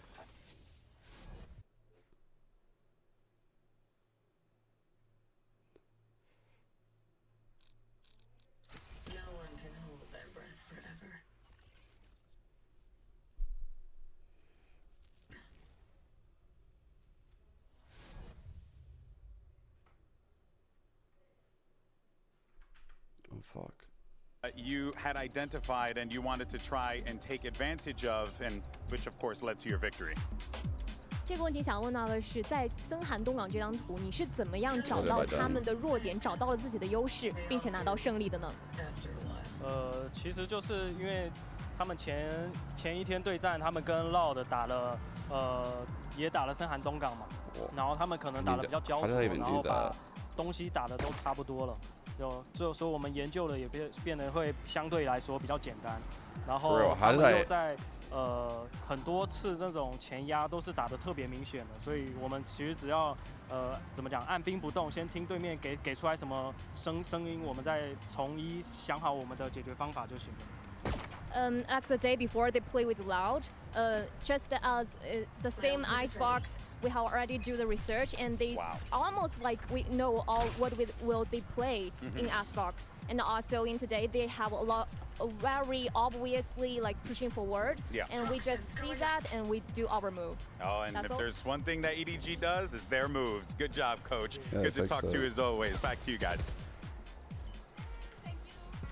Yeah, they fixed it. A dominant showing from EDG, 13-7 against Gen.G. Sit like right Thank there. you so much for opening us, by the way. They grabbed Gen.G's map pick away from them, and I feel like, Mimi, this was, I mean, we have many things to say about this match for sure, but this was painful for Pacific, I feel. Yeah, it really had to be, Yeah, because they fixed EDG, it. it felt like this game was just trouncing over Gen.G the entire time. In that first That's half, good to know. they were going for like crazy double lurks with only 3 people hitting the A site, but that 3-strong How the hit fuck do I was exit still this shit? winning I out. always These forget. Gen.G players were so often playing forward, taking early fights. Thanks, so Mark. they never, whenever they were actually playing the retake, they were down numbers and they couldn't properly combo this KO Gecko. There was 8 opportunities for a retake. Gen.G won none of them in that first half because they were getting picked apart in these early rounds. I love the fact that in that MVP graphic, we see Lucky at the end and we do not... What did they fix? You used to be able to see people behind the upper layer of Viper walls on radar. Like, it's very weird. You know how like the Viper wall is low and high right here? Like it goes to top site? In scenarios like that, it was like the radar didn't detect the wall being there, even though on your screen visually the wall was there. So you would see the person on your radar on the other side of the top site wall if they got behind it. And then there's other scenarios of this like on other maps too, but that was like one of the bigger ones. And they're going for these fast flanks. They were so far ahead the curve on these rotations, so they on their defense were just destroying with these floods. I think it also has to do with the fact that they knew that on the defense they screwed up a lot I actually of times, wasn't right? aware So that that was gets patched. into your head, gets I into, wasn't like, aware that that who's was in patched at charge all, of what, actually. and that I don't awareness know of when the that map and the happened. control that you have literally leaves your brain, and that opens the window for EDG to... Could have been a while ago. Man, I'm kind of exasperated here because this is such a contrast to what we normally see from Gen.G. This is a team when I watch them in Pacific that I'm so impressed with their protocols, with the way that they're slowing down these rounds. They're playing proper. They're thinking The about Zelsis shilling worked. but it really slipped away Oh from them no, this you time. know. And it's a real risk of losing the series now. Totally. I mean, this is not the Gen.G that we saw from Pacific, right? They were so unsure of themselves. They were so timid, and it's because, like, you know, it's because of that EDG was able to sense that they could be bullied, and they took that opportunity, right? The score line that we mentioned earlier, like 13-8, that did not reflect how, you know, one-sided a lot of rounds looked. Yeah, exactly. And not only that, Gen.G made the same mistake when Same they comp. played against Loud. Then today, they chose to go Oh, bro, Gen.G, I'm scared for you. I am very scared for Gen.G here. Yeah, so Gen.G here, They're playing attack here with the double duelist comp. They're going to be favored on this half, which is why they picked here. Holy shit, dude. For them to kind of reinstill confidence. It's a comp they've played a lot. It's something they're very comfortable with, and they have. No, actually, we don't have mirror some good comps. ideas. Double Take duelist early over map here. control with the Double double initiate dive, over here. Have a lot of util on your defense for flood Slightly retakes. different, slightly I think this is a different. little more comfy. Yeah, and moving away from the Astra. Last year, actually, I think Smoggy played Chet here. I want to say they had, it's weird. They had Smoggy played Chet on Split and Kong played Raze. Dismantled on map 1. EDG here, if they can close out on Split, a chance for the #1 Chinese team to lock their spot Well, in let's playoffs. find out. Let's toss it back to your casters. Here's Mitch and Tom. Thank you so much to our wonderful analyst desk yet again, as it looks like we're ready to dive on into map number 2, Tom Split. We didn't have a lot of hope before the break. Has anything crossed your mind since that makes you confident that Gen.G are going to take this one to a map 3?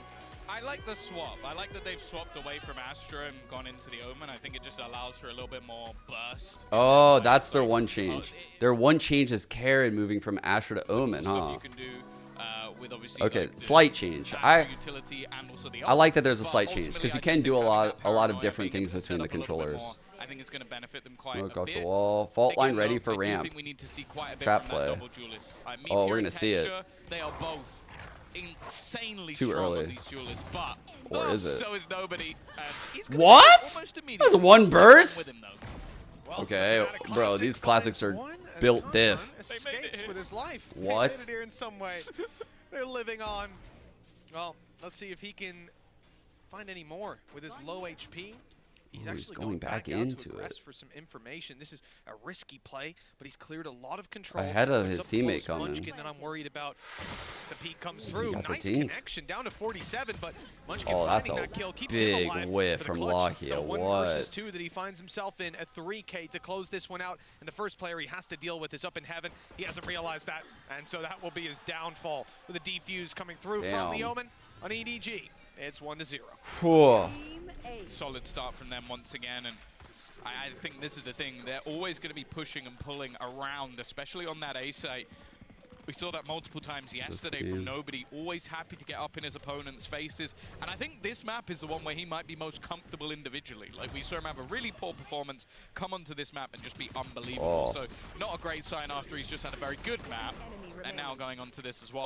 Oh, And this is... Gen.G just Wait. one of the main worrying factors here was obviously coming into this map. They are starting on the attack side. Now, normally you'd look at this composition and go, oh, well, This that's is fine. pain, You've got the double trail. duelist, you've got the sort of explosive nature of this composition, but Oh. they had a really rough time the last couple of times. He they played flicked on the attack. off, In fact, dude. He flicked even off. In a I think he's in his 13-11 head. match, they only got 2 rounds on attack.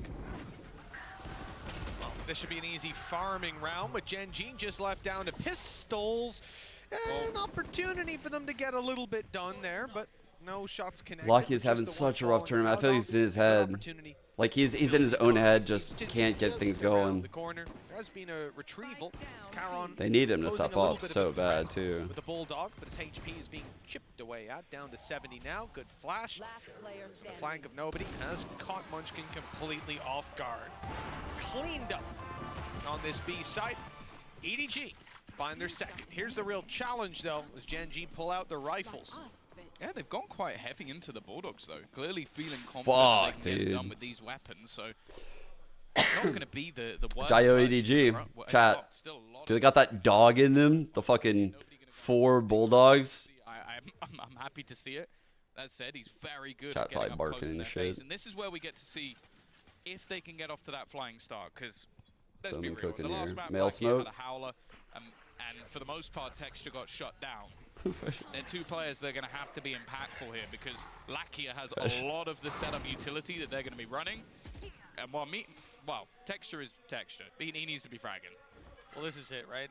Again, we mentioned Texture wasn't So necessarily as hot as we were expecting. You can on the see previous this is map. the Attack Viper orb, Attack Viper wall. They're trying to deny info. About him on Twitter.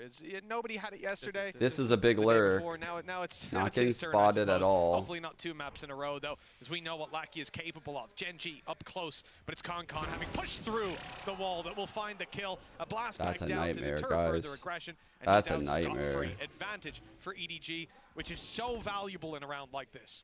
Yeah, they already managed to win the bonus in the last He hears map. the They're jump letting spot, it so he go. That pings was the it. 5-0 start that they had. Ooh, a TP. He could be a lot of Just trying to places. play with his opponents, and a little bit of space being taken. Chichu, oh, he got the timing spot on. Means he's gonna Damn, just dude. push They them back. 40 literally seconds got left, the and info as of everywhere right now. Gen.G have no control. They're only just making their way Holy into mid. shit. Like, this is such a slow attempted take. It's getting very, very scary Dude, for them. And they what- still had a what are they nade doing? on the other side to deter them even more. Smoggy still got 20. the stun in back pocket as Big well, kill but by it's not gonna be Lakia. used till they dive on the site by Oh the my looks of god, things. it's a Howdog miracle. spotted, and now challenged by Munchkin. Good kill found, but it's Con. That's returning. 13. Like for like. Oh, those are gonna Name down hurt. is perfect. It's not going to be planted anytime soon. 8. And time is running out. Just 6 seconds left with Nobody all alone. He's not able to deny. Plant going down, but he knows where Lakia both can't give players this are, kill. at least Lakia, you roughly. cannot give this His kill way up. Past around the back of the site. They don't know that just yet. But I like the idea to group up together. And Caron, before the heal even comes through, closes the round out. 2-1. Costly. Good damage from EDG. And That great was potential for them to so dicey. Oh my god. If that's a sign of what's to come, and we're on the easy half for Gen.G. Mentioned that was a bonus. That was Bulldogs and a Stinger. Now they come in with the full rifles, one off a showstopper, as well. So Ultimate's definitely closer to coming online, and those duelists are That still was yet to fucking show up. hard. That was a hard round for them to win. But it can't go on for too much longer. Again, that's the Fake TP anti-bonus round again. coming out from Gen.G. Got the one-way in, and the fake TP makes them think like, oh fuck, man, they could have got past the We molly. can see there's 3 players very low on credits. Here's The that big orb problem that denies being info. EDG close to having a very Getting ahead of that valuable shit. All we need is Kankan to find an orb or a kill. And Ooh, he's been pretty nobody. consistently finding at least the one in Oh. some rounds. So massive safety net potentially there for them later on. Gen.G early challenge, good damage on the This one is a player cool that little can't be healed setup, back right? up. It looks like And they're Breach is happy playing with that. off of the They've raise. deterred some So aggressive Con control contact, and started to if move towards there's middle. shit The only there, thing, you know, Tom, is like that there was a support flash is that so just popped close. by nobody. It saw no one was there. The Tiger goes through. No one else here. That's a lot of information. And with the Tiger not being heard Oh, by Gen.G, fuck. they don't know how The much of a Breach lead they have back on the sight play. They've been on so a good at B this, pop. Similarly on Ice Box, Oh just being able my to get so much god. information and then just play off Smoggy of it. They're is gonna have so 2 fluid players in watching fucking into mid, Korean right 2 now. players on the B site, looking at how Dong Holy as well. Look, fuck. they even got the stun at the back, 2 flashes, a paranoia. Like they have so much utility for this take-in already, though. Great Wait. start. Meteor, even while blinded by the paranoia, is going to be able to find one, and he Wait. gets the second as well. The Jewel is finally coming alive, but here comes that showstopper. They have to back out. There's only 20 seconds left. Any time that could Holy be fuck, more, that's a could be lot, dude. paramount. It's done so much damage. 21. And well, now the HP healing back up onto Charon. He's going to TP to the other side of the map, but look how here. close Oh, nobody he's is. fucked. A flash just to try and catch him. He's going to be able to get the plant in, but look at where the rest of the players are. They've got to go What? sprinting to try and get back in here. It is it's shaky from Chiju. I don't think it's going to matter, though. There's nothing they can do to stop this. It's a very peculiar round, and it ends with a Red Bull clutch. Oh. Just some good old hard yakka. Standing in between us and victory. Fucking. Well, Tom, this has unfortunately swung back the way that we feared it would. Player standing. EDG finding the round in a very unusual manner, considering the TP. I mean, it was a last-second attempt to get that spike down. It wasn't going to find its way to the B site, that's for sure. Well, the thing is, they're not baiting out any of the utility. Like, I'll be honest, what Meteor got away with there while being paranoid is a lot more than I was expecting. They Here's, still had again, all the of orb that Breach's denies kit, info. It's probably like all of Howdong's this kit is on Omen honestly as well. probably all that was used was the premier nobody's Viper util utility. right now. And sure, People- it doesn't come back I anymore, haven't but seen a lot of you good need value to out be of this getting part rid of the some wall. that util at some People point were in the round starting it before you go here, running and in with this 30 part seconds wasn't left. This there is disgusting. at Champions, No way to but expect this. slight adjustment. Reacting to it? Well, apparently, is easy enough. All right. Texture just tanked a shotgun to the face. Chinchu's got a 50-50. If he checks left, he... Oh, no! Oh, Munchkin! How did A Munchkin chance get for more that? as well. The shots didn't land. What? Well, this has been a bit of an unusual start to things. EDG have the advantage in rounds, but not in this one. The man advantage was to Dude. EDG. Now it's just right about even with a rifle recovered by This Lack. game is Moving towards ridiculous. this A site, but Oh TP no, and wrong Howdong in site. position to stop them from Wait, easily actually, walking into this they're A actually site. committing. They're actually Check committing. I didn't think they were going to commit. Lackey needs to Oh. win this fight on the way out. In fact, timing will be a key factor for him. The flash Oh my- goes towards the elbow. It seems like he's safe to cross with EDG too far away to do anything at this point with Smoggy still in spawn. Again, the time getting a little bit low, but All right, the aftershock this is won't be fire right placed here. before anything else can be done. Lakia still having his Tiger. Oh, he is going to be able to spot the man in the corner. Howdong, though, not stunned up. It doesn't matter. Even still, comes back into the trade. This is where Smoggy Locky needs to with come his big. full belt of utility still online. Hasn't had to use any of it just yet. But instead, he's going to potentially just go walking through this smoke. And Lakia, Oh. the man who was silent on the last Damn, map, dude. Good speaks read. loud in this Really round good as read. Gen.G get their second. 2 big kills from him, denying the vent control and then closing That out angle the with the round as judge, well. like a headshot fight like that? Oh, not really, dude. Not Finding really. his form, finding his footing, as it's 3-2, a 1-round gap between them.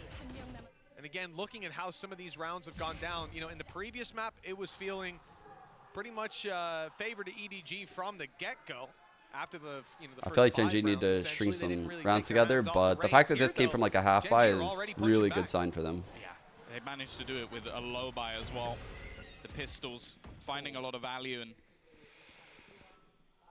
that success could make all the difference. They've already realized Win that condition here is probably nobody's close, Smoggy getting a kill and getting breach ult and then flipping the having round. that judge you really don't want to pressure. No map This control. match is, interestingly, you've got the lurk out from Meteor on the other side of the map, but it does seem like EDG are fairly happy to just sit passive. And that's the thing, as I said, I don't feel like Gen.G have done a fantastic job of baiting out any of the utility from the side of EDG in these early rounds. Wait, EDG, does EDG have a pistol right now in the game? But they still have all of Viper's util, and in this case, China doesn't have the it. Wrong read. Yeah. Yeah, even though the bird just went up from nobody and caught those players outside B, again, the problem's always Don't know if I'm right about just that. be one player, one person lurking, catching that flash and running straight to A. But giving him a smoke. Is that a one-way or a weird fucking? Oh, it's just a shit smoke. It could do It's a purpose shit smoke. Like this, but the smoke is suspicious. They Oh, know there's fuck. something afoot, Oh, and Texture's dealt God. with it perfectly. Well handled by Gen.G. That's And weird the real that threat in this round dealt with we already. kept going back to the When flank. you put out a smoke like that, there's going to be a part of you that's thinking, okay, there has to be someone within it. And I like the fact that Gen.G players Oh, they come out in May. Boombot Got you. and Seekers Okay. gives everything away. They know that the site is clear, and that's Unlucky the thing. They for haven't their had a lot teams. of rounds, even throughout the series thus far, that Do they get this have been showstopper out? particularly clean. They would love to get the showstopper What can be out. found from EDG on the way back in? Probably not a lot. They don't. Smoggy at least will be able to find one, drop an extra weapon, but I like the decision for the angle from Texture. expectations Might take that. desperately low, and Holding that smoke like he's that. taking a little bit of damage, but he'll fade out of there before his life is lost. For Smoggy now, the value might actually come from going down to the spike. Yeah, that's definitely the game plan for him. Why did Riot actually do that? I can't really say for certain. I mean, maybe like the Chinese version of Valorant is on a slightly different client, so creating those skins would require a different group of people, which couldn't get the job done quick enough or had other tasks to do, or, you know, like, I don't know. Every region's different in Valorant, so it could be fucking anything. Yeah, and I know China operates in a totally different way when it comes to video games. Like, the CS that's played in China, I think, is very different than the CS. Not very different, but it's a different game than the one that's kind of played here as far as, like, the shit in it. So, because of that, I'd imagine you can't just do the same shit. But I have no fucking clue. I think they'll be quite content. Already a fantastic start. Meteor has been great throughout the series on an individual No way, level. Meteor. What are you That's a little doing, audacious, bro? though. Trade out with the showstopper will keep it in their What? favor, and Kanka just goes through. The movement's sublime. What? And now just looks to try and get a little What? bit more. The rolling thunder's going to leave Texture completely stunned up, but he hasn't been spotted. What? One bullet is all he needs, but Kankan's there again. A third kill for him already, and he needs the ace. He's going to look to try and get it half, but he's completely blinded.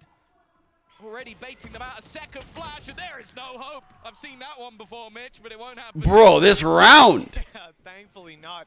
Second flash at What? peak, and you could see he just had nothing to do unless the spray landed on heads right away.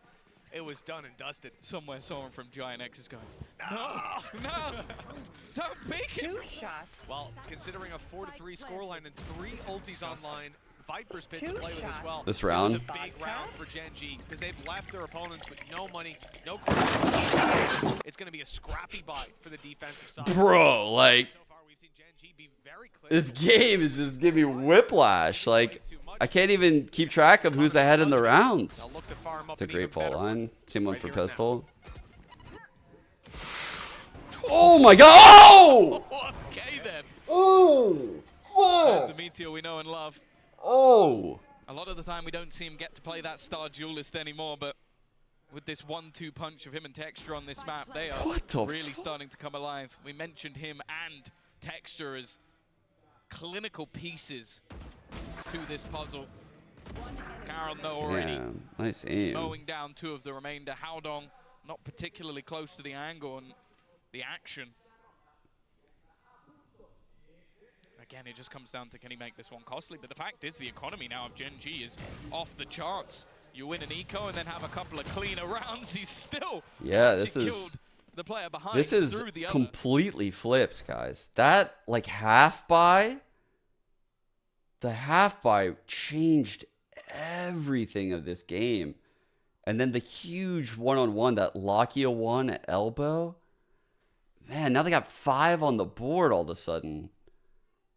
I don't feel like they've played a better game or look super clean. In the previous map, we had Gen.G called both of their But timeouts. they're in a good spot. Towards the end of the game, before things ticked over into EDG's favor. This time, it's EDG getting off to an early start. They want to have a chat with the coaching staff and come to a conclusion on how they want to run this next round. Because again, they're going to be buying down to their last credits, and that's going to put Gen.G in a very advantageous position. That If was they crazy find this from one Meteor. facing into an eco. It could be 7 rounds already.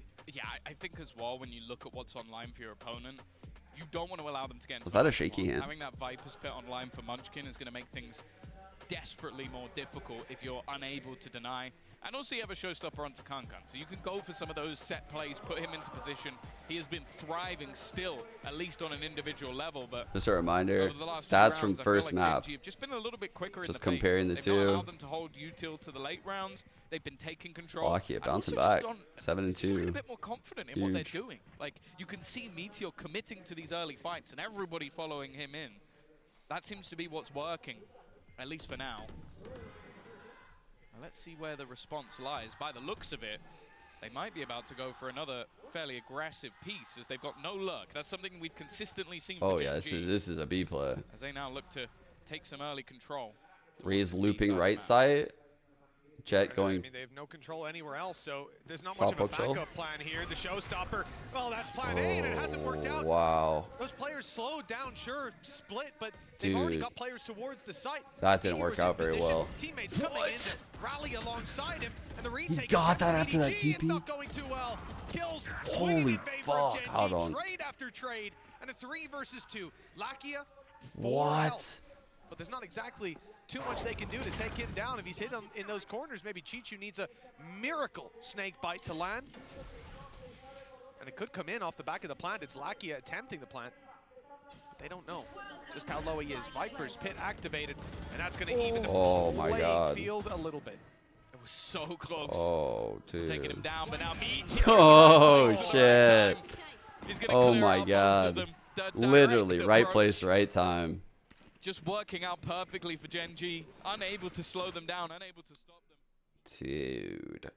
Kong's ult, they just like the way they just got the separation from it was awful for EDG. Like once the Jet was out and alive in the back lines, and man, that's rough. That's so rough. They had the spacing they needed at that point. Dangerous. Kankan in the right place at the right time. He was there. He got nothing. That's it. But hey, that ain't going to happen too many more times from what we've seen. Thank their lucky stars as we go 6-3. Wow, Gen.G good doubling reclear. up on the scoreline now. Look at, oh no, never mind. Look at this aggression. Holy coming out fuck. Of texture. Holy He's fuck, running it bro. Down towards Vance, and he has certainly chased Kankan Oh to my the other side God. of the map. He got out. Impressive pace change from Gen.G, and now they've got full mid control. No more raise util. Again, it seems like EDG have their players position well, and these are some of the rounds that worked out better for them. These slower paced rounds from Gen.G, it's been the quick moves in towards the site that have worked better for them. In terms of ultimates, Ooh, Flash got not a whole nothing. lot online either. Activates the Viper. Viper's Pit for Chichu. Munchkin now working up a little bit. Be the real problem. Trying to get active. Fake on Starting B, to throw rolling out to some A. utility in towards this B site, but I can only assume with where their players currently sit, this is a ruse, and it's worked. It's pulled at least Kankan for the moment. Kankan but rotating that back. stun is He's got sublime. it. Now they'll He's have an here. extra player in to support. Nobody already watching, but he doesn't get either. Dude. Luckily, Kankan is there. 1 kill, paint shells. And so Has Chichu, pit. good shot to start and a follow-up. That's sublime. 21 HP left.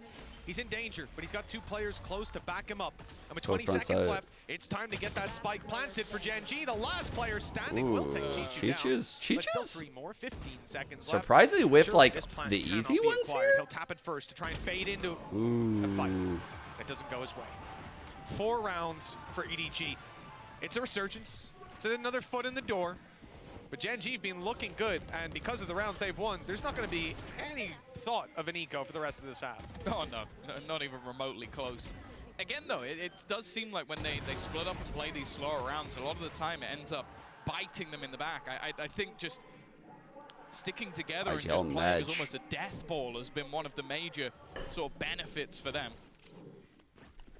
I also think as well, props need to be given to Smoggy. The stun there was just completely game-changing. Viper's Pit, though, immediately put down. Here's this after what has been smoke some coming in from EDG. tough They had been playing up on it a lot, right? We'd seen Kong steal this orb frequently this half. This time they give a different look. They throw that aggressive smoke, but they have the triple set up in the deep lines. The attacking side seem to be going in towards the spawn. I don't know what play The we're pit, about it to have makes come them able to through, get but ahead of this I'm excited orb, to see it. which Looks is a like they huge wanna win. head towards the A site. And okay, pings go back towards heaven. But that's gonna be the what play. this means, Split heaven. Gen.G Put pressure on knows this A that site there's and have one your here. lurker. This time it's Someone Meteor has to be holding to pick heaven them up for this as they player. start to rotate back. And if we make an A fake, we'll pull a rotate. And now we know exactly where the two players B are. That Meteor is playing off of. Look at this shift back towards heaven. They're ready to reunite, but Meteor can't go down. He has to maintain this control. Thought about walking into spawn. Instead, it's the site on the back of a flash. A dash now up close to the pit, and as Chichu thinks about going outside of it, that could be the end of his life if he did. It's all down to timing. He's won the first, but that's all he gets. Meteor is really impressed me this nice half. trades. Lakia was well aware, and in fact, Meteor almost gets to kill himself. Though, Fuck, you can't give this man ED just walks out of heaven every round. They just walk right out. Starting to fall apart. This is so sketchy. They know exactly where Smoggy knows. Can't quite connect onto him. The Tyke's gonna go through, but he runs through on the other side. Into the 1v1, but it still can't come. What? They just can't deal with this man. Yo. Again and again, he pulls off rounds that he shouldn't. And EDG, That well, was someone crazy. luckily do get ever closer. A sensational play. How did he win that? That almost won them the round, just blitzing through the smoke. Should have won them the It round. should have. It absolutely should have. Oh my god. What a play, dude. He beat the dog stunning him? What is that? Running through the smoke. That's even What worse. is this? But it works. And if it works, it works. 6-5. EDG in prime position to equalize coming out of this. That's what we like to see. Getting Damn. heated down there. Showstopper online for both sides. This should be Early play here. This is fast. Yeah. Rip both are you. Oh.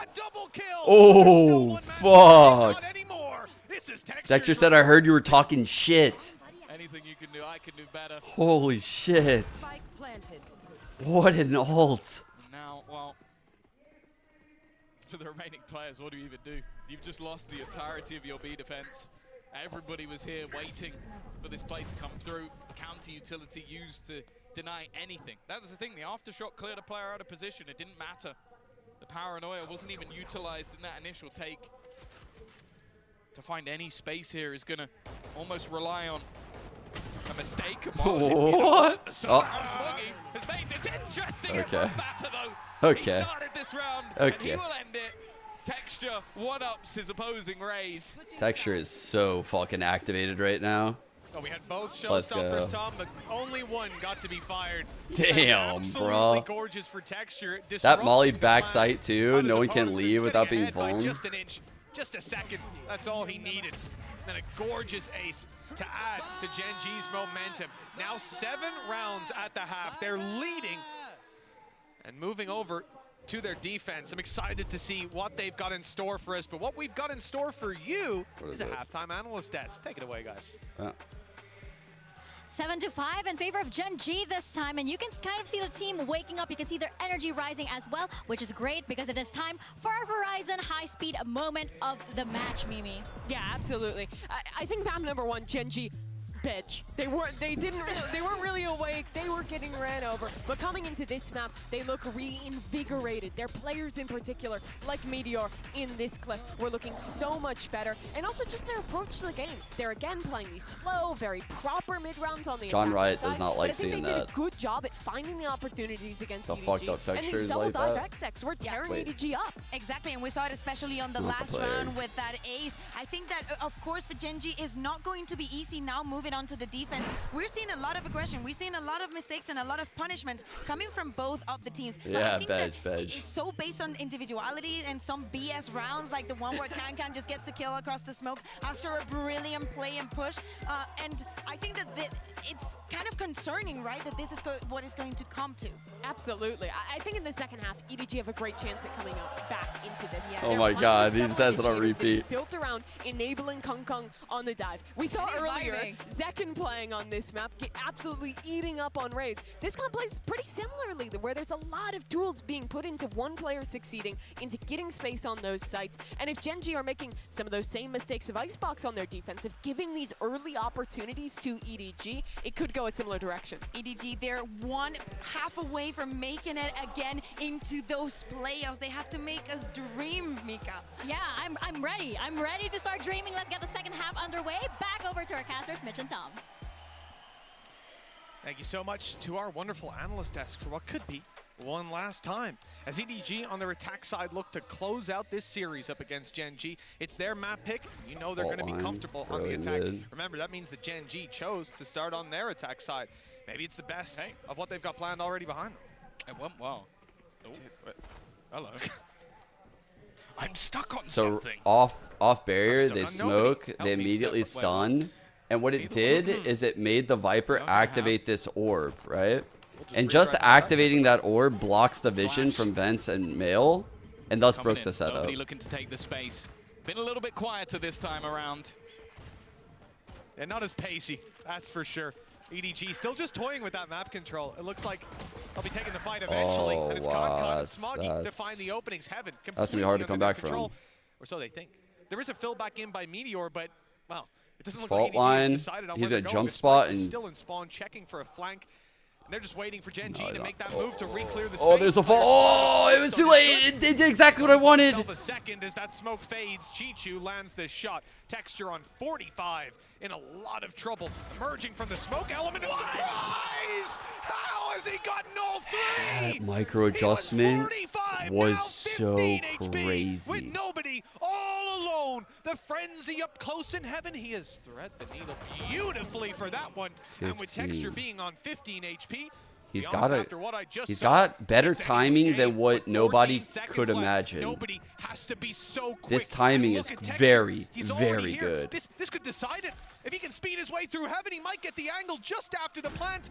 It all depends on where nobody's looking. In the wrong way. What an incredible round. Goes to Gen.G. Dude. This guy's insane.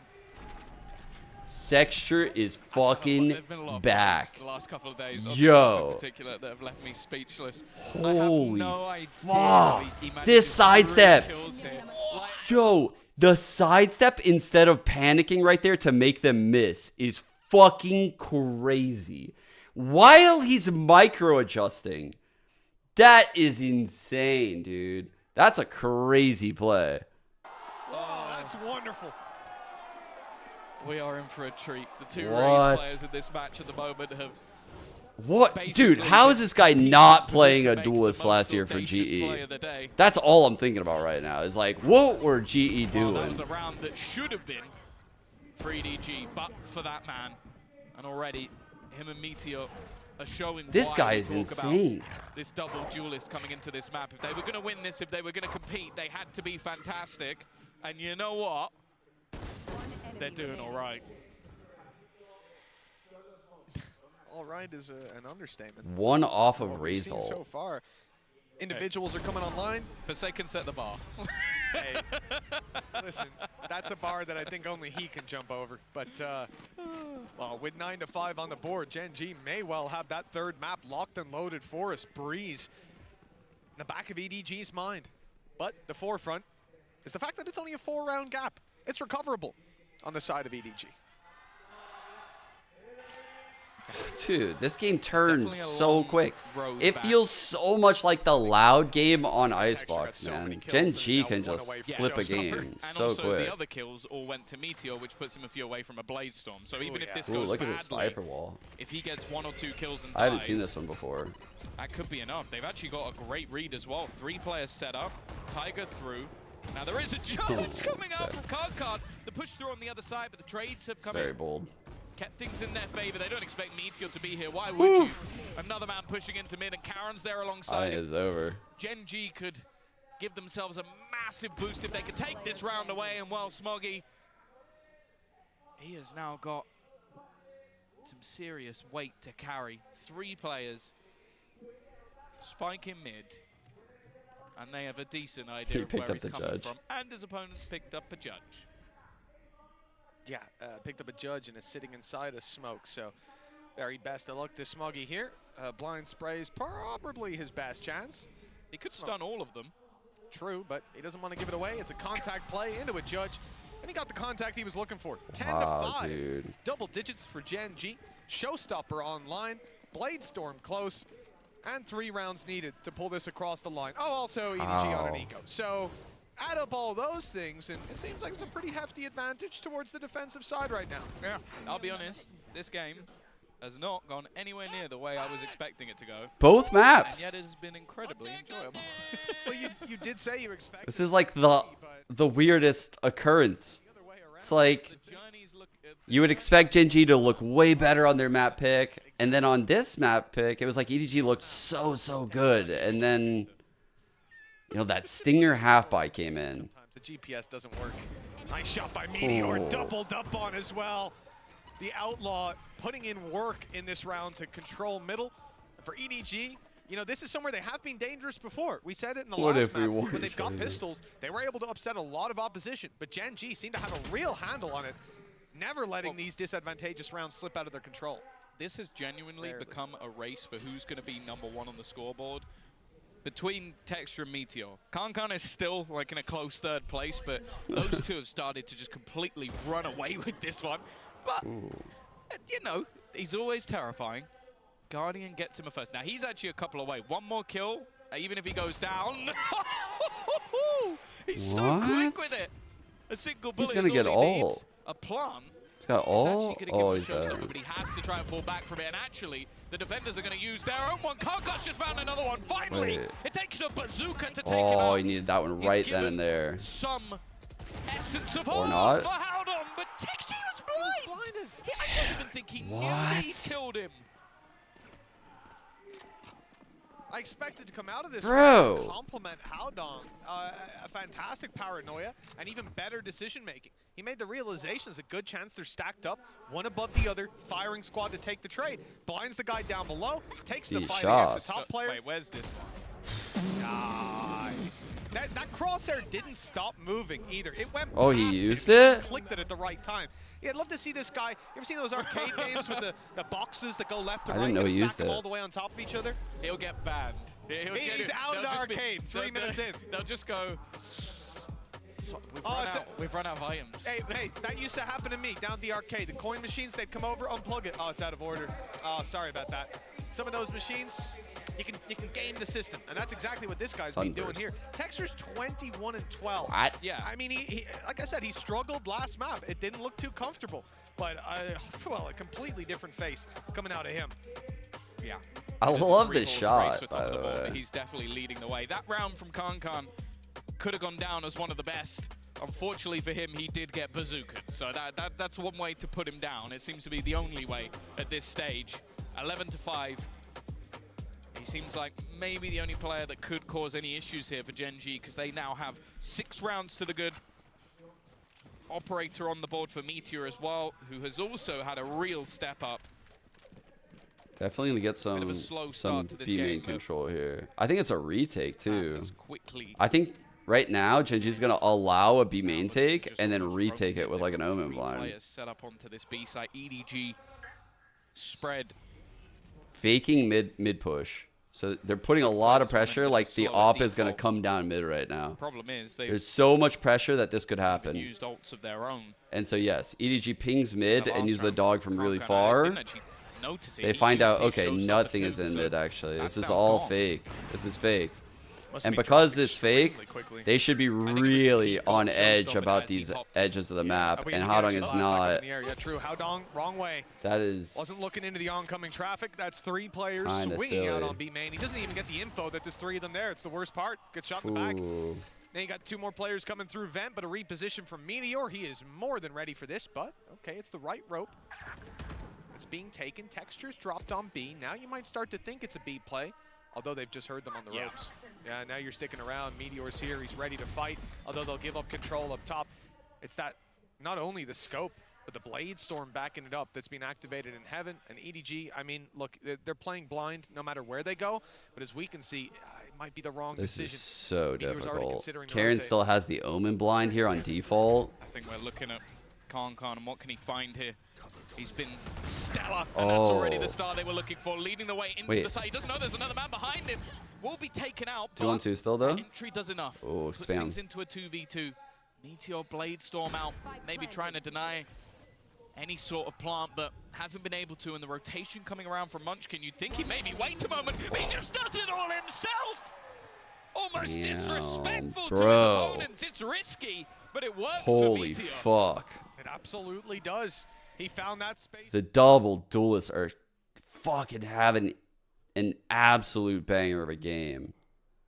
Meteor's Blade Storms have just been so insane. Texture has gotten a lot of value out of the showstoppers. Obviously, like the individual play, even outside of the util from these two, crazy. Scoreline on the previous map for EDG, that was 13-8. Well, here on their map pick, it could be 13-5, and there's a lot of weaknesses coming into this round for EDG. Well, I think you can just clearly see a confidence difference from the last 100%. Like the fact that Meteor, that is a 2v2, you wouldn't be surprised for thinking it was a 1v2, because Munchkin was still making the wraparound all the way through spawn. He's like, don't worry, bro, I've won the round, let's go next. Oh, you on the defuse? It was the correct play to walk through that, by the way. A bit problematic for Munchkin, but he is going to be able to get out there with not too much of a scrape. It's a good aggression. Exactly what I'm talking about. He has Hold on. Again. Doesn't get caught off. Smokes could be gone within a second because this Man, is Meteor showing the fuck up here. Texture, by the way. Both players have been unstoppable. Yeah, it seems like a formality with the way rounds have been going. The fact that it's a 5v3 and the amount of hero plays that would be needed from EDG to fight their way back into a 7-round in a row. A 7-round deficit. And yeah, it has to be consecutive. I like the idea, sending the really slow play through middle to try to find a gap. They've not seen anyone in vents. Move towards Heaven. Munchkin's in position. He's got one, and not the follow-up.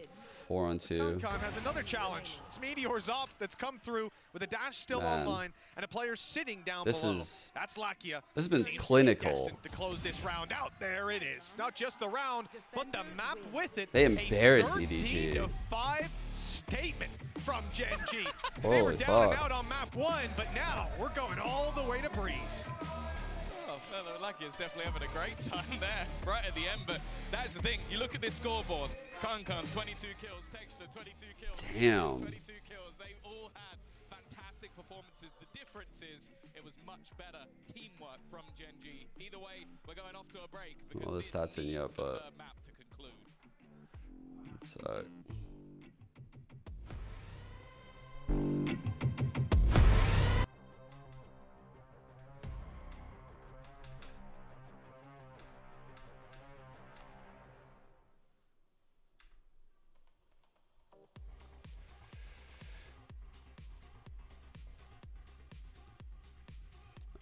so like the question is like why did he not wait for his teammate? It's a 2-on-2.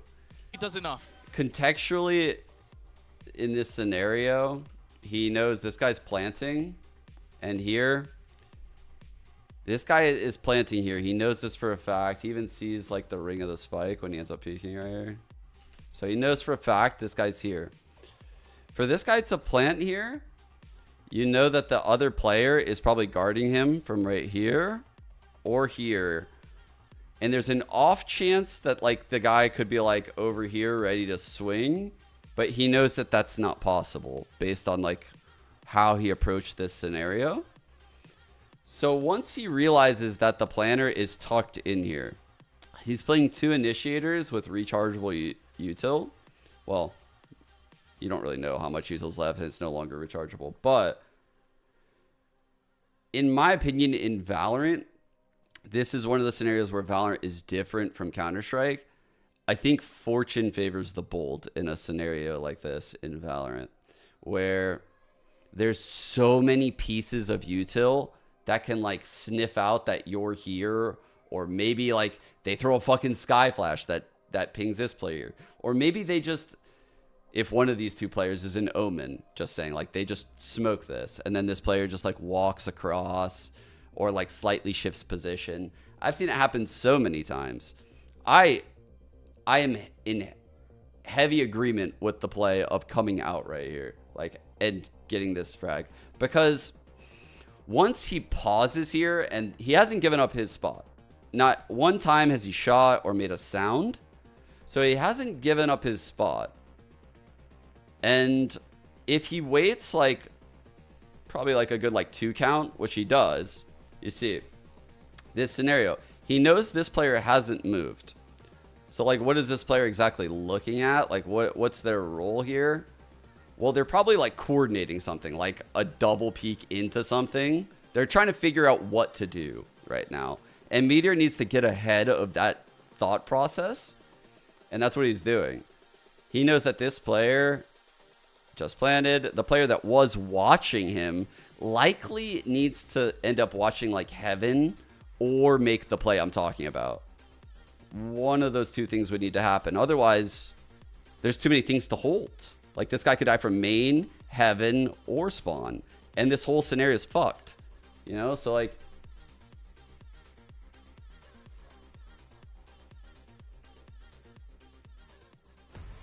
he basically knew that this player probably had to watch Heaven. There's, like, nowhere... Because this player can't watch Heaven. So someone else needs to be watching his Heaven. It's a good play. Well, Gen.G take it to a map number 3 as they tie up the score. It is now 1-1 in this series, and we saw a much better showing from Gen.G over here. Yes, there were some still small mistakes that were happening, but this is, of course, a Gen.G that we are far more ready to see. Yeah, it absolutely is. The difference between map 1 and map 2 in this series is unbelievable. And the difference in performance as well is insane. You play the double duelist comp, you need your duelist to go crazy, and my god, did Gen.G's duelist go crazy. Not a single first blood from anyone else. Some of the crazy stats, actually. Both duelists, crazy. plus the 50% success in that first blood. 67% Can't have your Sky going 1 for 5 on 4v5s first bloods. won by Gen.G. 70% of their post-plan and 100% of their retakes. Whatever says on the scoreline doesn't really matter. We know that it was about individualities, and the Gen.G was always supposed to win this match. Yeah, and I think that's so important for Gen.G as well, because they're really like a vibes-based team. When you watch them winning their match the other day against Lad, you laugh, but I think that is a real thing. Vibe checked. When they're playing well, you see them out there laughing, giggling with each other. I'm trying to understand you better. I'm getting to understand you better every time. Okay, well, you're ruining my vibes, but Gen.G's are good. No, it is really good, and you can see You've it, lost right? every You can see Texture suddenly, you know, jumping up and waving his hands like he usually does. You can see like how Lakia is as well, smiling, you know, and really carrying the rest of the team with that energy. And I mean, for Gen.G, I feel like they were losing a lot of rounds that they kind of had no or excuse me, for EDG, that they had no business losing in this one, right? Like Gen.G pulling off some crazy miracles with individual plays, but also like this bonus round, for example, was a huge moment for Gen.G. Yeah, exactly. And how much of that is put into those controllers, into both Karen and Haodong, and all the smokes that we were seeing onto mid, all the space in Do I play Valorant? Yeah. We're taking against each other, and probably we were mentioning, right? Those I haven't gotten to play much coming this in act, EDG, but definitely coming into the third map. We need to be keeping an eye on the duelist head-to-head. I was saying, I think right now enabling Kankan to have a good game is a very dangerous game to play, and that's exactly what's happening. Actually, yeah, I haven't played I this feel like act. now with EDG, actually, they need that second win. They need that second win to come out if they want to close out map number 3, because I feel like on Breeze, this is a potential aim duel once again, a duelist matchup that we're gonna see here between let's be Kankan and honest with Texture. ourselves. Breeze is like the aim check map in the pool, which I think, honestly, I have no way which way it's gonna go, judging on by how different the first 2 maps were. Yeah, I think that, you know, we're gonna see a lot as well from Karen, who has to be pushed because he's up against this act has Haodong, been right? so dirty and that's the for me. IGL who is carrying Just EDG treating me through so this bad. run that we're seeing here. So it's a big test. I mean, like, you're up against an IGL, and you have a rookie who is just months into his professional career. Yeah, of course, and coming on to the last map, Yeah, we know that both of these like every teams now and then I'll like check in with this scene, but I don't have time to like keep up with it in the way that I used to, you know, like You know, like I used to like get ready in the morning. I'd wake up and I'd fucking put like an EU like match on while I got ready, and I'd just listen. Yeah, well, right now it is time Like, for our high CS just fully moment of the day, and this one goes was to everything. Texture. Least surprising sponsor segment. This is so fucking crazy. Insane. We can't talk Oh my god. how good this guy was. His raise has always been impressive. Such a sick pistol at a big moment. Yeah, completely. And now that we were talking about that aim duel, the possibility of going just in that head-to-head against Kankan. In this map on Split, he had the support of a second duelist and the rest of the team just playing for them. Definitely the Vice on their side. They're definitely picking Astra, bro. They're definitely doing it. They're 100% picking Astra here. 100% they're picking Astra. We get the Breeze Astra, guys. Oh, bro. They're going to put all their money into the Breeze Astra. Bet all Breeze Astra. Oh, dude. They're even doing this one. Oh, bro. This comp looks so bad against Loud. Oh, there was so many holes everywhere. Everywhere. But can EDG like actually abuse this shit? Can they actually find the fucking holes that Loud found? This shit, they picked this map in this series. Bro, Sadak torched them for picking this map. Same comp, actually. Just the default comp. And how Gen.G can handle it. Last time they played this, they were getting lurks up holes on their defense. On the attack side, they were letting flanks come through. They really need to have buttoned down how to play because it's a big risk. The legend of Dong. Well, the winner moves to playoffs, and the loser will have to fight for survival on Donk is Monday. the One goat. last time, here's Mitch and Tom. Thank you so much, Mika, and our wonderful analyst desk, Tom, as we dive into this. You know, I was actually feeling the Chichu masterclass as well. Like vandaling people just like across the map on Cypher right now. We're about to literally witness what it feels like to play aim labs inside of Valorant. Yep. And I thought the Gen.G would win the first map, so About to just pop heads. You know what? I don't fancy giving a prediction. This map's I'm gonna be just crazy. let The it aimers go we in have this on series. Breeze. You know what I'll say, though? I predict Gen.G, if it's going to be the same as last map, where Lakia lost one opening duel, won none. Other than that, it was exclusively Meteor and Texture that took opening duel. It's rare you see that. The other two players Isn't that Wingman? in early fights. That's what they call it was just Wingman. these guys, and with the success they've been finding, hey, I think Ginsu I'm taught not me going to that. ask you to change that. So the record that they have on this map for Gen.G kind of stinks. Well, a yawn? It's not been fantastic. Stinks. They've lost it 3 times in a row to RRQ, Team Secret, and Hey, Loud. main orb? But according to Jen, who is obviously does a lot good of dart. Korean translations and interviews, she said that they feel really confident on this map and in this composition in particular. So, yeah, I've think leaked it's what there. she said. Hard to see She can it. come find me if she wants. Ooh. Either way, you're not winning that fight. Wow. I know. Let you know. Just like but I wanted to Kankan. say What? it that bad that I'm happy to be beaten up. But just like Kankan there, not winning that fight as he gets dropped on that defensive side. An aggressive push that's now left Haodong in a little bit of an isolated position. If he didn't have 2 players right behind him, it's a pretty heavy stack up on B. And after finding that opening kill in this direction, especially if they took down Haodong, they might consider just full blitzing the B site. That seems to be the plan, Tom, but there could be danger here. Still a trap on site. It gets destroyed, and the cam's gone. This is a sick lot of exit. control. Smoggy though with it. Oh, okay, never mind. No Holy. whatsoever. That was an That's just been absolutely a gorgeous slaughter. pistol. Blink and you miss it. Every single member of the Oh, EDG shit. side is gone, and well, that's exactly how you want to see it start if you are on that Gen.G side of things. Clean, clinical. And that's the thing. Okay, it hasn't worked for them so far, this composition, but it's one I like. That you have 2 agents that can take a lot of map control. I think obviously the one sort of detriment to They did it the is gap, having by the that way. single initiator and not having the Cypher. They had the That's gap main right one. here. You can be flanked very easily. The Yoru So is it's going to something that TP they're into gonna this have to gap or play it definitely in a watch out for, post but and it hide allows for with the an wall, by awful the lot way. of cool set plays. There's a little gap. Early peek. Kankan wants to get involved. Marshall out. Headshots being looked for, but no Later bullets round, landing. later round on a big Aggressive exec is going to Novi has happen. been spotted. They're anticipating it. there's not really much he can do in terms of continuing down that avenue.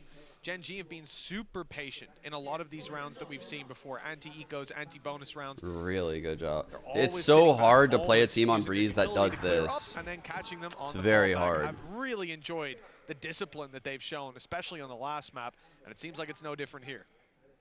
Dude. Yeah, I think they've definitely warmed up into this game, and you almost have to hope for EDG's sake they haven't cooled off, because we've seen a lot of different heroes throughout, especially in their Paper X game. We talk about great performances out of Haodong. I think nobody had a fantastic map of Split. But in the last map, I was basically like, how many kills can Karmine get? And if it's not at least 4, they're probably losing the round. Quite a bit of damage, but which is not the sign you want probably to see. not going to even matter in the end of thing. He's the hero, and end the of rest things. of the team are just looking to try and put him into position. Highly doubt that damage even comes into play. Expectations incredibly low. Sure, he has a Marshal, which, given the opportunity, could do damage, but now in an afterplant, lack here on a potential late lurk. Now there is a bit of a gap. It's pretty cool that they have the Astra to like take that advanced ground after the wall goes. Now just be Karmine remaining. I think they've already, well, they should have spotted the sniper. They might be the only team I've seen run an Astra, and they were so convinced with it too. The scope of his own on the Outlaw, and an advantageous fight regardless. I lied. Def used to run it on X set. That's where I've seen it before. Def. On his way forward, understandable. You know, he's not going to look to carry a Marshal through to the next, but he made it look pretty good too. The angle, and Texture will find that one easily. 2-0 for Gen.G. Not much in the way of damage done. I think it was just the pistol that was lost on mid. So I love altogether, Swiss. a Yeah. very positive start to this map. I love like the Swiss stage. I think it's really good. It's not great for viewership, but I think the way they did it with 8 teams is doesn't decide optimal. Their fate, but it's best still a for scary viewership. fate to have. Because like, you get in mind, okay, yeah, sure, they've you managed get to beat less Paper X once, dog but there's games, chance right? they'll You're face only again gonna for the get likes of Loud. an Heretics are all these 0-1 teams playing an that can 0-1 and a come back, 1-1 playing a even maybe a 1-1, little bit right? of chance for revenge for FPX There's as not well, so like 1-0s playing each other like this game are is not exciting getting still. easier. But Getting when you through get in first Swiss and it's like definitely has its benefits you're in the fucking like already.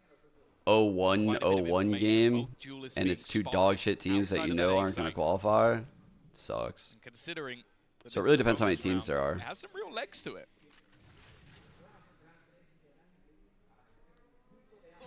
Especially in post plans here for Gen.G. If they can muscle their way into a site, we're going to have the Outlaw leading the charge to take opening fights. Everybody on the side of BEG all full has got shields. Full shields. Of course, they saw the Outlaw last round, so you're not going to go running into that with light shields, giving him free kills, giving him basically an AWP upgrade. Texture's avoided the recon. He's in a good position. If anyone does go for that peek Pop just to flash grab peek. a little bit of info, they'll be in a lot of trouble, but the poison orb's up, and that should keep them back. Oh, he did get hit by it. I thought he dodged They it. are still here. It's the split into middle that could definitely make things a little bit more interesting. Trying to almost bait with Bro, the shots. mid. Ow, and they Yeah. haven't actually seen it. Already first duel going their way, but nice work from Haodong. Damn. Smoggy as well, combining. Desperately low on HP, but they've managed to weather the storm, hold them back that little bit longer. Leaving just 2 players remaining. Make it 1. It is a clean sweep. Only Holy nobody fuck. lost. They just had to Sounds hit mental on the shots. Sentence. Yeah. And EDG, well, after a single kill in the first 2 rounds, they do quite well in the first buy. That was a good job double facing. Yep, very well held. These Push on the two. side. I mean, this is what I'm saying for Gen.G. Because actually it looked breaking so through sketch the holding that problem in this door round, split. Short of any over peaks. Then they out of the side of double faced EDG, and held but it down. They were patient. They took their time, and they certainly managed to reap the rewards for that. What's Con going for here? into round number Is he going 4. on the rail or is he going I'm a into little elbow? concerned. What's he, Meteor or is he going has an down? ulti online, Probably go and down, it's I gonna be guess. pulled right away. Into another dimension he goes. He's got Fast to fall A back, play. so he's left his gate crash in towards A main, clearing out this like a recon. Look how far back they've gone. And yeah, I mean, they've made the right call rather than being blitzed on. Ooh. Karen has such a good angle for the Fucking- rotate through. There's no way Chichu Wow. can respect Yeah, it's the orchestrator. What a The fucking banger of a from the back of shot. the gun barrel spotted. The start from Texture. It's going to make it so much more problematic. Clearing out these players from the back line is going to Got be Larry impossible. on Bear in deck. mind You got they've a snake grab lineups. well with a They can use lurking crazy well, but Astra. I don't think they're even going to need it. picking this team apart. Smoggy at least has found one, but here comes those lineups. Anybody even gets close to that spike, and they've already spotted both players. Meteor's blinded himself, but it doesn't even matter. And now the Grabwell's also caught out Smoggy. Wow, Meteor's on one these last two. With slightly comical close to it, but they won't mind. Yeah, I've never seen a man look so lost in my life. Meteor today. Oh, the matches were so good. The blind, Look he sees at a it. player It was close, so he has to good. run out of the smoke rather than get shot in the head. Ends up getting blinded himself. It was very similar vibes to yesterday, where like the EMEA team had ridiculous util, and I felt like Sen just, man, it just keep coming up big. Gen.G in a prime position, Bladestorm online, not needed with All 4 right. rifles in play for that attacking side. And EDG What are they cooking? having They next got to nothing shit. to work with, They just got some fucking pistols. I see the nothing. clock frozen on the top. I have to almost think this is a timeout from EDG. This early on, you don't want Gen.G to be just storming away, and as we can see, yes, it is indeed an EDG timeout. Yeah, I think it's almost just off the manner in which these rounds have been won. As I said, the first 2 rounds, they got a singular kill. Me too. And then also, the last round, again, just 1 kill. It was only the round that Smoggy actually managed to sort of hold the line on the site. I have a new Other than editor. that, they get forced back, but Oh wow, they got that shit up hella quick, bro. look good, and it's not your normal That's composition. crazy. That's sort of the benefit of not only having Meteor, Man, my editors as that extra space are taker, fucking you can cracked. also cause havoc when Why you're do they trying do to that? go for those retakes. But then you just have Karen and Munchkin. It's sort of like the yin and yang of the team. They Like, got you've the fucking this React crazy video aggressive out to the lunatic K Corp texture, and then Senki. you've got 2 guys going, I'm in spawn. Holy. I'm line up out. Actual Okay, pop-off there's the moment snake for the right there. editors. Okay, few seconds. It's gravity well. And then that's basically the round over at that point. And in the meantime, it's like, you know, the guy that's sweating. You know, the sweaty guy. Yeah. You've just got TenZ going, I'm in the fight. I killed one. And just the others chilling, just having a nice time. It's a disgusting sort of matchup to try and play against, and you almost have to play into that aggressive nature. You have to try and, well, as GB would say, punch him in the face. You have to get up close and personal, and Gen.G are just so good at denying that. Well, this is it. We've seen so many rounds where they just It's pump the brakes nest right orb off we're rip, seeing right play there. Super slow. That's some Early kind on here, of. I'm not sure what. Oh, Meteor he's was doing the doing. Maybe lineup to popping a break flash trips. through A main, then TPing right over to B for a much quicker pace take to keep these players in position on A. Perhaps even grab the rotates over, but one man is still here. Standing his ground. God. Not anymore. Oh my Not God. standing at all. Good shot from nobody, and an angle lined up, but Meteor was ready for it. Yeah, this round looking done already. Smoggy, he's going to get his ult online no matter what happens here. Well, unless he goes down to the spot. What is the solution here? But the thing is, Gen.G are just giving them nothing. Every once in a while, someone goes for a slight jiggle peek, but they're just so passive in their spots. Ratty angles being held as well. Okay, sure, as said, you've got players like Meteor who just want to try and farm up as many orbs as possible, but again, that's another player. I mean, I think EDG are in a rough spot just because right now it seems like Gen.G have done a really good job of like sniffing out the halls push with the little jump spot. And you want to punish this like no Senti shit, and they've tried. But Karen has like caught people in mid, they've punished elbow pushes, they've spotted halls pushes, and EDG are trying. Like they're trying to aggress in places. It's just that Gen.G's protocols and the way they've kind of buttoned down like what they're watching and when they're watching it seems very good. Space with your coaching staff, and you're right back into the fray. Pop flash on Gen.G mid helps this dart get a ping, but again, they're just absorbing this pushes. Like they're absorbing everything. That's all they're doing. That's all they care about. Shock to break trip, flash peek on main, timed aggression. They need to keep doing shit like this. They push it, and then they immediately go back into mid. They know they have to be active. But this death, again, look where they all are, bro. Being able to hear that. Perfect comms. Again, no success for Concon. EDG can't hold the exec, and they also can't aggress. They're fucked right now. One of the only reasons they were even in the map. Like, he was so aggressive but successful with it. And right now, that just isn't the case. Again, so they fake on B. Ruse, trying to keep a couple of players, but they know they have like a 2-2 type right now setup right now. a solo defender in the form of Howdong. 5 on Just 2 look and at his A. HP. He's already low. He's about to come under some serious pressure, and at least support has began to rotate in. Smoggy actually pushing into his own neutral to try and just get anything there, and it's so easy. They are making this look like a walk in the park, or maybe a walk along the beach. Finally, there's been a response, but just look at where the players are. The afterplant will again ensue. The rats will go back into their corners. There's no hope. Yeah, this is a very strange position to find ourselves in, considering how we started this series out, Tom. I thought we were in for a quick day, and, well, it might be 3 maps, but with the way things are going, it could be in the runtime of 2.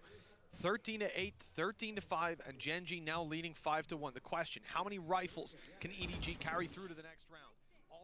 It's a very interesting matchup we're in right now. We got to see the flip of this in the Loud game, and Loud absolutely tore it up, right? Loud got to start on attack and just really fuck with the rotations of this comp. Like, because it will be very difficult. I mean, Gen.G is going to have this done to them in reverse, right? Like, this can happen in reverse to a more extreme feel, because they have a Cypher that can really just, like, be annoying and just absorb pushes well. But the Yoru is nice because you can, like, fake push something and, like, triple stack a different area. Of Smoggy managing to get a multi-frag on the side. So it's like EDG could technically go into a lot of stacks next half if they're Meteor one away, not really fucking in tune with this Yoru. Marshals to play with in this round though. Maybe can try and do a little bit of damage, but that's all the optimism I have left. Yeah, I mean, a little bit of damage. Look at their economy on Gen.G. Yeah. It's not going to do anything, like, short of them being able to completely break open this attacking side in the coming rounds. Good shot by Smoggy. That's a really big extra one. down already. Some economy damage. But we need to see a lot of rifles off of dropped. And really, Yoru. we're looking for a round win for EDG every time they run it. Nice position. Oh no! He puts his gun away! And it's still a little bit labor, but it still works out. The Hunter's Fury is lost though. There was a Knifed chance. away. So good knife by Smoggy, but man, Just gonna use the cosmic divide. I feel like the fact that he knifed the Hunter's Fury was so big. Maybe they've at least eliminated The one 2 of the deaths players, but I though. don't think they realize just yet where everything's going down. Yeah, just look up in the sky, see that cosmic divide, that'll give it away. But they were looking to clear out any lurkers around, no one to be found. Rifles potentially retrievable. Dude, they push backside. But if you're on EDG right That's now, kind of ridiculous. the real concern is Smoggy and Howdong being so low. A bullet, all that's needed to take down the fight. I can't believe they just pushed the backside like that in the post. 3-on-3. Tighten their hold on this map and on this series with a 6-1 lead. The one saving grace. This has been the weirdest series, dude. How the maps have gone. They've been so stompy. And they'll be full bought. If ever they were going to put another round on the board, this is really where you want to see it. Yeah, not bad ultimates for a retake. Never counting Gen.G out ever again. That's what I've learned. Just look at the deaths. It's not something I say too often, but look at the deaths over on Gen.G. Munchkin has died once, Karen has died twice. And that's because they are playing for the late round every single time. Karen's lurks have been camping in sublime, spawn. but they're so ready to just play in those afterplant situations. Now, at least with something It's like the a Hunter's second time Fury, out, right? maybe an aggressive push from Karmine. Yeah, dude, this is their Blazestorm, second. They might be able to clear out They some of have those no more late flanks. timeouts. I'm also looking, though, at the fact that he's got the operator. Because We're he's only been 7 getting into in. a lot of early fights and losing pretty much every single one of them. The gun that pretty much made him famous is in his hands once again. And if you're on that EDG side, we are going into round number 8. Both of your pauses are already gone. That is how dire the situation is right now for the Chinese powerhouse. Squad that came out swinging on map 1 on Gen.G's map pick. I think they need to be like shutting down mid more, but that tone has changed dramatically. versus like single initiator, I think they could get it if they down wanted on it. EDG and Gen.G coming in hot on breeze. An 8th round. The Astra does make things hard though, Because she can literally, like hypothetically, if you did do like some kind of mid aggression, she could like just grab well somewhere or like stun somewhere, recall somewhere else. Constantly needing to be played on A with an ult for Meteor that we've seen used before to just clear this side out, get them on there, and get the plant in.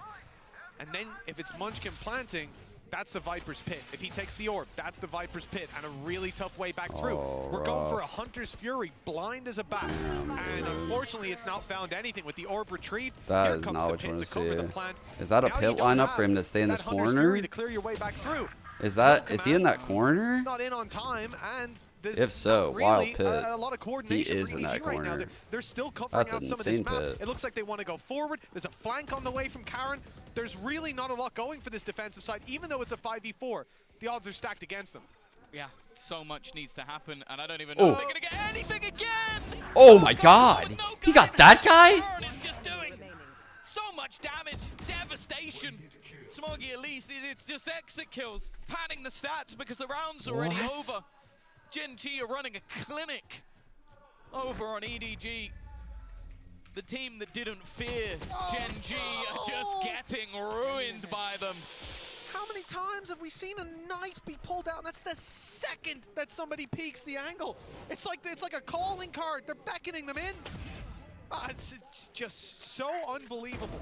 Like we mentioned the flank, but I didn't expect that level of impact. Well, the funny thing as well is, at that point the round was already over. They were going for a save, right? They weren't looking to actually fight back into it, but they're just not prepared for these players to be around. And that's the thing, they're running the comp with more information. They're running the one with the double initiator, with the Cypher, and they're the ones that end up Look at how they're just going to absorb this push. almost every single round. Bro, they like. The fact is, I'll be honest, EDG cannot push into them. They're trying so hard, like, and they just can't do don't it. think that Chichu's been able to find anything. And it's gonna get one for free. Finally, Munchkin's died, by the way. I think that's only Munchkin's got to just be like, bro, what the fuck are you doing over there? He's been, I hadn't even caught that. And meanwhile, Karen's like, unless he died last round as well, but even still, he's barely. Karen memes, dude. But yeah, but the Viper's We need to get still Karen at memes the for end, so, Karen. yeah, I think that was literally his second death. He probably has no idea. And I think Karam will only be on like maybe 3. The thing is, the trade that they get there, Munchkin falling, it is big. It is removing a lot of the utility that gets them out to sight. Problem is, it was Con dropped on the other side. That's your entry. Howdong no tries to push fill the role, works. and None. He's shut down immediately. Lackey is caught in the corner, though. Trapped in there, and the big iron takes him down. The big iron. The first shot doesn't hit. Wait, Daze is in here? Certainly does. They don't know that there's a player sitting on the site. Smoggy has a chance, but I think he just broke the gate crash, so now the info will be there that there is still someone sitting does around. he get There's gonna be a Karen? bodyguard on the planter. Oh, how does Karen? The real hope. Okay, well that was actually a good chance. Some damage done. The eyes focused forward. Good flash. A good punish. Even though Chichu catches one from behind, he's going to swing straight into this op. I like the cage. Great use of it. Great swing. Oh, but he doesn't hit the kill shot. 55 HP, but that's enough for Texture to still be able to duel. And with Meteor coming around the other side, I don't see a lot of ways this goes for Chichu. He needs to Gen.G are fucking walking on water. Bleh, I can't talk. There's no way. You're not winning this, bro. Wait, he's winning it. God. Dude, everything Gen.G does is just like perfect. It's fucking perfect. Like, there's actually a chance for EDG to win this game next half, because that's the weaker half for Gen.G, if they got like 4 rounds, but they would need to win out. Some team play that worked out, but they met Meteor at the end, and they went extinct. 11-4 for him. Okay. Okay, he did the Meteor, went extinct. He's done it. As they have done versus most of their opponents throughout this game. Well, time to lock and load. Go again. For EDG, they probably would have called a timeout coming into this round if they still had one, but they've burned them up. They're on their own now. I cannot use that. All on their lonely, just like the round count. Viper's Pit online for the defenders. I actually saw someone had that line for when Meteor played Paper X, which is a fire line, by the way. Lets them get close from middle and then pop. No. Oh, fuck. He's out. Okay. Okay, cool. that's like. Oh, no, he's not. Oh, he's been hunted. No! Oh, God, the damage is huge. That's one of the best fastest Hunter's Furies I've ever seen. They just tagged both. That's ridiculous from Luckier. After a first map to forget, he has been fantastic. Oh my ever since. God. Back with a vengeance. And look who it is they killed, Tom. That's your Viper's Pit, down and out of the round. No way back through for them now. Holy fuck. Nobody's gonna try. He's got some What a smoke fucking again. There's blind a 100 smoke Fury to that deny was. the That Meteor was in an aggressive position. Just doesn't seem to be missing a beat. Stolen away. Dude, that was a ridiculous Hunter's Fury. What? What the fuck? Second map, I think you're a bit crazy. If He you caught the jet and then just blind ulted the Viper? Props to you. What? Living in Korea. This is just so disgusting. This guy literally is fucking seeing through the walls. Look at him. Fire the Hunter's Fury, right? What? They're all doing it. Everyone's got fucking bow and arrows. Every single one hit their mark. Bullseye after bullseye. 9-1. Gen.G are absolutely stealing. Wait, this we're not series breaking away. that? Okay. Dominated on their All map good. pick. Whatever. And then they showed up. They've only given 6 rounds. So let's see. They haven't tried this yet. Remember, I was like, yo, Asher could just like drop a bunch of stars in mid if they did a mid push. Let's see how they absorb the mid push. We've seen the B push. We've seen the elbow push. We've seen the A push. We've seen the fucking door push. Now you see the mid push get absorbed. It really is a bleak reality for EDG right now. We saw on the player cams real frustration for Concom because it is rare, no matter who you are, that you shut this man out completely. But that has been the story thus far. Oh my god, bro. Even being played with by an opponent. You can see just trying to make this awkward, try and make this confusing. And there's texture. Even still, though, Concon has managed to take him down. A trade, which I'll be honest, so far has been unusual. A deep mid position from nobody, but looks away. Just as they make the cross, the entire team comes out, and then Concon peeks into the lot of them. He has had a cursed game so far. Finally, we see. He got a tag, Tom! He got a tag! It's because they're finally going B. That doesn't happen very often. It doesn't matter, though. They're still losing. What was out on thinking, bro? Chichu probably gobsmacked that they've actually entered into the B site. I don't know where he's hoping to go here. They're so ready for it. Wow, he's like at least managed to drop the player planting, but it's after they've already planted. It's done. Well, just as every other round goes, it is 10-1. Bro. Ridiculous. I don't even remember what round EDG won, to be honest. It was at this moment that he missed. He fucked up. I think it was 3 kills. Bro, when that It was at Yoru. this moment that he knew. Right, yeah, it was Show us the Yoru. I remember You're not gonna show us the Yoru fucking kissing him? That's the only thing that's happened. Like, come on, replays. you can study this. You can watch this back again and again. Icebox. Oh, look at what they're buying. Look This at what they're is- buying. Oh no, they're oh bro. Look at what they're doing. Oh man, everyone's just holding up push. Absorb all the push. Where does he peak? Does he peak A main? Does Oh, he peak into middle? dude. That's where Concon is. They're waiting for it. This is Oh so man. They know it's coming as well. He doesn't pull out the op. He doesn't pull out the op. No, they know where texture He doesn't pull is. it out. What a disaster. He's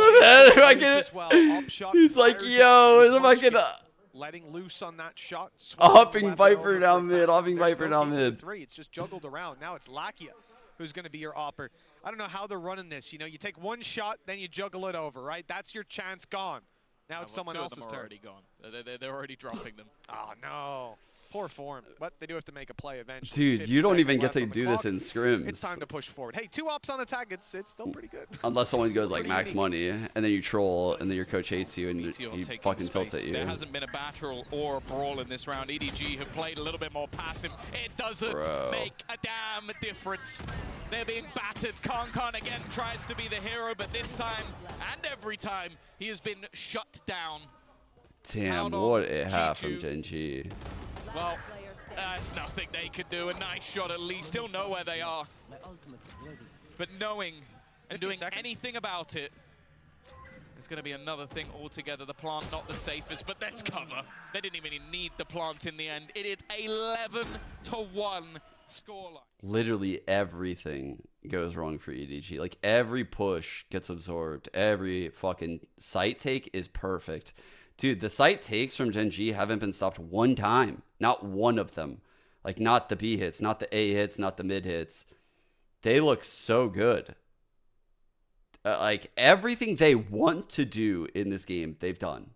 Like, there's never been a moment where their game plan has been questioned. Let's hear from Munchkins. Crazy. We sat down with them earlier on.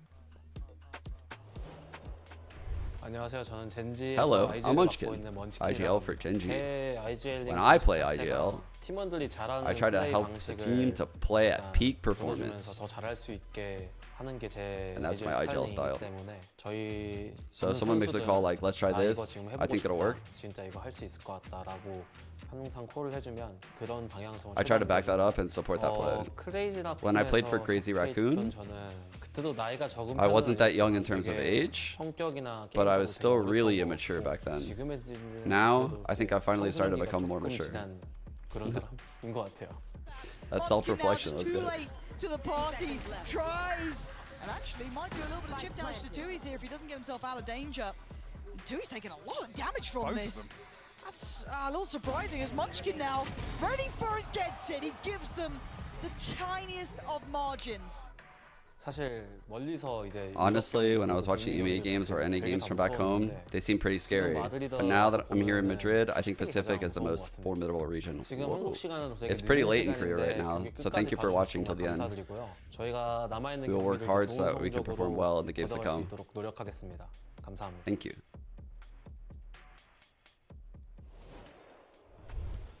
Well, Munchkin sitting 10-2 right now. Dude, the APAC teams are always so respectful to like their fans and their org and like just anyone working in the scene. I feel like that's not their opponent.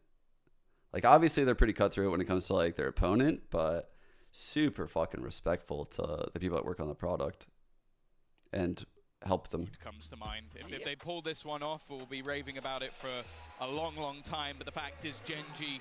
I love hearing that. Like, and now they are looking hearing like the behind-the-scenes people get credit and stuff. For the first time in their history, not only making it to a Masters, some drone presence here, maybe. Masters playoffs for a lot of these players. Showing that was the drone. A dream that may never have come. And with a roster that many wouldn't have expected to be this damn good. I can also see his feet for the A main push. So in addition to seeing the little headies like this, he's spotting feet over here. One of the favorites to take the crown. So they spot the Halls push, that activates a mid lurk. Against them are not ones that you can be foolish, that you can give chances to, and they have struggled. Wait, a cage up there. Time before. EDG clearly not giving up just yet, but this man in pistol rounds is devastating as ever. The lurking Karen is all that remains. Watch your flank. It's a trap here as well. Just gets caught by that. There's the info to play with. It will be a legendary comeback. Concon using Fnatic's pistol. He'll have to channel some of that energy and then some. Yeah, you need more than that. Well, it's a mini victory, so to speak, for EDG. 11-2. They've doubled. And this is like the signs of what I said, right? Like EDG, if they put 4 on the board, we're talking a different game after this pistol. We're hype, we're feeling it. The comeback is real, like it could happen. But bro, like they showed me what I wanted to see 1 round in. But fucking hell, 1 round to work with is. The coaches really impact them. How much they lead by example, well, they're silenced. You're gonna have to rely, well, either on their opponents eventually. Like I guess they showed me the cam that I would want them to use. I'll say that. Even still, though, which is the cam that spots feet and Halls. Other than that, not a whole lot to play with, and of course, you don't really expect any players to be saving too much here for the side of EDG because you can't afford to play a bonus round in the next. Part of me sees this right as by his head. A Gen.G round, but how things have been going. Texture's dealt with though, and now my odds are switching up a little bit. EDG have site control, man advantage times 3, and well, it looks like Gen.G will fall flat in this eco round. 1 kill for Lakia, and we're at the stage with 2 rounds needed for Gen.G. I don't really care how much damage they do. That's They can make this a bit more costly. What is that laugh out of Tom? That was fucking evil. He's picked up a Sheriff. He's close to the spike. Fuck. There's a couple players getting close to ultis. It's 11-2 though. He can do what he likes. Probably just going down to the spike. honest. They've had so many plays that have been based off confidence. I wouldn't even mind too much if he tried to just do some damage. They have such a ridiculous lead, but clearly just wanting to make sure that... I mean, the scenario that you never, ever, ever want to be in. A must-win bonus. This is literally a must-win bonus for EDG. I actually think they need to upgrade this shit. Like, you can't be playing a bonus round here. You are too I actually agree with Tom. Yeah, to Yeah, get to like, 12, you're playing for overtime. it's a weird situation. We are at least seeing rifles purchased up. It's still not going to be the best of buys, though. That's the thing. I think an Outlaw's been purchased in the place of a Marshal. That's a He upgraded from Marshal to Outlaw. To buy into the next round, but even with the slight weaknesses, What? EDG need to win this. Well, EDG have 3 rounds, and Munchkin has 3 deaths. It's been a pretty strong game for Gen.G so far, and now the rifles come out. As you said, EDG have some upgrades, but there's no such thing as, oh, well, we lost the bonus, it's all good. No. You got to win that bonus, and nobody's off to a flying start with Karen already down and out. Gen.G's numbers thin out. Can't believe yet, but man. Well, you see, with the wall already up, I think they're going to wait for another pulse. When the wall goes down, Kankan might have an opportunity to spray away. Good spray through. It's dealing some damage. Chichu is forced back, caught by nobody. Ooh. This is a good look He for got the the side of trade. EDG, trading out one after And then another. Chichu versus They said Yoru. they needed to win this bonus, and it looks like they've got Why it is locked Chichu down. running? Meteor, yeah, has a free kill. And it's been left to a 1v2. Very winnable for Meteor. TP, I love this. I don't know if he's going to commit. I imagine it's a fake for info, and then he can sneak his way through to the site, but let's see. Both players sat back. He does take the TP. It's being watched by man. Kankan. Both players are on this angle. It would have to be a mistake at this stage, and even Kankan, one of the most confident players, decides it's not worth it. Smart stuff from EDG. Okay. Not going to overextend. All right, they got the bonus. This They is got the it. exact They got the start bonus. they needed to start what will be one of the most ridiculous comebacks All of all right. time. Still, All right. I don't think until we get to 8 or 9 rounds, I'm even going to start thinking about what could be on God, the imagine cards. if they put 4 on the And board you in can that see the first confidence half. that's there. Like, that push from Karen is ludicrous. It just goes walking out. You can kind of understand it at this point when you Even won if they that had many like rounds. 3 on the board, dude, we would be really feeling good about EDG right They can now. throw out a couple of those curveballs. Now, here's the interest. Yeah, they got some new Outlaw skins they're rocking. 11-4. A huge lead for Gen.G. I've noticed a couple of them. And they decide to call a timeout. Funny, because you mentioned, Tom, earlier about how Chichu They have both their was timeouts though, complimenting so the coaching staff of EDG, saying how important it is for them to touch base with them. Gen.G This has isn't given them an in- opportunity to do so. Oh, okay, okay. Obviously, I see they're what just you're saying. concerned about Look, closing this game out. When your coach is solo, one of the legendary Korean FPS players, you don't care who's on the other side. Like, I'll be honest with you. He is someone who was there at the beginning of Valorant. I'll mess He with was the there boaster. in titles before Valorant for many, many years. He has so much experience that I think they're going to value that a lot more than, oh, okay, now Arthur That's gets to exactly talk the to his problem. team as Yeah. well. The problem is they have like no buffer, right? Like, and when you're up against the wall like this in Valorant, the ults can often carry through a round by themselves. Like the Yoru ult paired with a Sova ult is insane, especially if you like do it at the right time, like in a late round when they're tapping the spike and shit. There's so many ways to win rounds with some of these ults.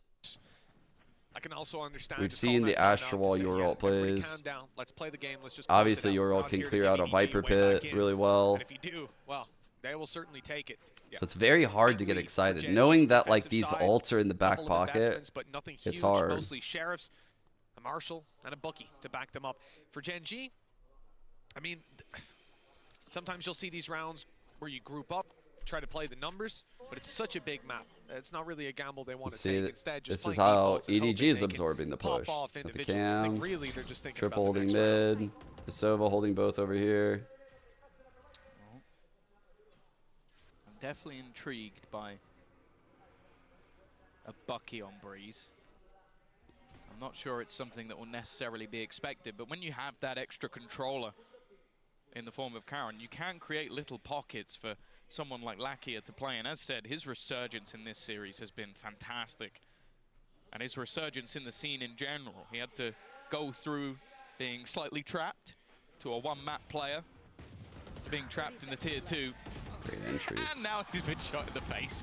I was optimistic. 2 more here. One of those plays you never really expected to work. Meteor, though, still making things interesting. But he will fall as well. Munchkin a little bit out of the action. Looking to keep the rounds to deaths ratio the same. I don't know. Is the YouTube stream better than the Twitch stream? Spike, which doesn't come up on the scoreboard. I'm streaming on Twitch and YouTube right now. If we're being pedantic, he's died a few more times. But for EDG, 13-5 on last map. Pushing up to 5 here. Full buy for Gen.G next. Deja Vu starts to ring true, but the attacking side has had a good run of things in this round at least. Damage is very minimal. Nobody and Haodong both extremely low to the Sheriff. They're just going for the exit towards the spawn. Yeah, well, Munchkin might not die to the spike. It depends how quickly he pushes out here. Still being watched on the cross, but he finds a nice, safe corner to go down to it. So he'll still be able to buy in the next 11-5. It's such a bait. They're like, ooh, he's gonna give us the kill. A long distance left to go. Good crossover. It's worth mentioning, Lakia, well, he's 13-9 right now, 3 assists. He was 3 kills, 18 deaths, 1 assist on map 1. I mean, it was an abysmal map for him on Icebox, but Split and Breeze, he's back in the game. Well, it still seems like it was the closest map so far, which kind of says how things are going elsewhere. But I'll do YouTube. 11-5. If I have another break.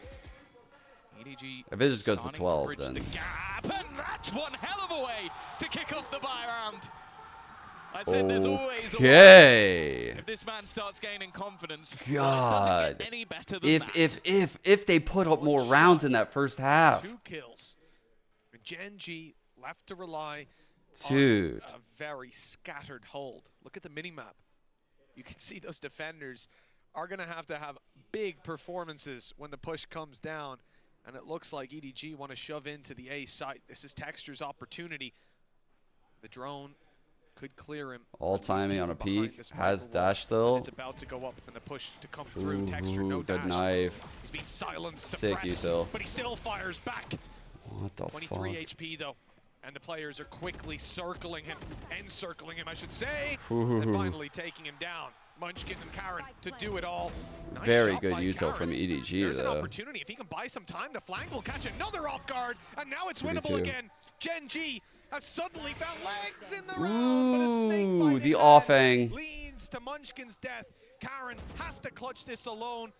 He's keeping his opponent behind the pyramid, but nobody jumps up top to take him down. A 6th for EDG. Okay. Down to 5. EDG at 6. Not quite manageable yet. They're chipping away. The ults are finally coming here for Gen.G.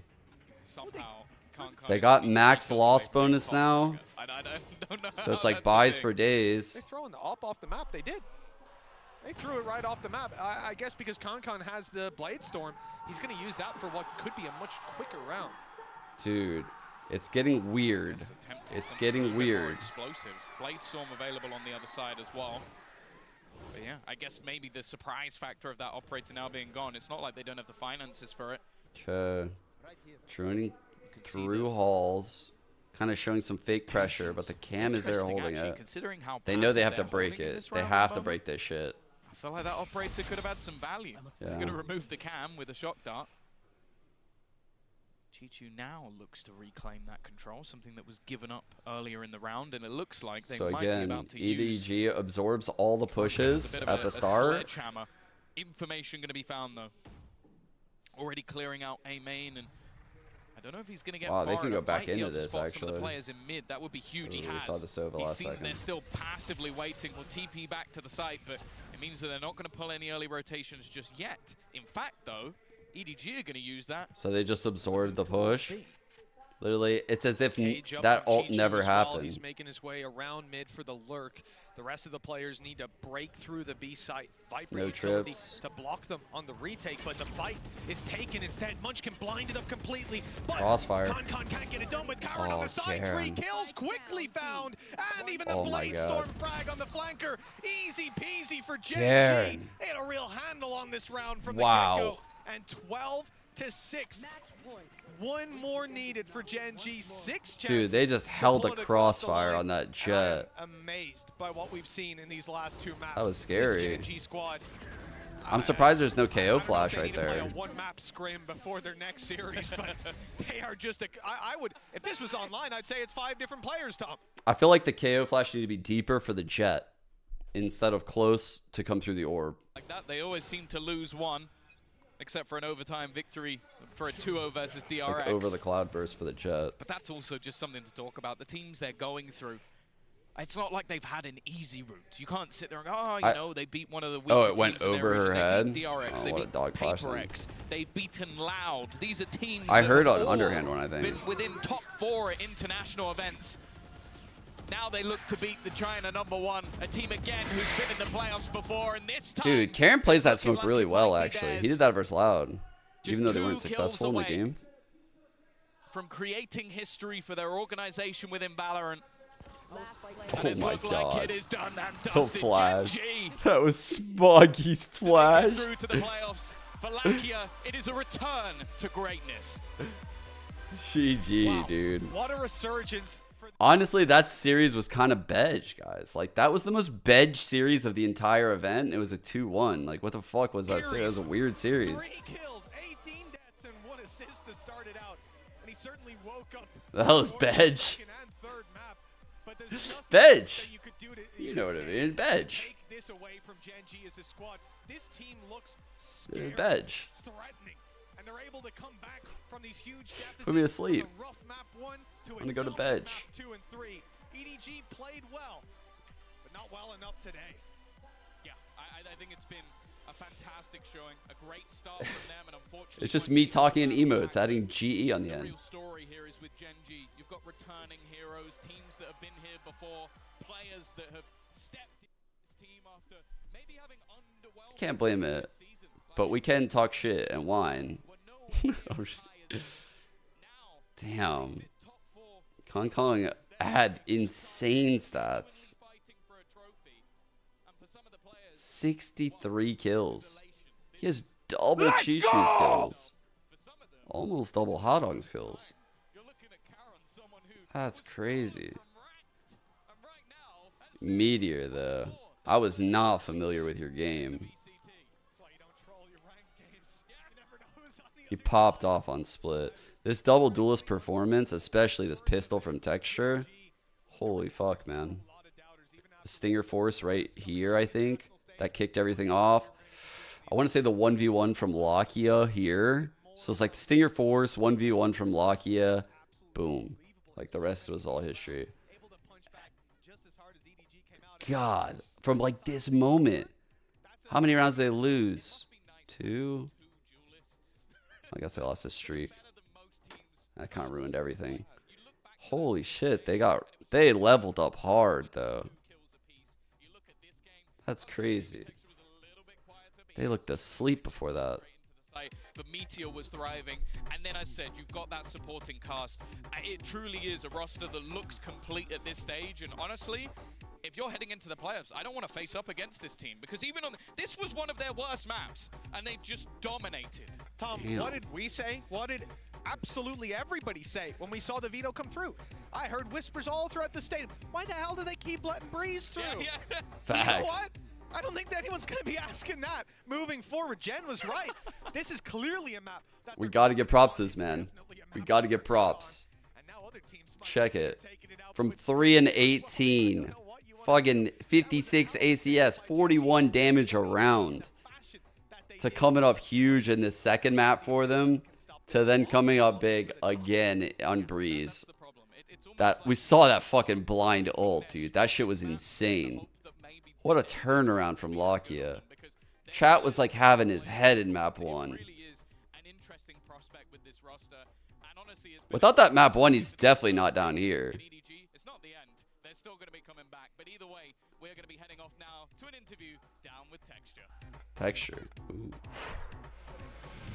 Y aquí estamos con Texture y con Jen. We're here joined by Texture and Jen for some translating. And we're going to talk about a little bit what happened into this match. Actually, both of your map picks so far in this tournament have gone the other way. Do you think that it is just you dropping the ball, or maybe the preparation is not on point for the tournament? What do you think is happening? 그동안 경기를 보면 좀 젠지의 맵픽에서 아쉬운 결과가 있었거든요. 좀 준비 과정에서 아쉬웠던 부분이 있는 건지 아니면 좀 어떻게 설명할 수 있을지 궁금하다고 합니다. 맵픽이요? 네. 맵픽에서는 사실 저희 생각으로는 전혀 문제 없었고요. 근데 오늘은 조금 되게 Chat, how's Texture's English? I know he's on G. 뭐지? 어센트를 I'm not saying you should answer in English. I don't expect that. I'm just curious. No, I don't think the map vetoes or preparation were the problems, but what did catch us kind of off guard was EDG banning Ascent. Okay, that is a good one. Parece ser que no les preocupa mucho que hayan fallado y hayan perdido los dos map picks que han tenido hasta ahora. La verdad que la mayor sorpresa dice que es que EDG les haya baneado en las cenas. Es lo único que les ha sorprendido un poco. Para la segunda pregunta, les voy a preguntar cómo puede ser que no se vengan abajo con toda la presión de llegar siempre a ese tercer mapa. Also, as a result, we had very long matches. You always end up in that third map. Eventually, right, the pressure is going to catch up. Do you think that you deal very well with pressure, or is something that doesn't bother you at all, also moving on to playoffs now? 계속해서 시원한 2대0 승리가 아니라 2대1로 경기를 이기고 Let's look at 있는데 insight into 이런 like what the team thought before 플레이오프에 Breeze. 진출하면 Kind of like 부담감이 how it's framed. 강해질 수도 있잖아요. 이 부담감에 대해서는 어떻게 생각하고 있고 또 어떻게 좀 해결하려고 하고 있나요? 부담감은 전혀 없고요. 저희가 D심이 센 팀이라고 생각을 해서 근데 2대0으로 끝내고 싶은 게 간절하긴 합니다. 제 개인적으로. No, not a lot of pressure. We're definitely okay with the pressure, but personally, I am desperate to close our series out 2-0. But we're pretty confident with our resilience and the ability to, crawl back or even just to recover. Dice que no, la verdad es que la presión no le molesta en absoluto. Le encanta la resiliencia que tienen y cómo son capaces de darle la vuelta a la tortilla. Aunque la verdad es que le gustaría mucho tener un resultado 2-0 para ir tranquilitos. Esto es todo lo que tenemos. Thank you guys very much. We'll see you in playoffs. Go get a long rest and let's toss this back to the desk. Thank you. Hey, I got a question for you, Mimi. And hello, by the way, to Tom joining us on the desk. I have a question for both of you. Does it ever drive you crazy just how fast the night changes? Because Gen.G managed to You take sound that like one. a philosopher. What does that mean? Yes, it does. Wait. Absolutely. What? Yeah. Yeah, Yes, it does. It does. Strongly agree. Thanks for joining us, Tom. But yes, that match was a roller coaster of emotions. Some I mean, not it's a all pretty too boring pleasing. roller coaster. It was like a really big high and then a really big low if you're an EDG fan. And if We it's really the other way let down around, on it's a that really third big map. low and then a really big high. I mean, crazy how that one swings around. After, honestly, Gen.G looked miserable on Icebox. They come out here, they dominate on Split. They show up to Oh, Breeze, it's One and they make Direction great lyrics. changes Bro, to that this went composition. right over my They were head. constantly I'm gonna keep it getting a into these buck. post plans I with was this like, double duelist comp, and their post plans were what's just happening right unbeatable. now? That's They were that's ratty. something. Like, that's the thing. They didn't. Like, they had that's the a double bar. rat. It was like the first player obviously setting up with all double the rat. fights. Ain't no one comes on the desk and talks like It this. was just disgusting. Like, it was beautiful in essence, but also then they just had the disruptive nature of the duelists. It was the perfect like 1-2 punch. Yeah, it's so funny that Yo, peace everything out, that I Wave. was saying about Thanks for stopping EDG, by. the first map, suddenly I'm saying about Gen.G and this map, it's just, they were suddenly controlling the pace and bullying EDG in this way. I think it kind of shows that both these teams, honestly, are pretty comparable, right? They're playing Oh, very fuck, similar, Alan pretty basic rated me comps 6 for the most minutes. part. Thanks, Gen.G Alan. will throw something like that Breeze in there. They play really pretty solid fundamental Valorant, pretty slow attack sides, trying to find a gap, set things up, but also rely a lot on like the heat of the moment and how good their individual players are popping off into maps. And I think that's why we see, honestly, for both these teams, them be so swingy. One player missing out on a performance, a couple Yo, rounds Tommy, slipping Inc. away, and those swings can be Aussie massive. Vox. But I think we saw peak Gen.G in those last two Several games. others. Thank you guys so much for the subs. I'm so sorry. I missed them a lot during the co-streams, I've but never I seen this really team look appreciate all like you that guys. before, but it was just like they were so prepared for Love you all. absolutely Thank you. everything he was going to do. Like all the aggressive peaks, there was someone watching it. There was a piece of counter utility. Like it was just beautiful. And you guys hit on this at the end, but it's crazy that Gen.G are in the top 4, right? Yeah. Think about how many of these players, like last year Texture was on GE, was kind Who of is like Caron, by the way? Yeah, who Where is did he come Red from? Demon? So much has changed for all these guys. Lucky we haven't seen him since 2021 at the global event. Do you guys know who Newturn is? No. Anybody at home? Have you heard of Newturn before? A long time ago in a VCT. We're kind of cooking on the pick'ems, guys. We're kind of cooking. Loud are the only team that has let me down so far.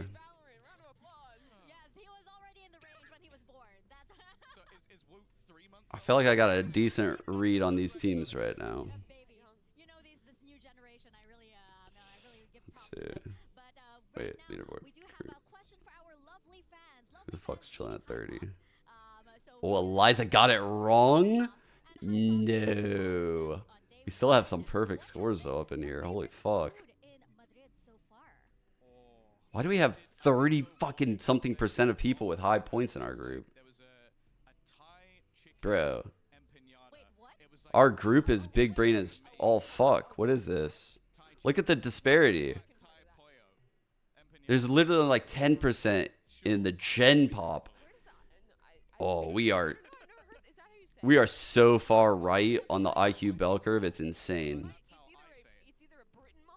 It is probably a Britain moment. It is Both probably. are possible. Like, let's But be that does real. sound amazing. We're probably both wrong, and Kukuka will come back in a bit. Ooh, yeah, I think we get a Lim Games. He's like, both of you are idiots. But, yeah, it was recommended by the shop owner himself. He's like, this is my favorite, and it was God tier. Well, what is God tier right now is how our brackets are looking. Because First the Lim Games. Again, I bring up the alternate universe of VCT that we are living in right now. This and we game. Are seeing Sentinels back, when we're seeing Gen.G as well, making the 2 first teams into our playoffs is going to be Sen City and Tiger Nation. Yeah, it absolutely will. I feel like what we just saw, like maybe here, could feel like a budget version of what we're seeing, you know, tomorrow here. This team is super stratted up. God, they are fucking, their util is insane. Probably my favorite team to watch right now. If I'm gonna be completely honest.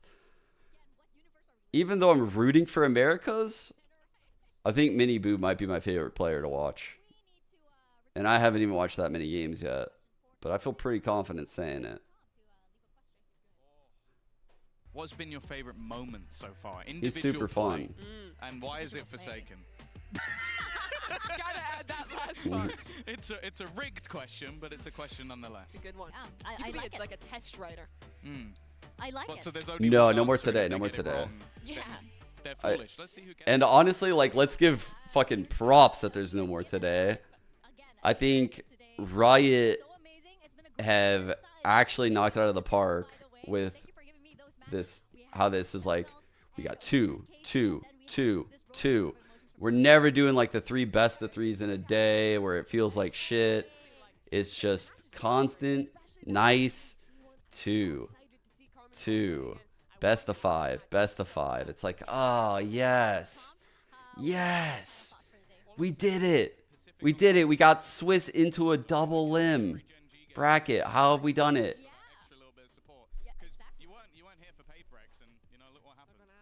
This format's fucking fire. Well, that's what needs to happen. But in the meantime, thank you so much for watching. We will see you tomorrow from Madrid. Hasta mañana. Yo, what's up, Nick? How you been, bro? Oh my god.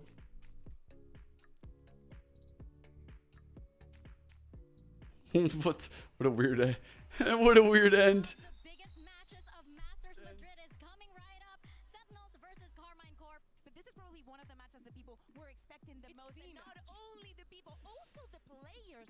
We're starting on split. Sentinels look unbeatable. It's pretty sick that we haven't had like 2 2-0s, you know? So far, all of our days have been like 5 or 6 maps. I think it really shows the competition is very fucking close. There is a chance we get it tomorrow, though, because I think the disparity between the teams' play styles is high. I don't want to say the teams' levels. I'm trying to be careful here Because I don't think that there's no way that the underdogs, like there's puncher's chances in any Valorant game, especially shit like this. But I mean, I was just kind of in disbelief when I was watching this that like these rotations weren't abused. And same thing with these, with the chamber instead of like a Killjoy. And I think this is a very bad matchup for FPX. A very, very bad matchup for them.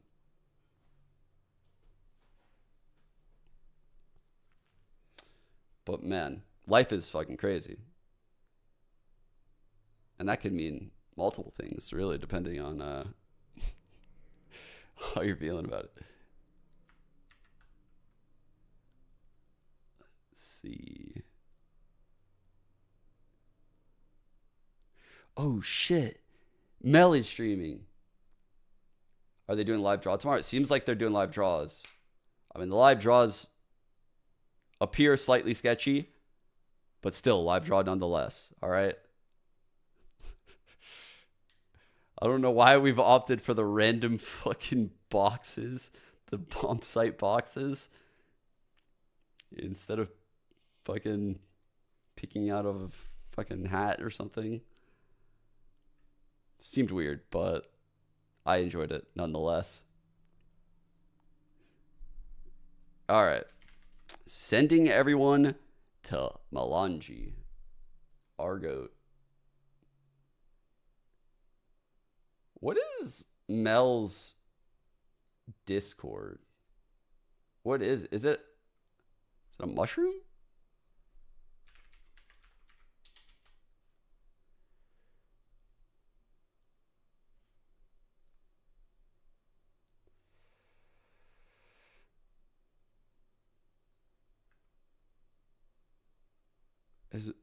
Is Mel's logo like a mush? Is that a mushroom with like an army hat? What the fuck? He salutes. That's amazing. All right.